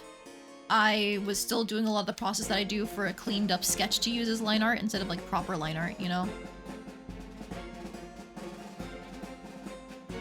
And so not adjusting that to have a messier sketch, I think that really screwed me over. Like, it helped me avoid a lot of, like, anatomy issues, technically, by figuring it out so much in the sketch. But in terms of work time... In terms of work time, that was a bet.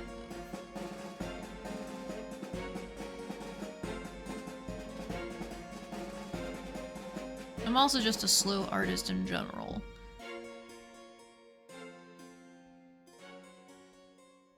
If I were smart, I would be focused on, like, upping my speed. And doing, like, practices for that. But, as of right now, that's not something I can do. Okay. One more rose. One more rose! We got a little casting wand here. I'm just gonna start with, like, the rose petals up here again, and we're gonna go from there.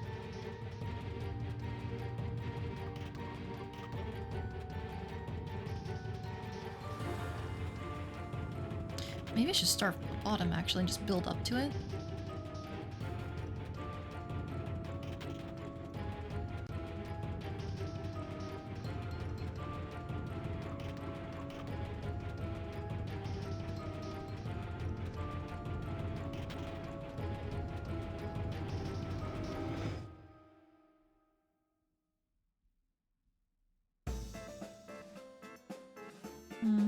Something like this.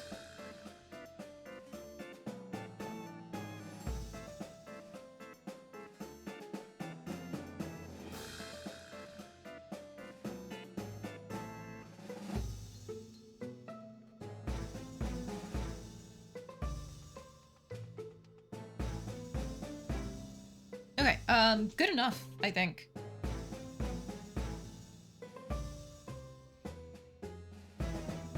Okay, and then I had tried to change the leaves. So they would do like this, a cute little curly thing.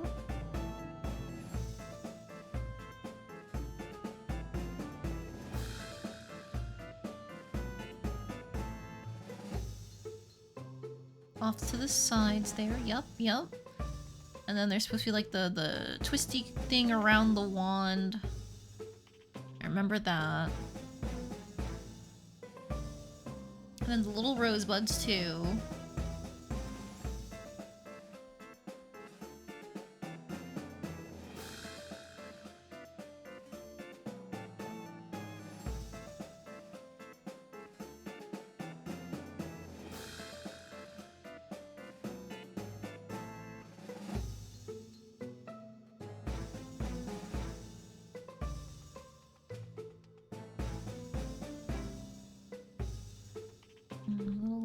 Curly leaves can go like that into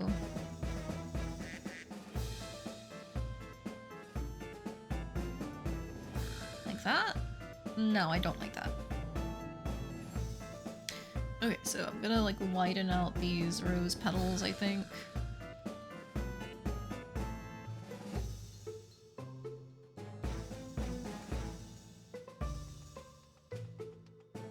Okay, and then we can just have it be something like this.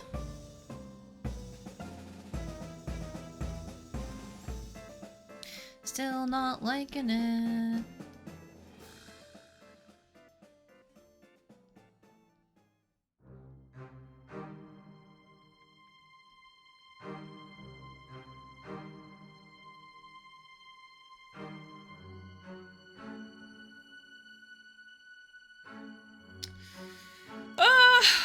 I didn't like how the leaves looked before, but now, like, trying to change my plan halfway through predictably didn't work. Like, I had delineated the curls on the sides without figuring out the plan for the ones in the middle, and now it's hurting me. Ah!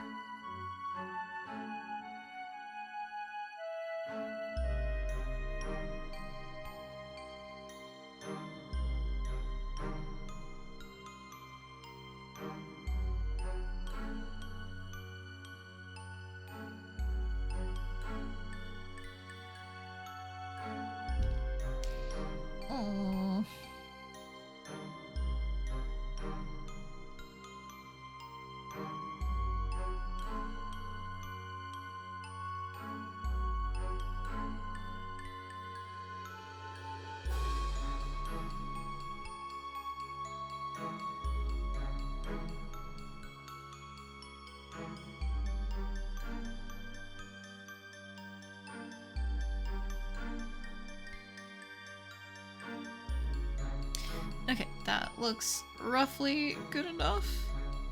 It's not perfectly symmetrical, but it's fine.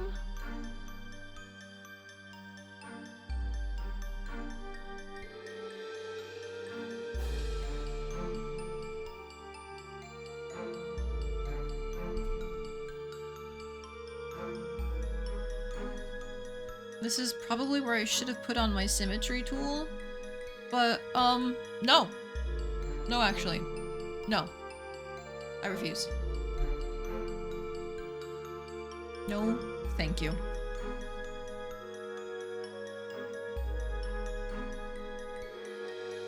Alright, I'm just gonna stop fucking with the rose.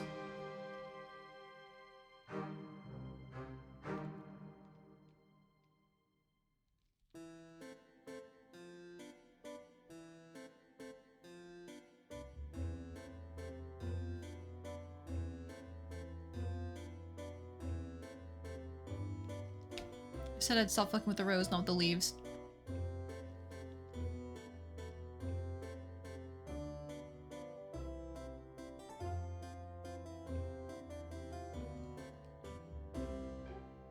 Okay, good enough. Next swirly bit.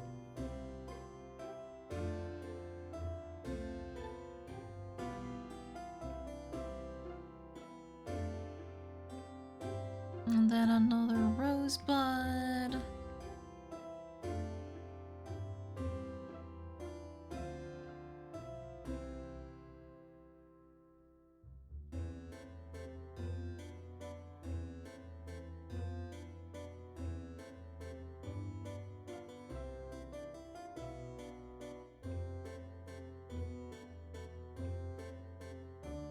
Okay, I'm just looking at where the lines are. This is a little too off to the side. This should be like about here for the stick. Probably would help if I adjusted this. Yep.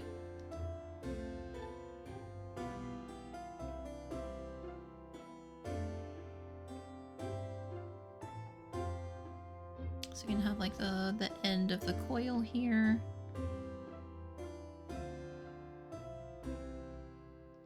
Like that, maybe? Let's do the rest of the straight line first. Not that it's gonna be straight anymore after dealing with me. Ha ha ha ha! Because nothing that I draw is straight. Ha ha ha!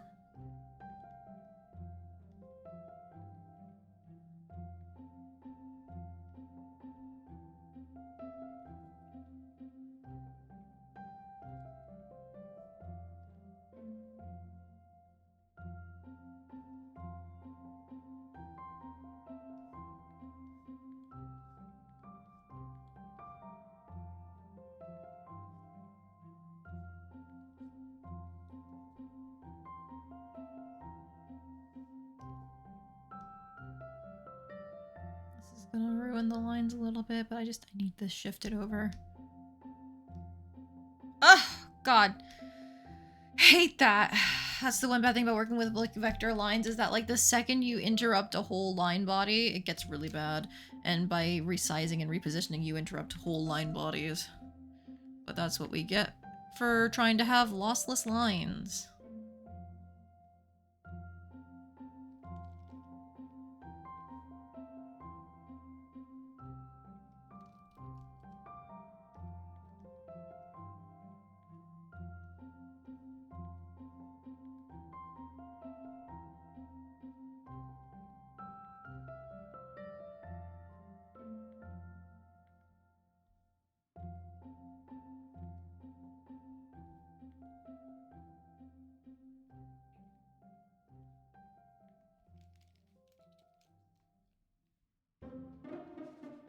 Okay. Almost there. I just need to get to this other side here. Cool. And then now we can have like the end of the swirl.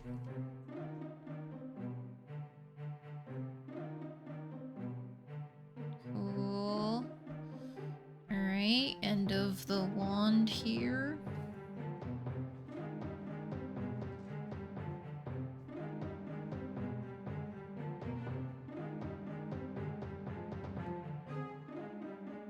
Morgana's again trying to get on the second desk, but she's been repelled so far by the countermeasures.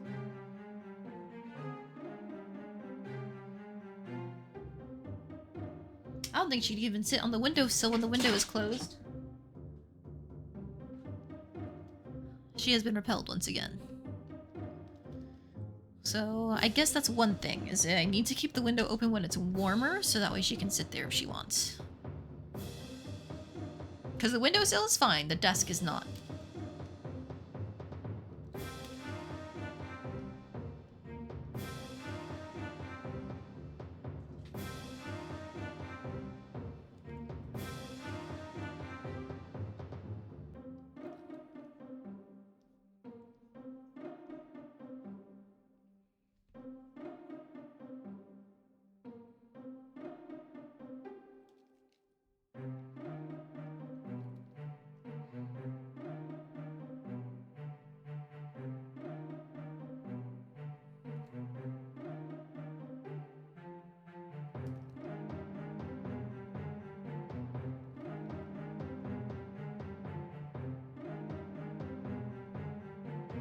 Something like that to represent the belt loop.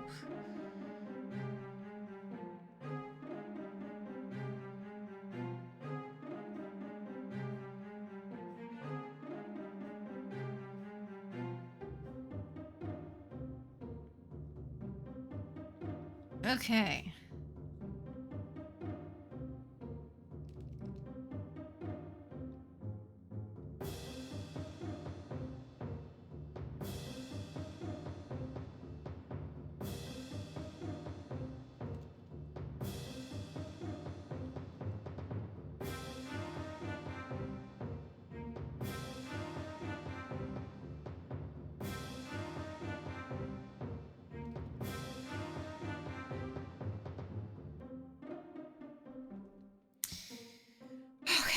Okay. Almost done. Almost done. Almost done!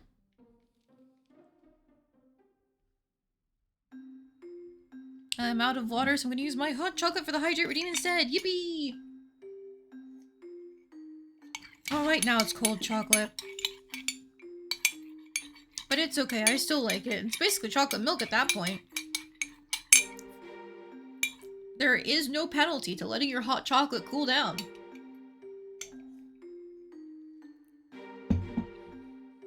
I guess there is if you're using water for your hot chocolate, but why would you ever do that? That is the inferior way to have your hot chocolate. Just use milk.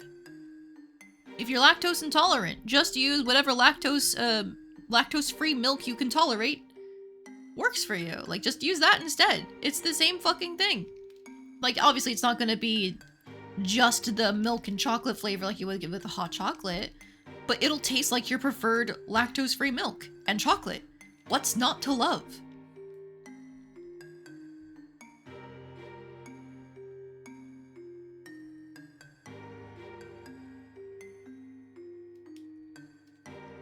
You use water because you mix a bit of coffee with it.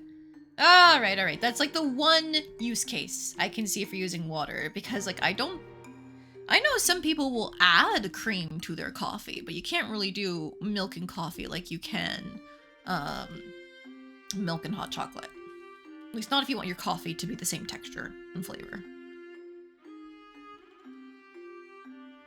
Or take lactate before having it. True!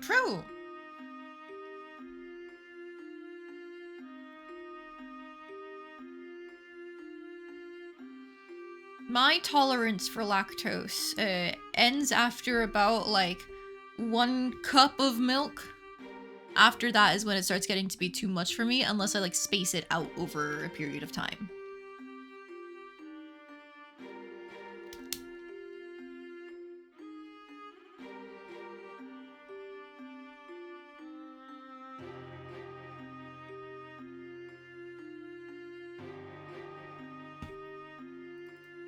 Wrong way. Boop. So close. Gotta keep pushing.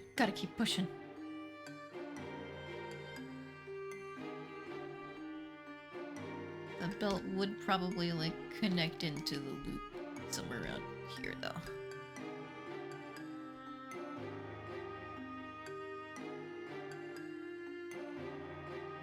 You could eat a whole cheese wheel and then would die from it before getting any lactose issues. Oh, man, lucky gel.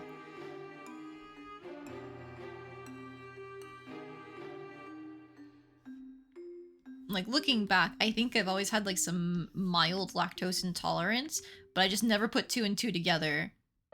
Because, like, I used to have, like, 2 or 3 cups of hot chocolate every time my family made hot chocolate, but inevitably I would end up, like, having stomach issues, and I was like, ah, damn, how'd this happen? But it's because I spread out the 2 or 3 cups of hot chocolate over a longer period of time than, like, chugging it all at once, but still too close together to give myself time to process it. So I never put 2 and 2 together. Because, like, I would feel fine when drinking the hot chocolate. It was only after, like, digesting it over a decent period of time, but not long enough where it would act up.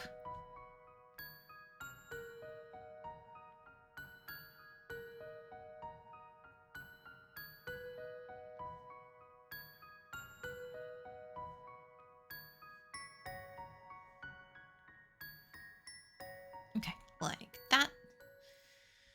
And then we're gonna take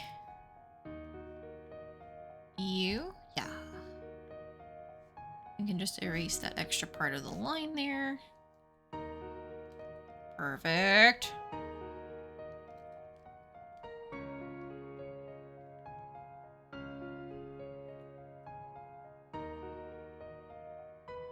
Alright, now rose pattern here.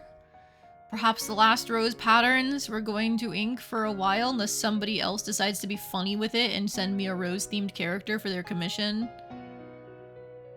Which, like, I guess I'm not going to say no to, but I will be sitting here like, how many fucking roses are there? You want to pay for complexity for you?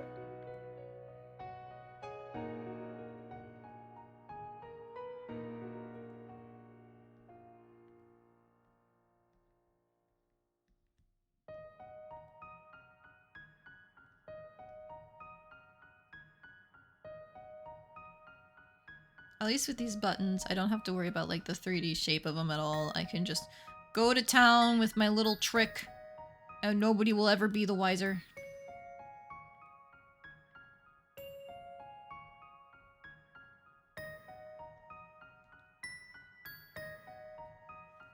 I feel like I should change my whole VTuber persona and then lean into roses to have me draw the art for it.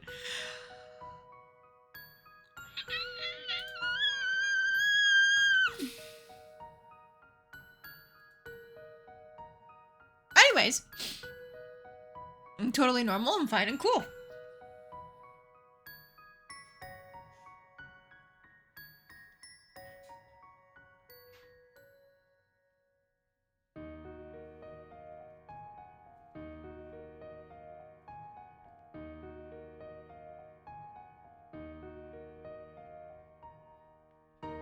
Like, I do enjoy drawing roses. It's just, this is a lot of fucking roses, you know?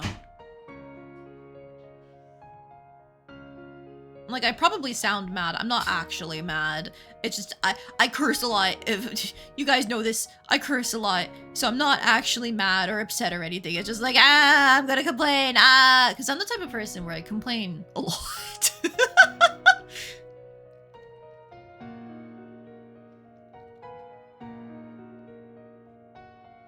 And normally it's one of those things where it's like, okay, I should try and hold it back. Don't complain as much. You know, be positive.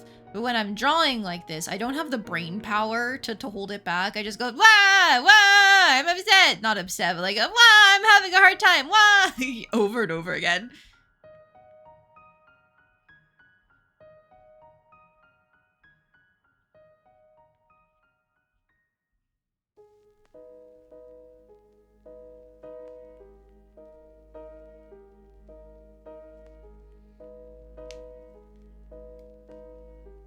She charges you like $500 to do it.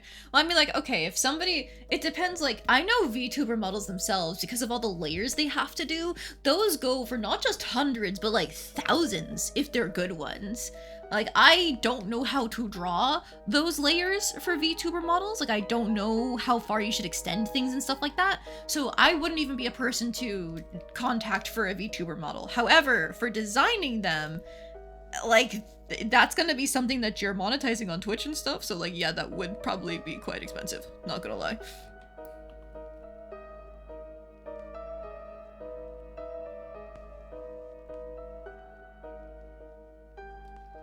The ones you've been looking at are 2,000 without rigging. Yeah, VTuber models be expensive.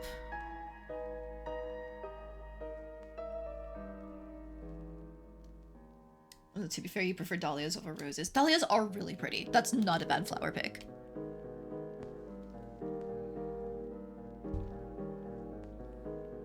I've always been a sucker for cherry blossoms, but I do love me my roses. I've definitely made rose-themed characters before. I've also done the same thing of giving a character a rose-themed tattoo even.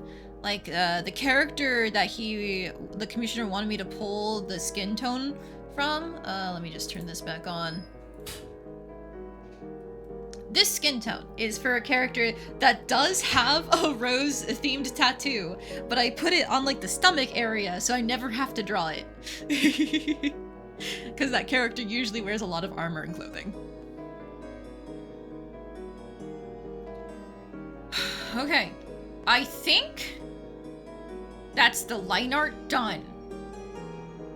Didn't even take 4 hours compared to the 7-hour sketch, so that's not a bad turnaround. I wanted it to be faster, but I would say that's not a bad turnaround.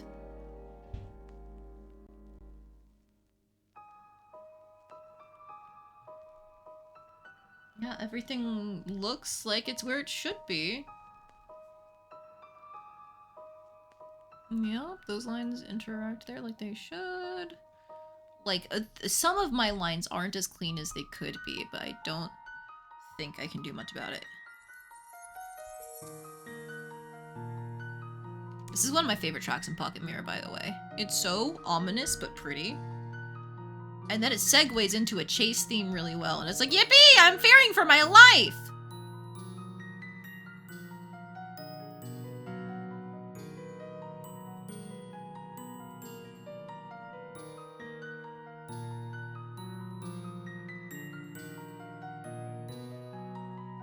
Am I hearing a cat?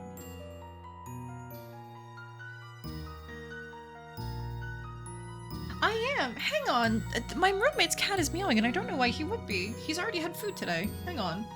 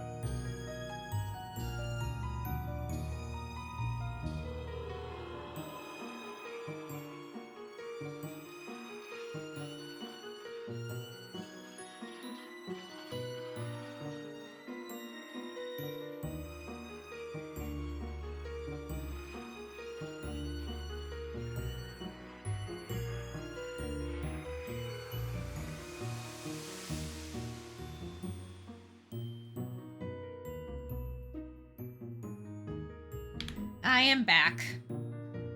I heard my roommate's cat meowing beyond the gate, presumably because everybody's upstairs. And it's like, oh, now's a good time to try and see if how he'll interact with Morgana. So we took her out of the room, put her down. He did a big hiss. She charged at the gate.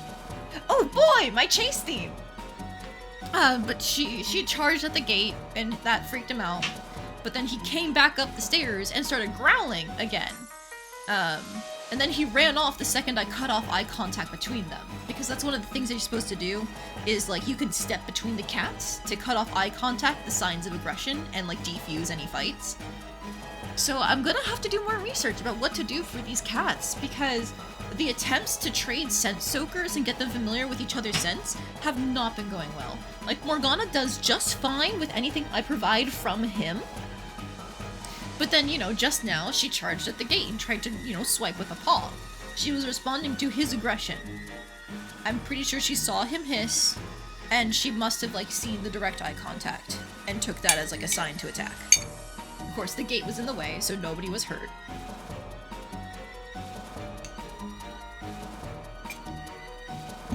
But, you know, she hissed back, of course. I'll have to figure that out. Thank you for the Hydrate Redeem Gel. I just finished off my hot chocolate thanks to you. Delicious. Alright. Well, I'm going to keep the sketch layer just in case I forgot something. But I think this is looking pretty good.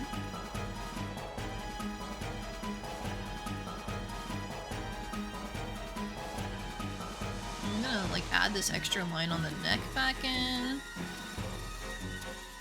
Yeah, I think that's good. Unfortunate.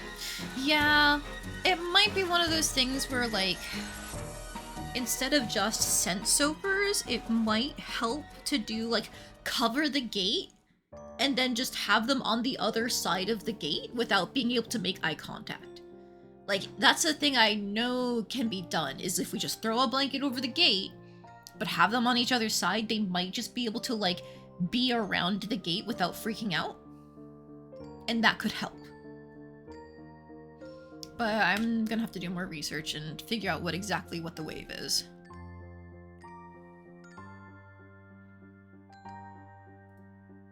You know what? I forgot some of my detailing of, like, the ruffles scrunching up here. I'm gonna do that before I get started with any of my coloring. Because while I still have time, I want to get that done.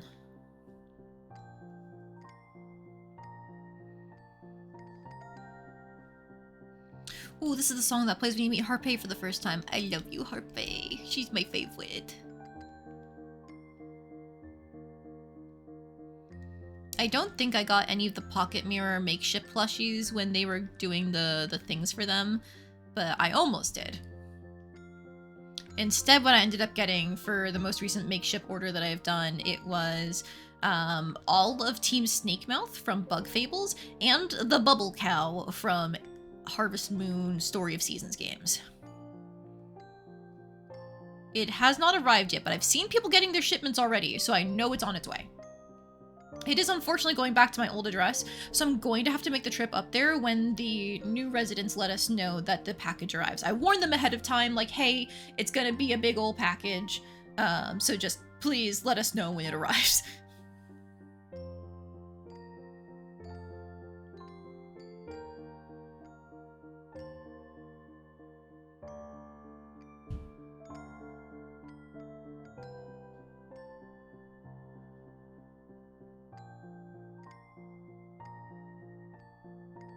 Okay, I genuinely think that's all the line art done. Okay, so now we can start coloring! I'm going to make a folder for the line art, just in case I want to do any, like, extra effects to it. I'm gonna make a folder for .coloring. I'm actually gonna name my folders line art, color, sketch. Cool. Alright, and so real quick, gonna turn these back on. And grab these colors I pulled at the very beginning of the process, throw them into my color layers, And now I can delete those entirely. Shoop, boop, boop, wait. Shoop, boop, boop, boop, boop, boop, boop. Now those can be hidden. Cool. Okay. So I know in terms of the outfit reference I was given, it's meant to be a lot of like red and black. I think I want to add some white as a contrasting color. That was my thought. But I don't know where exactly I can add that in. I know for the hair pieces, it's a lot of like the metal colors aren't consistent. Like it's just the wood branch thing for the hair piece, and then the earrings have like a brassy gold color, but the chain for the choker neck piece is like just a regular chain. And then the original reference had like a silver thing for the belt buckles and the sword. And it's a silver moon on the wand. So I think I'm going to play around with the silver. Because the silver moon on the wand I kept. Oops. And then I can add that into the jewelry up here for all of the different chains and the buttons especially. All right. So technically there's a thing you can do where you can like put your color palette through an overlay or something like that to get a unified color, but fuck it, we ball. I always just freehand these things. It's a little too... Looking at the shirt, it's like a pinkish red, so maybe more here? No, here? Yes.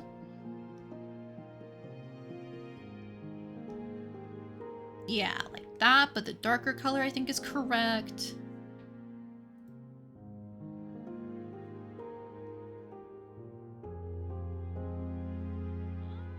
Just a little bit more in the pink. Cool. And then for the black, I honestly want to keep it in this like red range as well. Never use pure black. Pure black is the enemy.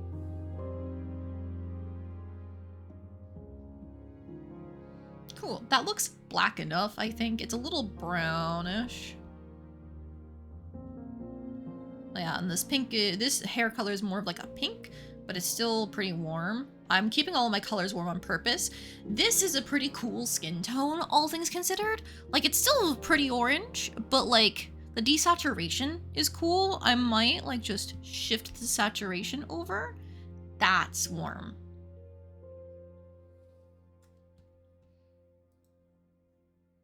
The saturation levels can go crazy for you. Now, it might be worth like, what if I just like blend these together? Are there any in-between tones that I like? Like pull out that.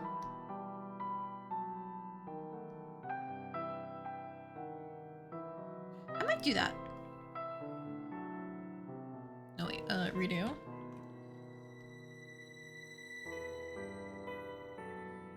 Yeah, I can keep the more cool tone off at the side here, but for now I'm keeping this warm skin tone to match the rest of the warm color palette. Sometimes I like to do like a cool skin tone contrasting with the rest of the color palette, but sometimes it doesn't exactly come together and I'm worried about it clashing too much. Like, I'm just gonna...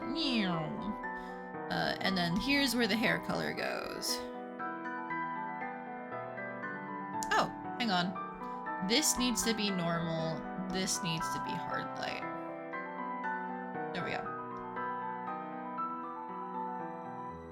And I'm just like doing base blocking of these colors. Because like, here's how this original skin tone looks with that hair. Roughly.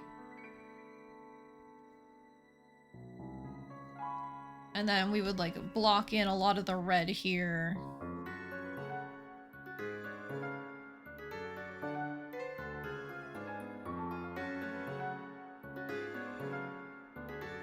I might use a different red for the roses, honestly, because it's a lot of all the same color red if I don't.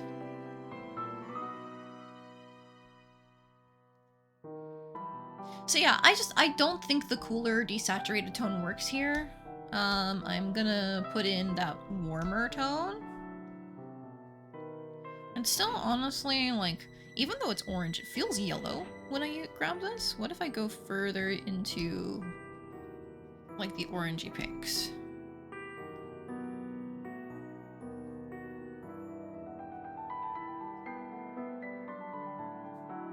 How am I feeling there?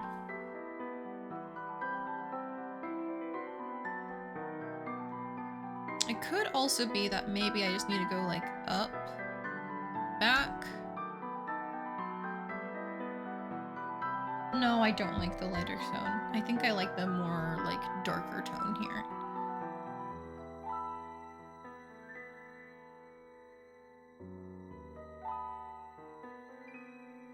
Is there any in between of these two colors that I like?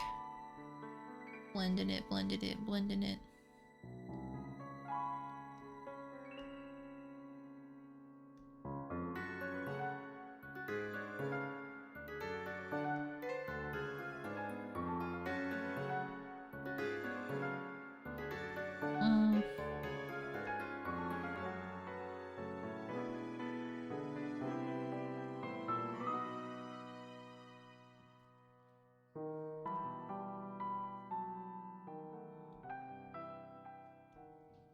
Think I might go with this skin tone that I pulled out. It's a little lighter, but I also need to do one thing outside of...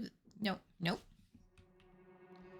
Outside of everything, I'm gonna completely fill this with like 000, complete black, like, yeah, 000 there.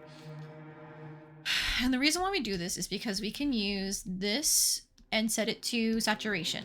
And now we can check our contrast.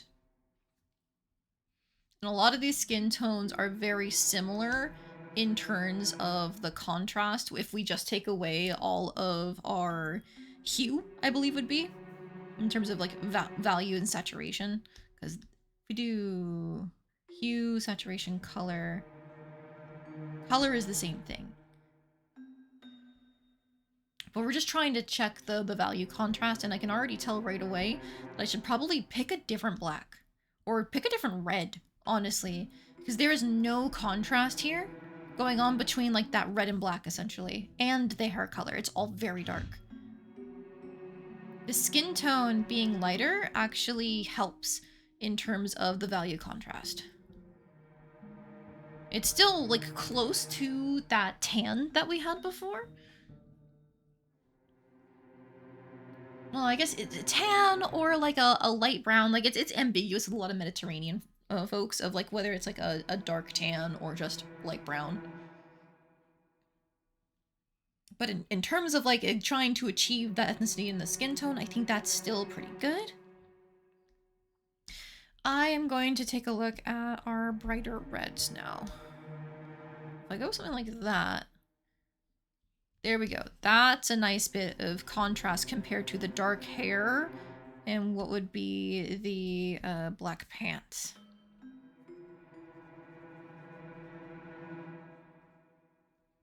I'm just gonna like roughly fill in, oops. Roughly fill in more of this.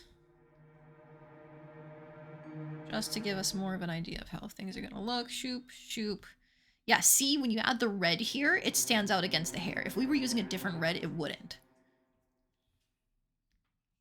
Now, this is a very bright red when we turn off the contrast. So, my thought is... could desaturate it some more? If we desaturate it some more...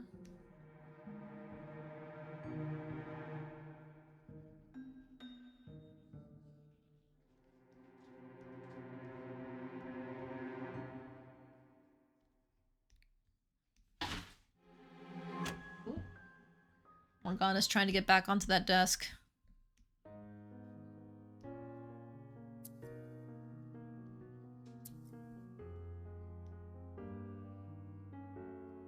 Okay, I think desaturating is a good idea.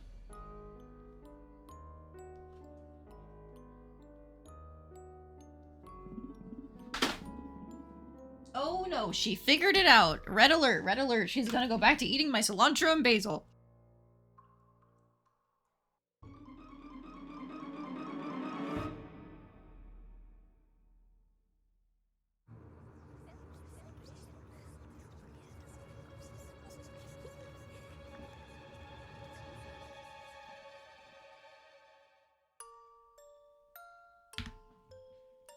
Alright. Scruffed her. Dragged her away. Adjusted things a little bit more on that desk, and we'll see if it stops her next time. This is the game you have to play with cats. Figure out when they'll stop trying. Oh! There we go, that's what I meant to do. Okay, that red might be the one.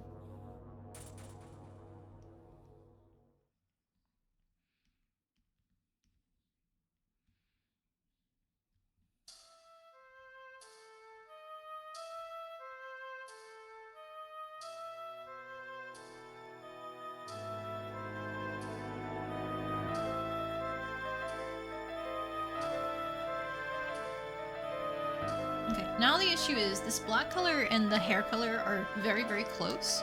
So I'm once again going to try differentiating them in some way. Alright, so before I had done like pretty desaturated.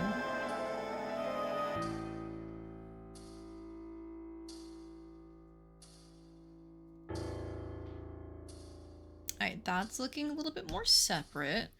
If we put that next to it, yeah, pretty separate. And then we don't have to worry about like the hair and the pants being close to each other.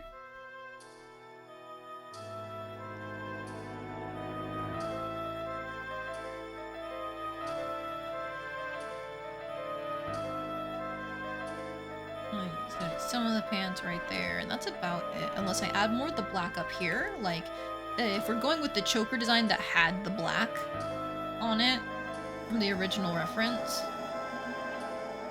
it'd be like that.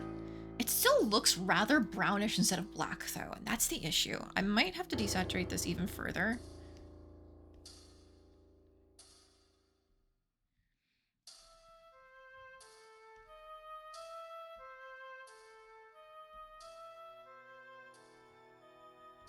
Like, the brown is not a bad look, but if the point is black, then it can't be too close to brown.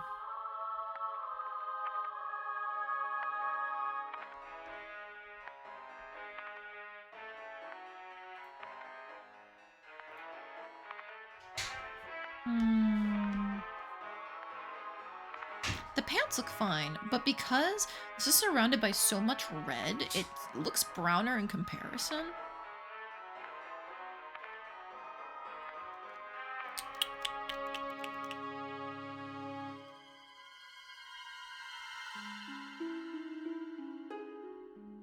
I've like taken away all of the red from this at this point. A little darker.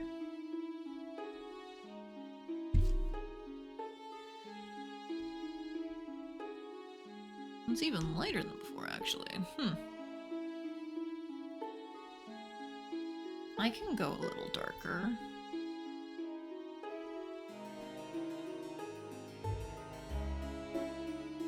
Do I just make this our darkest value, potentially? Oh no, I'm behind on hydrate redeems. There's 2 of them. Hi, welcome in, by the way.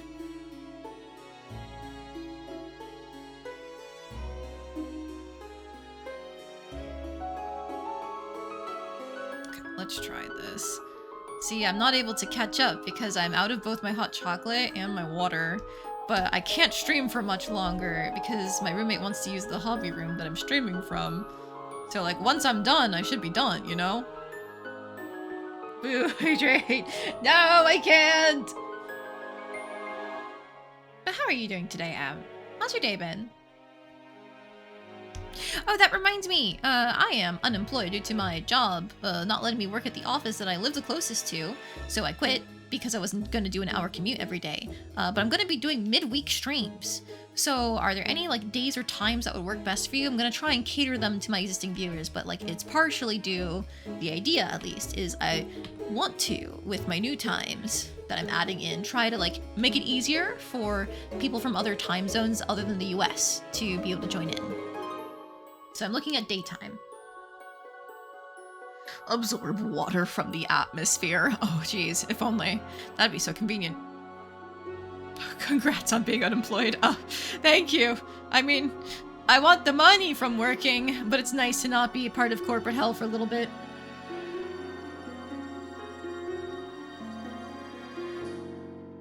Bulbasaur does not get the ability Water Absorb. Yeah.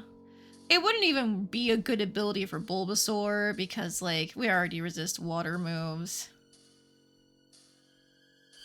But it'd be nice to just absorb water from anywhere.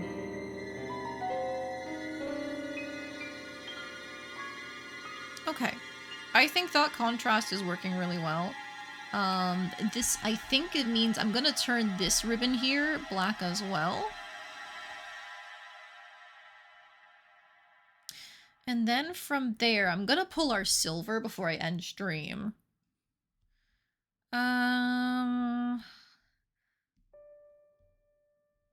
Try to keep it warmer. That's all really silvery.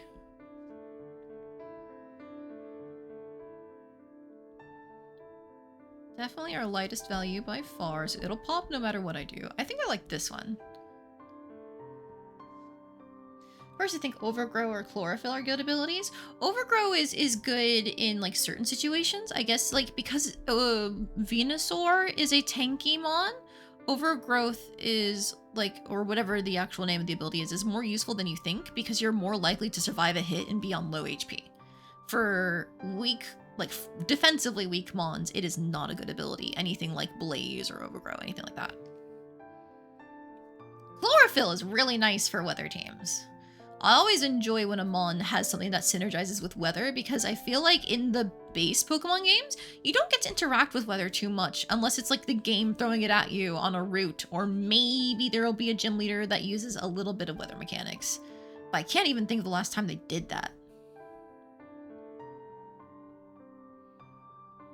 Oh, okay. And then another thing I need is like the hair branch, the decoration in the hair. That's probably meant to be a dark color too, but like what color do I make it?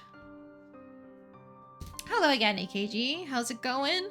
Well, we finished the line art. Let me hide my lame colors. Because I've been color testing instead of really trying to color.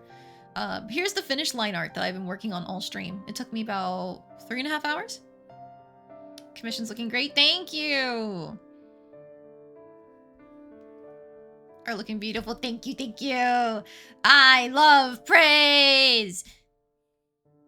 And then I can put the silver on all the buttons. You can have those pops of color there.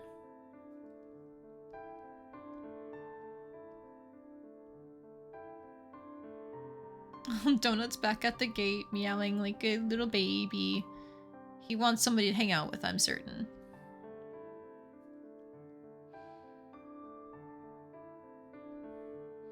I was considering doing a different red for the roses, and I honestly still might because it's still a lot of red up here on the shirt, even with making the ribbon a different color.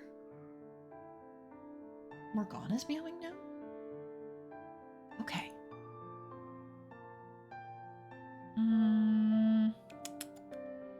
I make the roses a different color. Looking at my value contrast so far, I still need like another mid-tone, so I might... more red up here. No, too orangey. Back down here. What if I like desaturate a little bit? It's like kind of pink.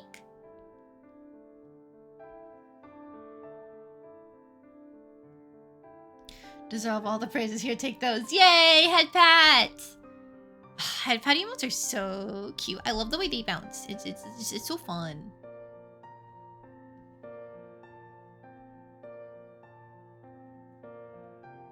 Okay, not exactly a mid-tone, but it is lighter than the other one.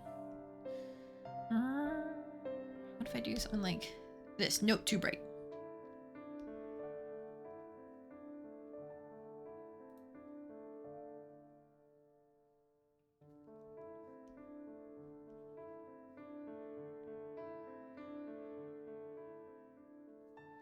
We can make this flower the same color up here.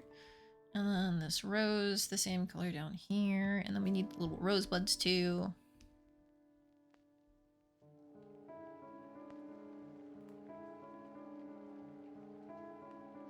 Still a little too bright compared to like when we don't have the value contrast on. Just feels off.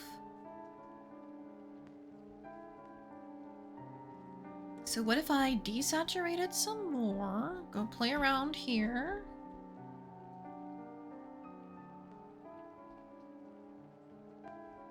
Oh, Morgana's throwing up. Why?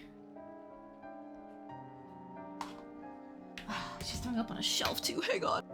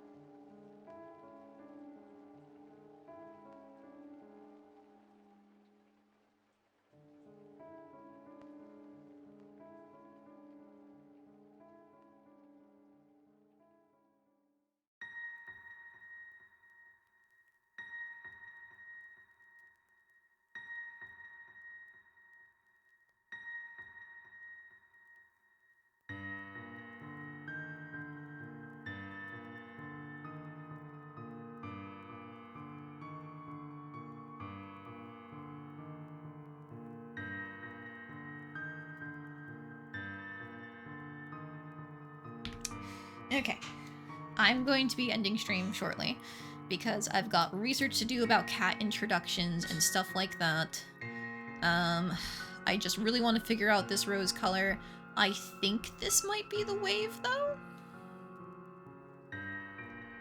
because that isn't as eye-searingly bright.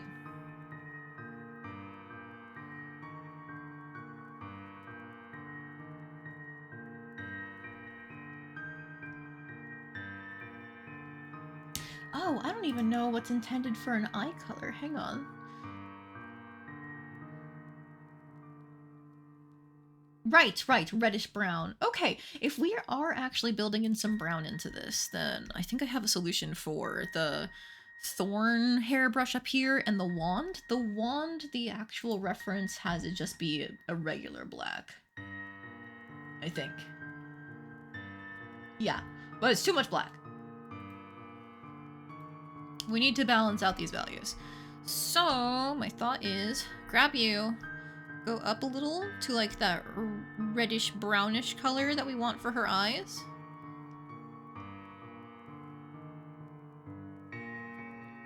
How does that look? Too close to the red of the shirt.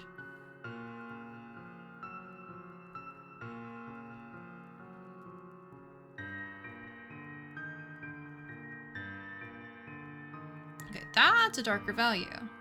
Barely, actually. Now that's a darker value. Okay, so you can put that up here for the eyes.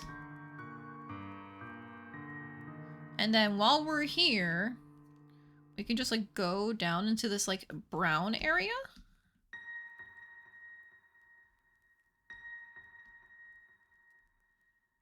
Cool, that does blend in with the rose in terms of values though. Ah! You're late to work in about 2 minutes, but this bus won't arrive. At least it's nice out. Oh, damn, that blows. It really sucks when your transportation is not reliable and you just can't do anything about it. But hey, at least you're not getting rained on.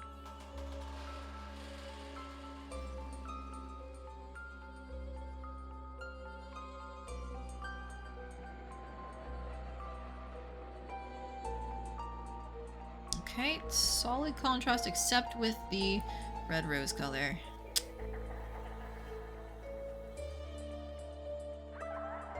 I don't think we're getting anything perfect, unfortunately, for this brown.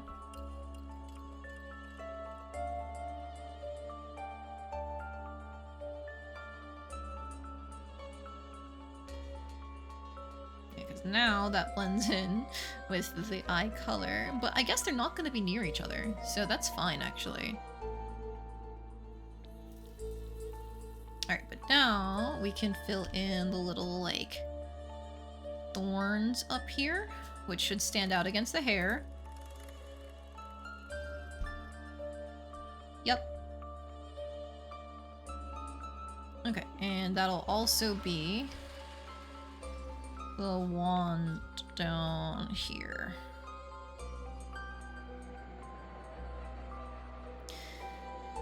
Okay, I think I have almost all of our colors. There's one thing I forgot to do. My eye color that I go, not iris, but the whites of your eyes. I don't remember what it is. I always go with like a bluish white somewhere down here.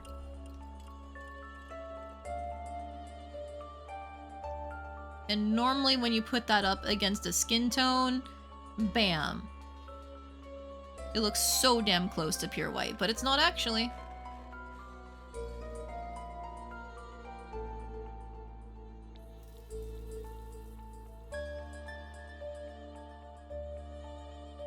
Because I always use pure white for the eye highlights, and that's about the only time I use pure white.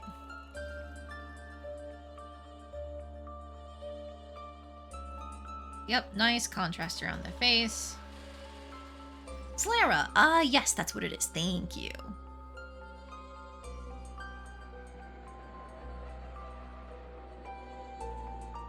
Hand goes there. Leaves! Leaves for the roses, because they have leaves on them. Yep. That's almost another thing I forgot.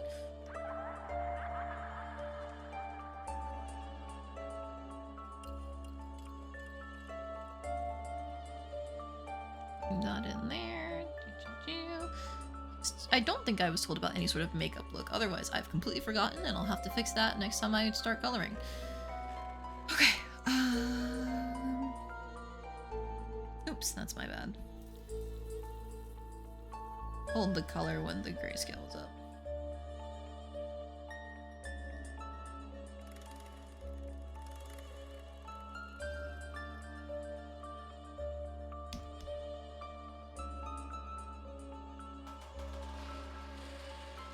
Okay. But green for the leaves. Sure. Going out into this direction, how do we look? Ooh, that's probably the lightest value I have so far. Outside of like the skin and eye.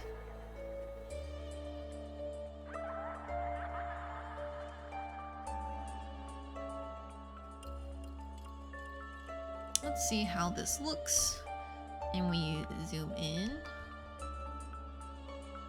Ha, that's still a little like grassy green. Okay, what if we get more blue with it?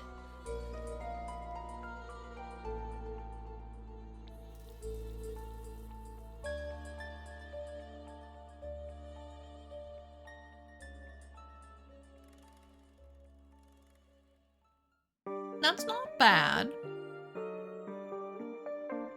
I think I'd rather desaturate it and darken it some.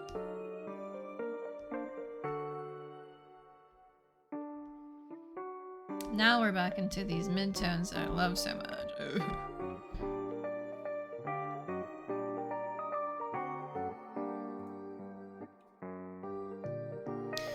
But how does that look up there? That's decently nice.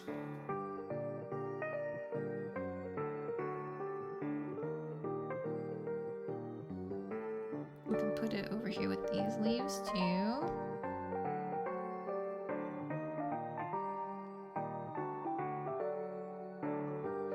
Oh, and then for the vine that's going down the wand, that's meant to be like some kind of gold. I think I'm turning it silver, not gonna lie.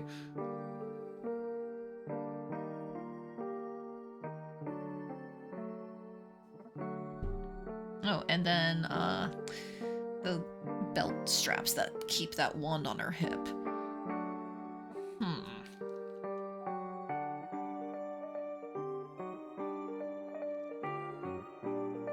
it shouldn't be anything that like takes away from the current colors. But if I make it the same color as the wand, I feel like that would blend in a little.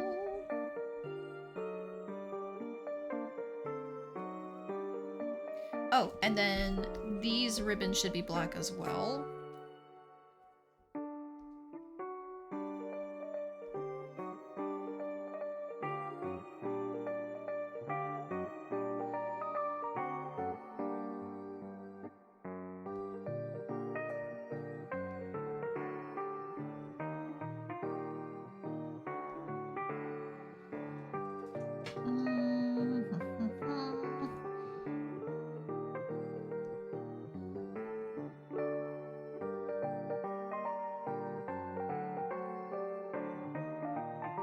I forgot about the gemstones on her accessories. One more color, and then I think we are well and truly done.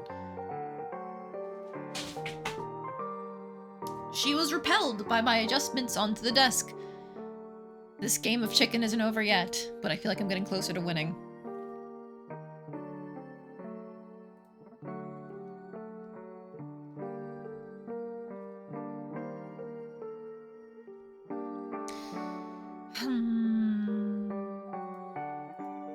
Because like on the reference images, it's supposed to be red as well on the choker for the little gemstones here. But then that's not gonna match what's on the earring, because the original earring is like a black gem. So I guess I could just turn them all into like the pretty red color there, call it a day maybe.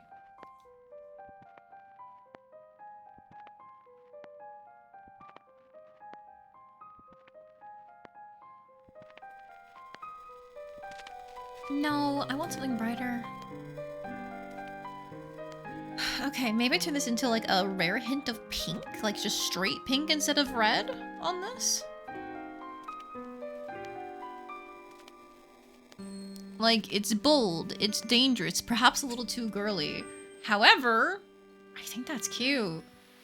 And it's just the tiniest little bit of pink.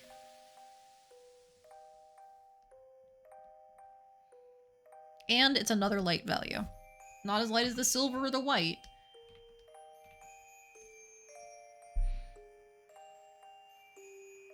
I think I'm keeping the pink, honestly. It's bold, it's dangerous, but it works.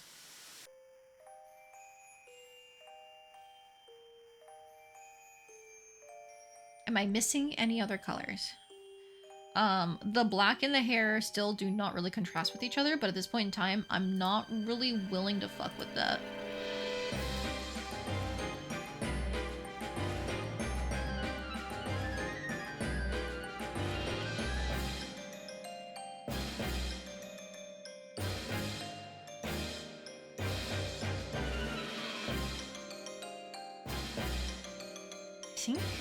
I think because I can use the like brown here for the center of this flower. And there we go, bim boom bam, done. Have I tried putting foil onto the desk?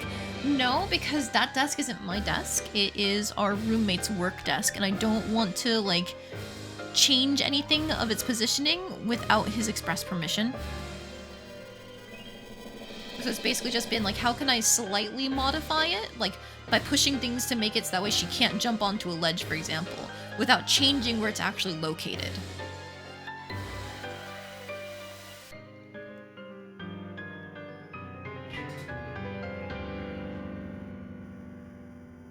Oh, she's being very vocal. I don't know why. Maybe she's mad. Okay. I'm still undecided if I actually want to color the tattoo or not, because like the base reference just has it be black. But if I make it like that, let's just...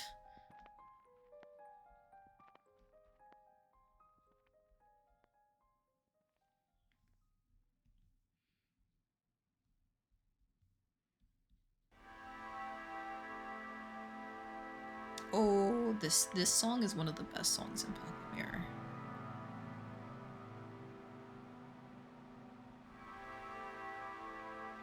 It's just so serene and otherworldly.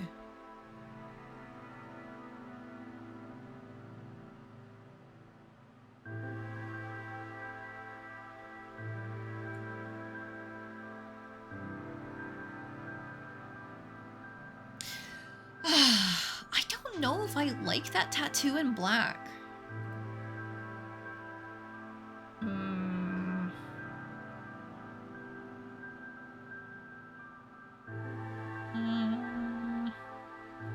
Ooh, idea. Hang on. Just a little charm point.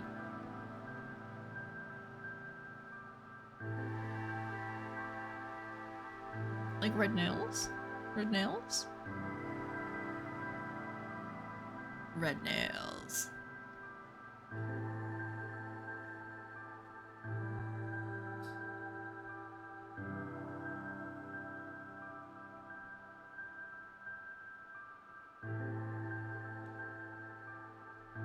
Now I'm gonna have to rethink what I do for this finger here because like it's not clear where the nail should end, I think.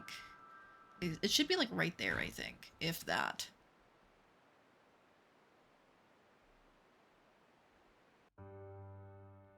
It's very easy to make nails look bad. So I'll have to try and avoid that.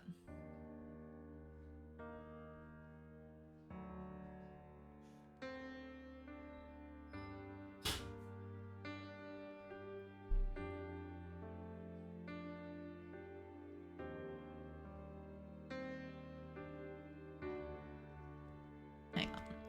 Yoink.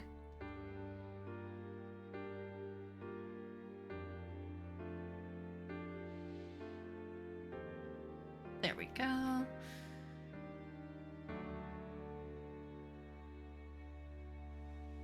I don't know. I will have to think on whether I keep the tattoo black or not. Because with the colors I've picked, I might actually be more interested in coloring it. But the original intent was black.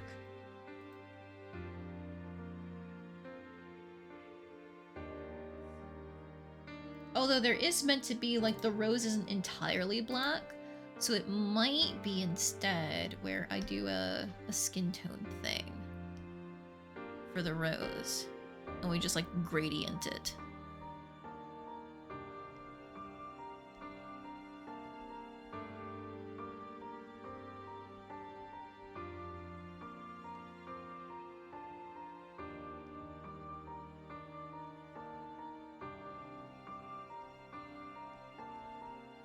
Hang on, just a little more. Instead of blend, we can do blur.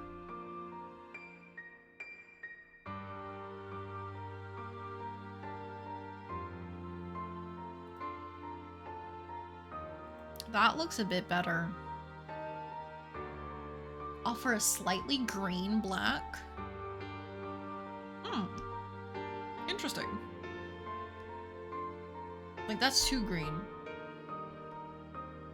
Still a little too green.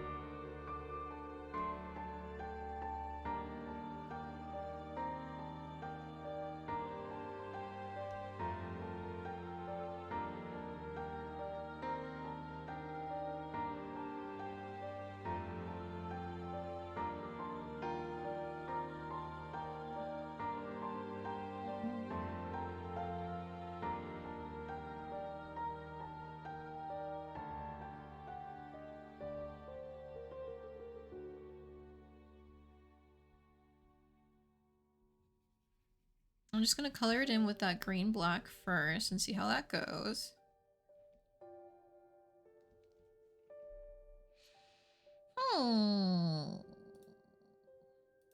That's not bad in theory. And now if I combine it with the idea that we had of like blending it in because it wasn't like a totally filled in rose.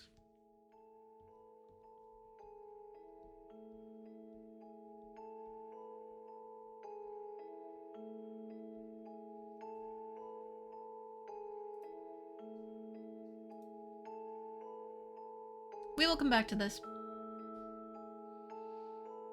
But I think for now that is a good place to leave it.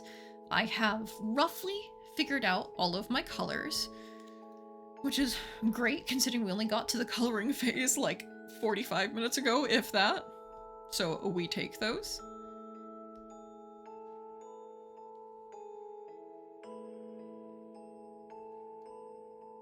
I don't know, hang on, the music is very relaxing. You said AKG. This is from the Pocket Mirror OST. It's an indie game, RPG horror, RPG Maker horror game. One of the like most recent and last of its kind, I would say. Like there are still some who's making horror games in RPG Maker, but I think a lot of them have moved on from it. But this is from like the Goldener Traum remake that they did, where they brought it outside of RPG Maker and then updated a lot of the OST and stuff like that. It's a crazy blend of like actual scary tracks, really interesting environmental pieces, and then just the most beautiful pieces like this one.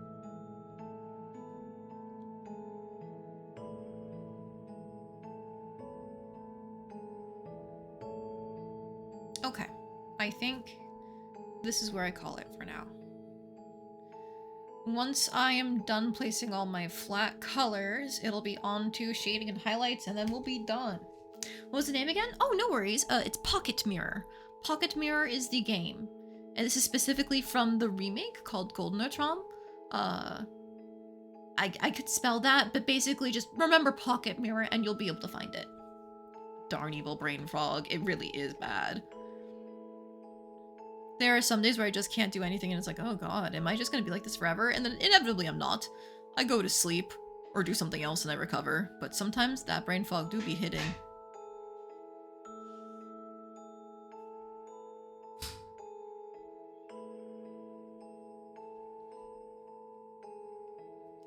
Heidi, I'm out of hydration, gonna die from dehydration.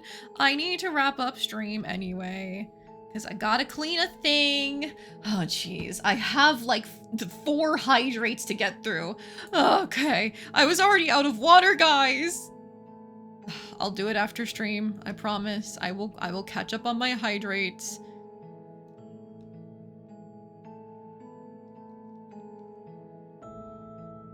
Oh, and a posture check. Luckily, I was already sitting up straight because I was preparing to leave. And a stretch. Okay. Wee.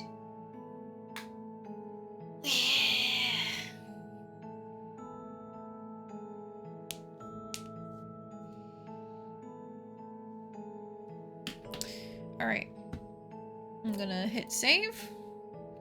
This is a pretty good place to leave it off with. Jell doesn't trust little lady. No, he doesn't. All the self-care redeems. Yep, it's important to take breaks and stuff when drawing, and I just don't do that, so the redeems genuinely do help. I appreciate all of them. That's gonna have to be skin tone at some point. It's fine.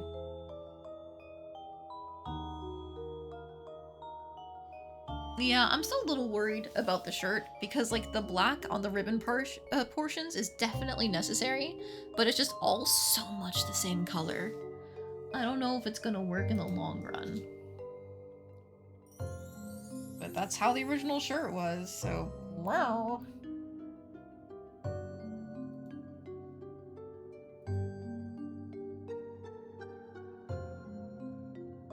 I guess I'll send him the updated version with the base color so far, and if he wants to make any changes, he can. Alright, of course, you know, colors aren't fully done, but whatever. Now that you think about it, the outfit reminds you one that you really like from Stellar Blade. It is a very good core of an outfit, like the high-waisted pants into the frilly ruffled shirt. It is pretty. Just the colors I'm not sure about. At least with how I render things, you know? I might need to add some, like, line detail around here, just because it feels like it's missing some compared to the rest of the shirt. Other than that, though, I think that's it for tonight. Because I don't want to waste any more time in terms of, like, my roommate getting to use the hobby room for his painting, I'm not going to raid out tonight. It'll look much better with shading? I sure hope so! It is meant to be a pretty, like, shiny, not shiny, but, like, you know how satin picks up a lot of light in interesting ways? It's meant to be kind of like one of those materials. So it'll be interesting to figure out how to show that. Alright, here's where we're ending off with stream. If I decide to work on this off stream, I will let you guys know. Otherwise, we're good. Good night, everyone.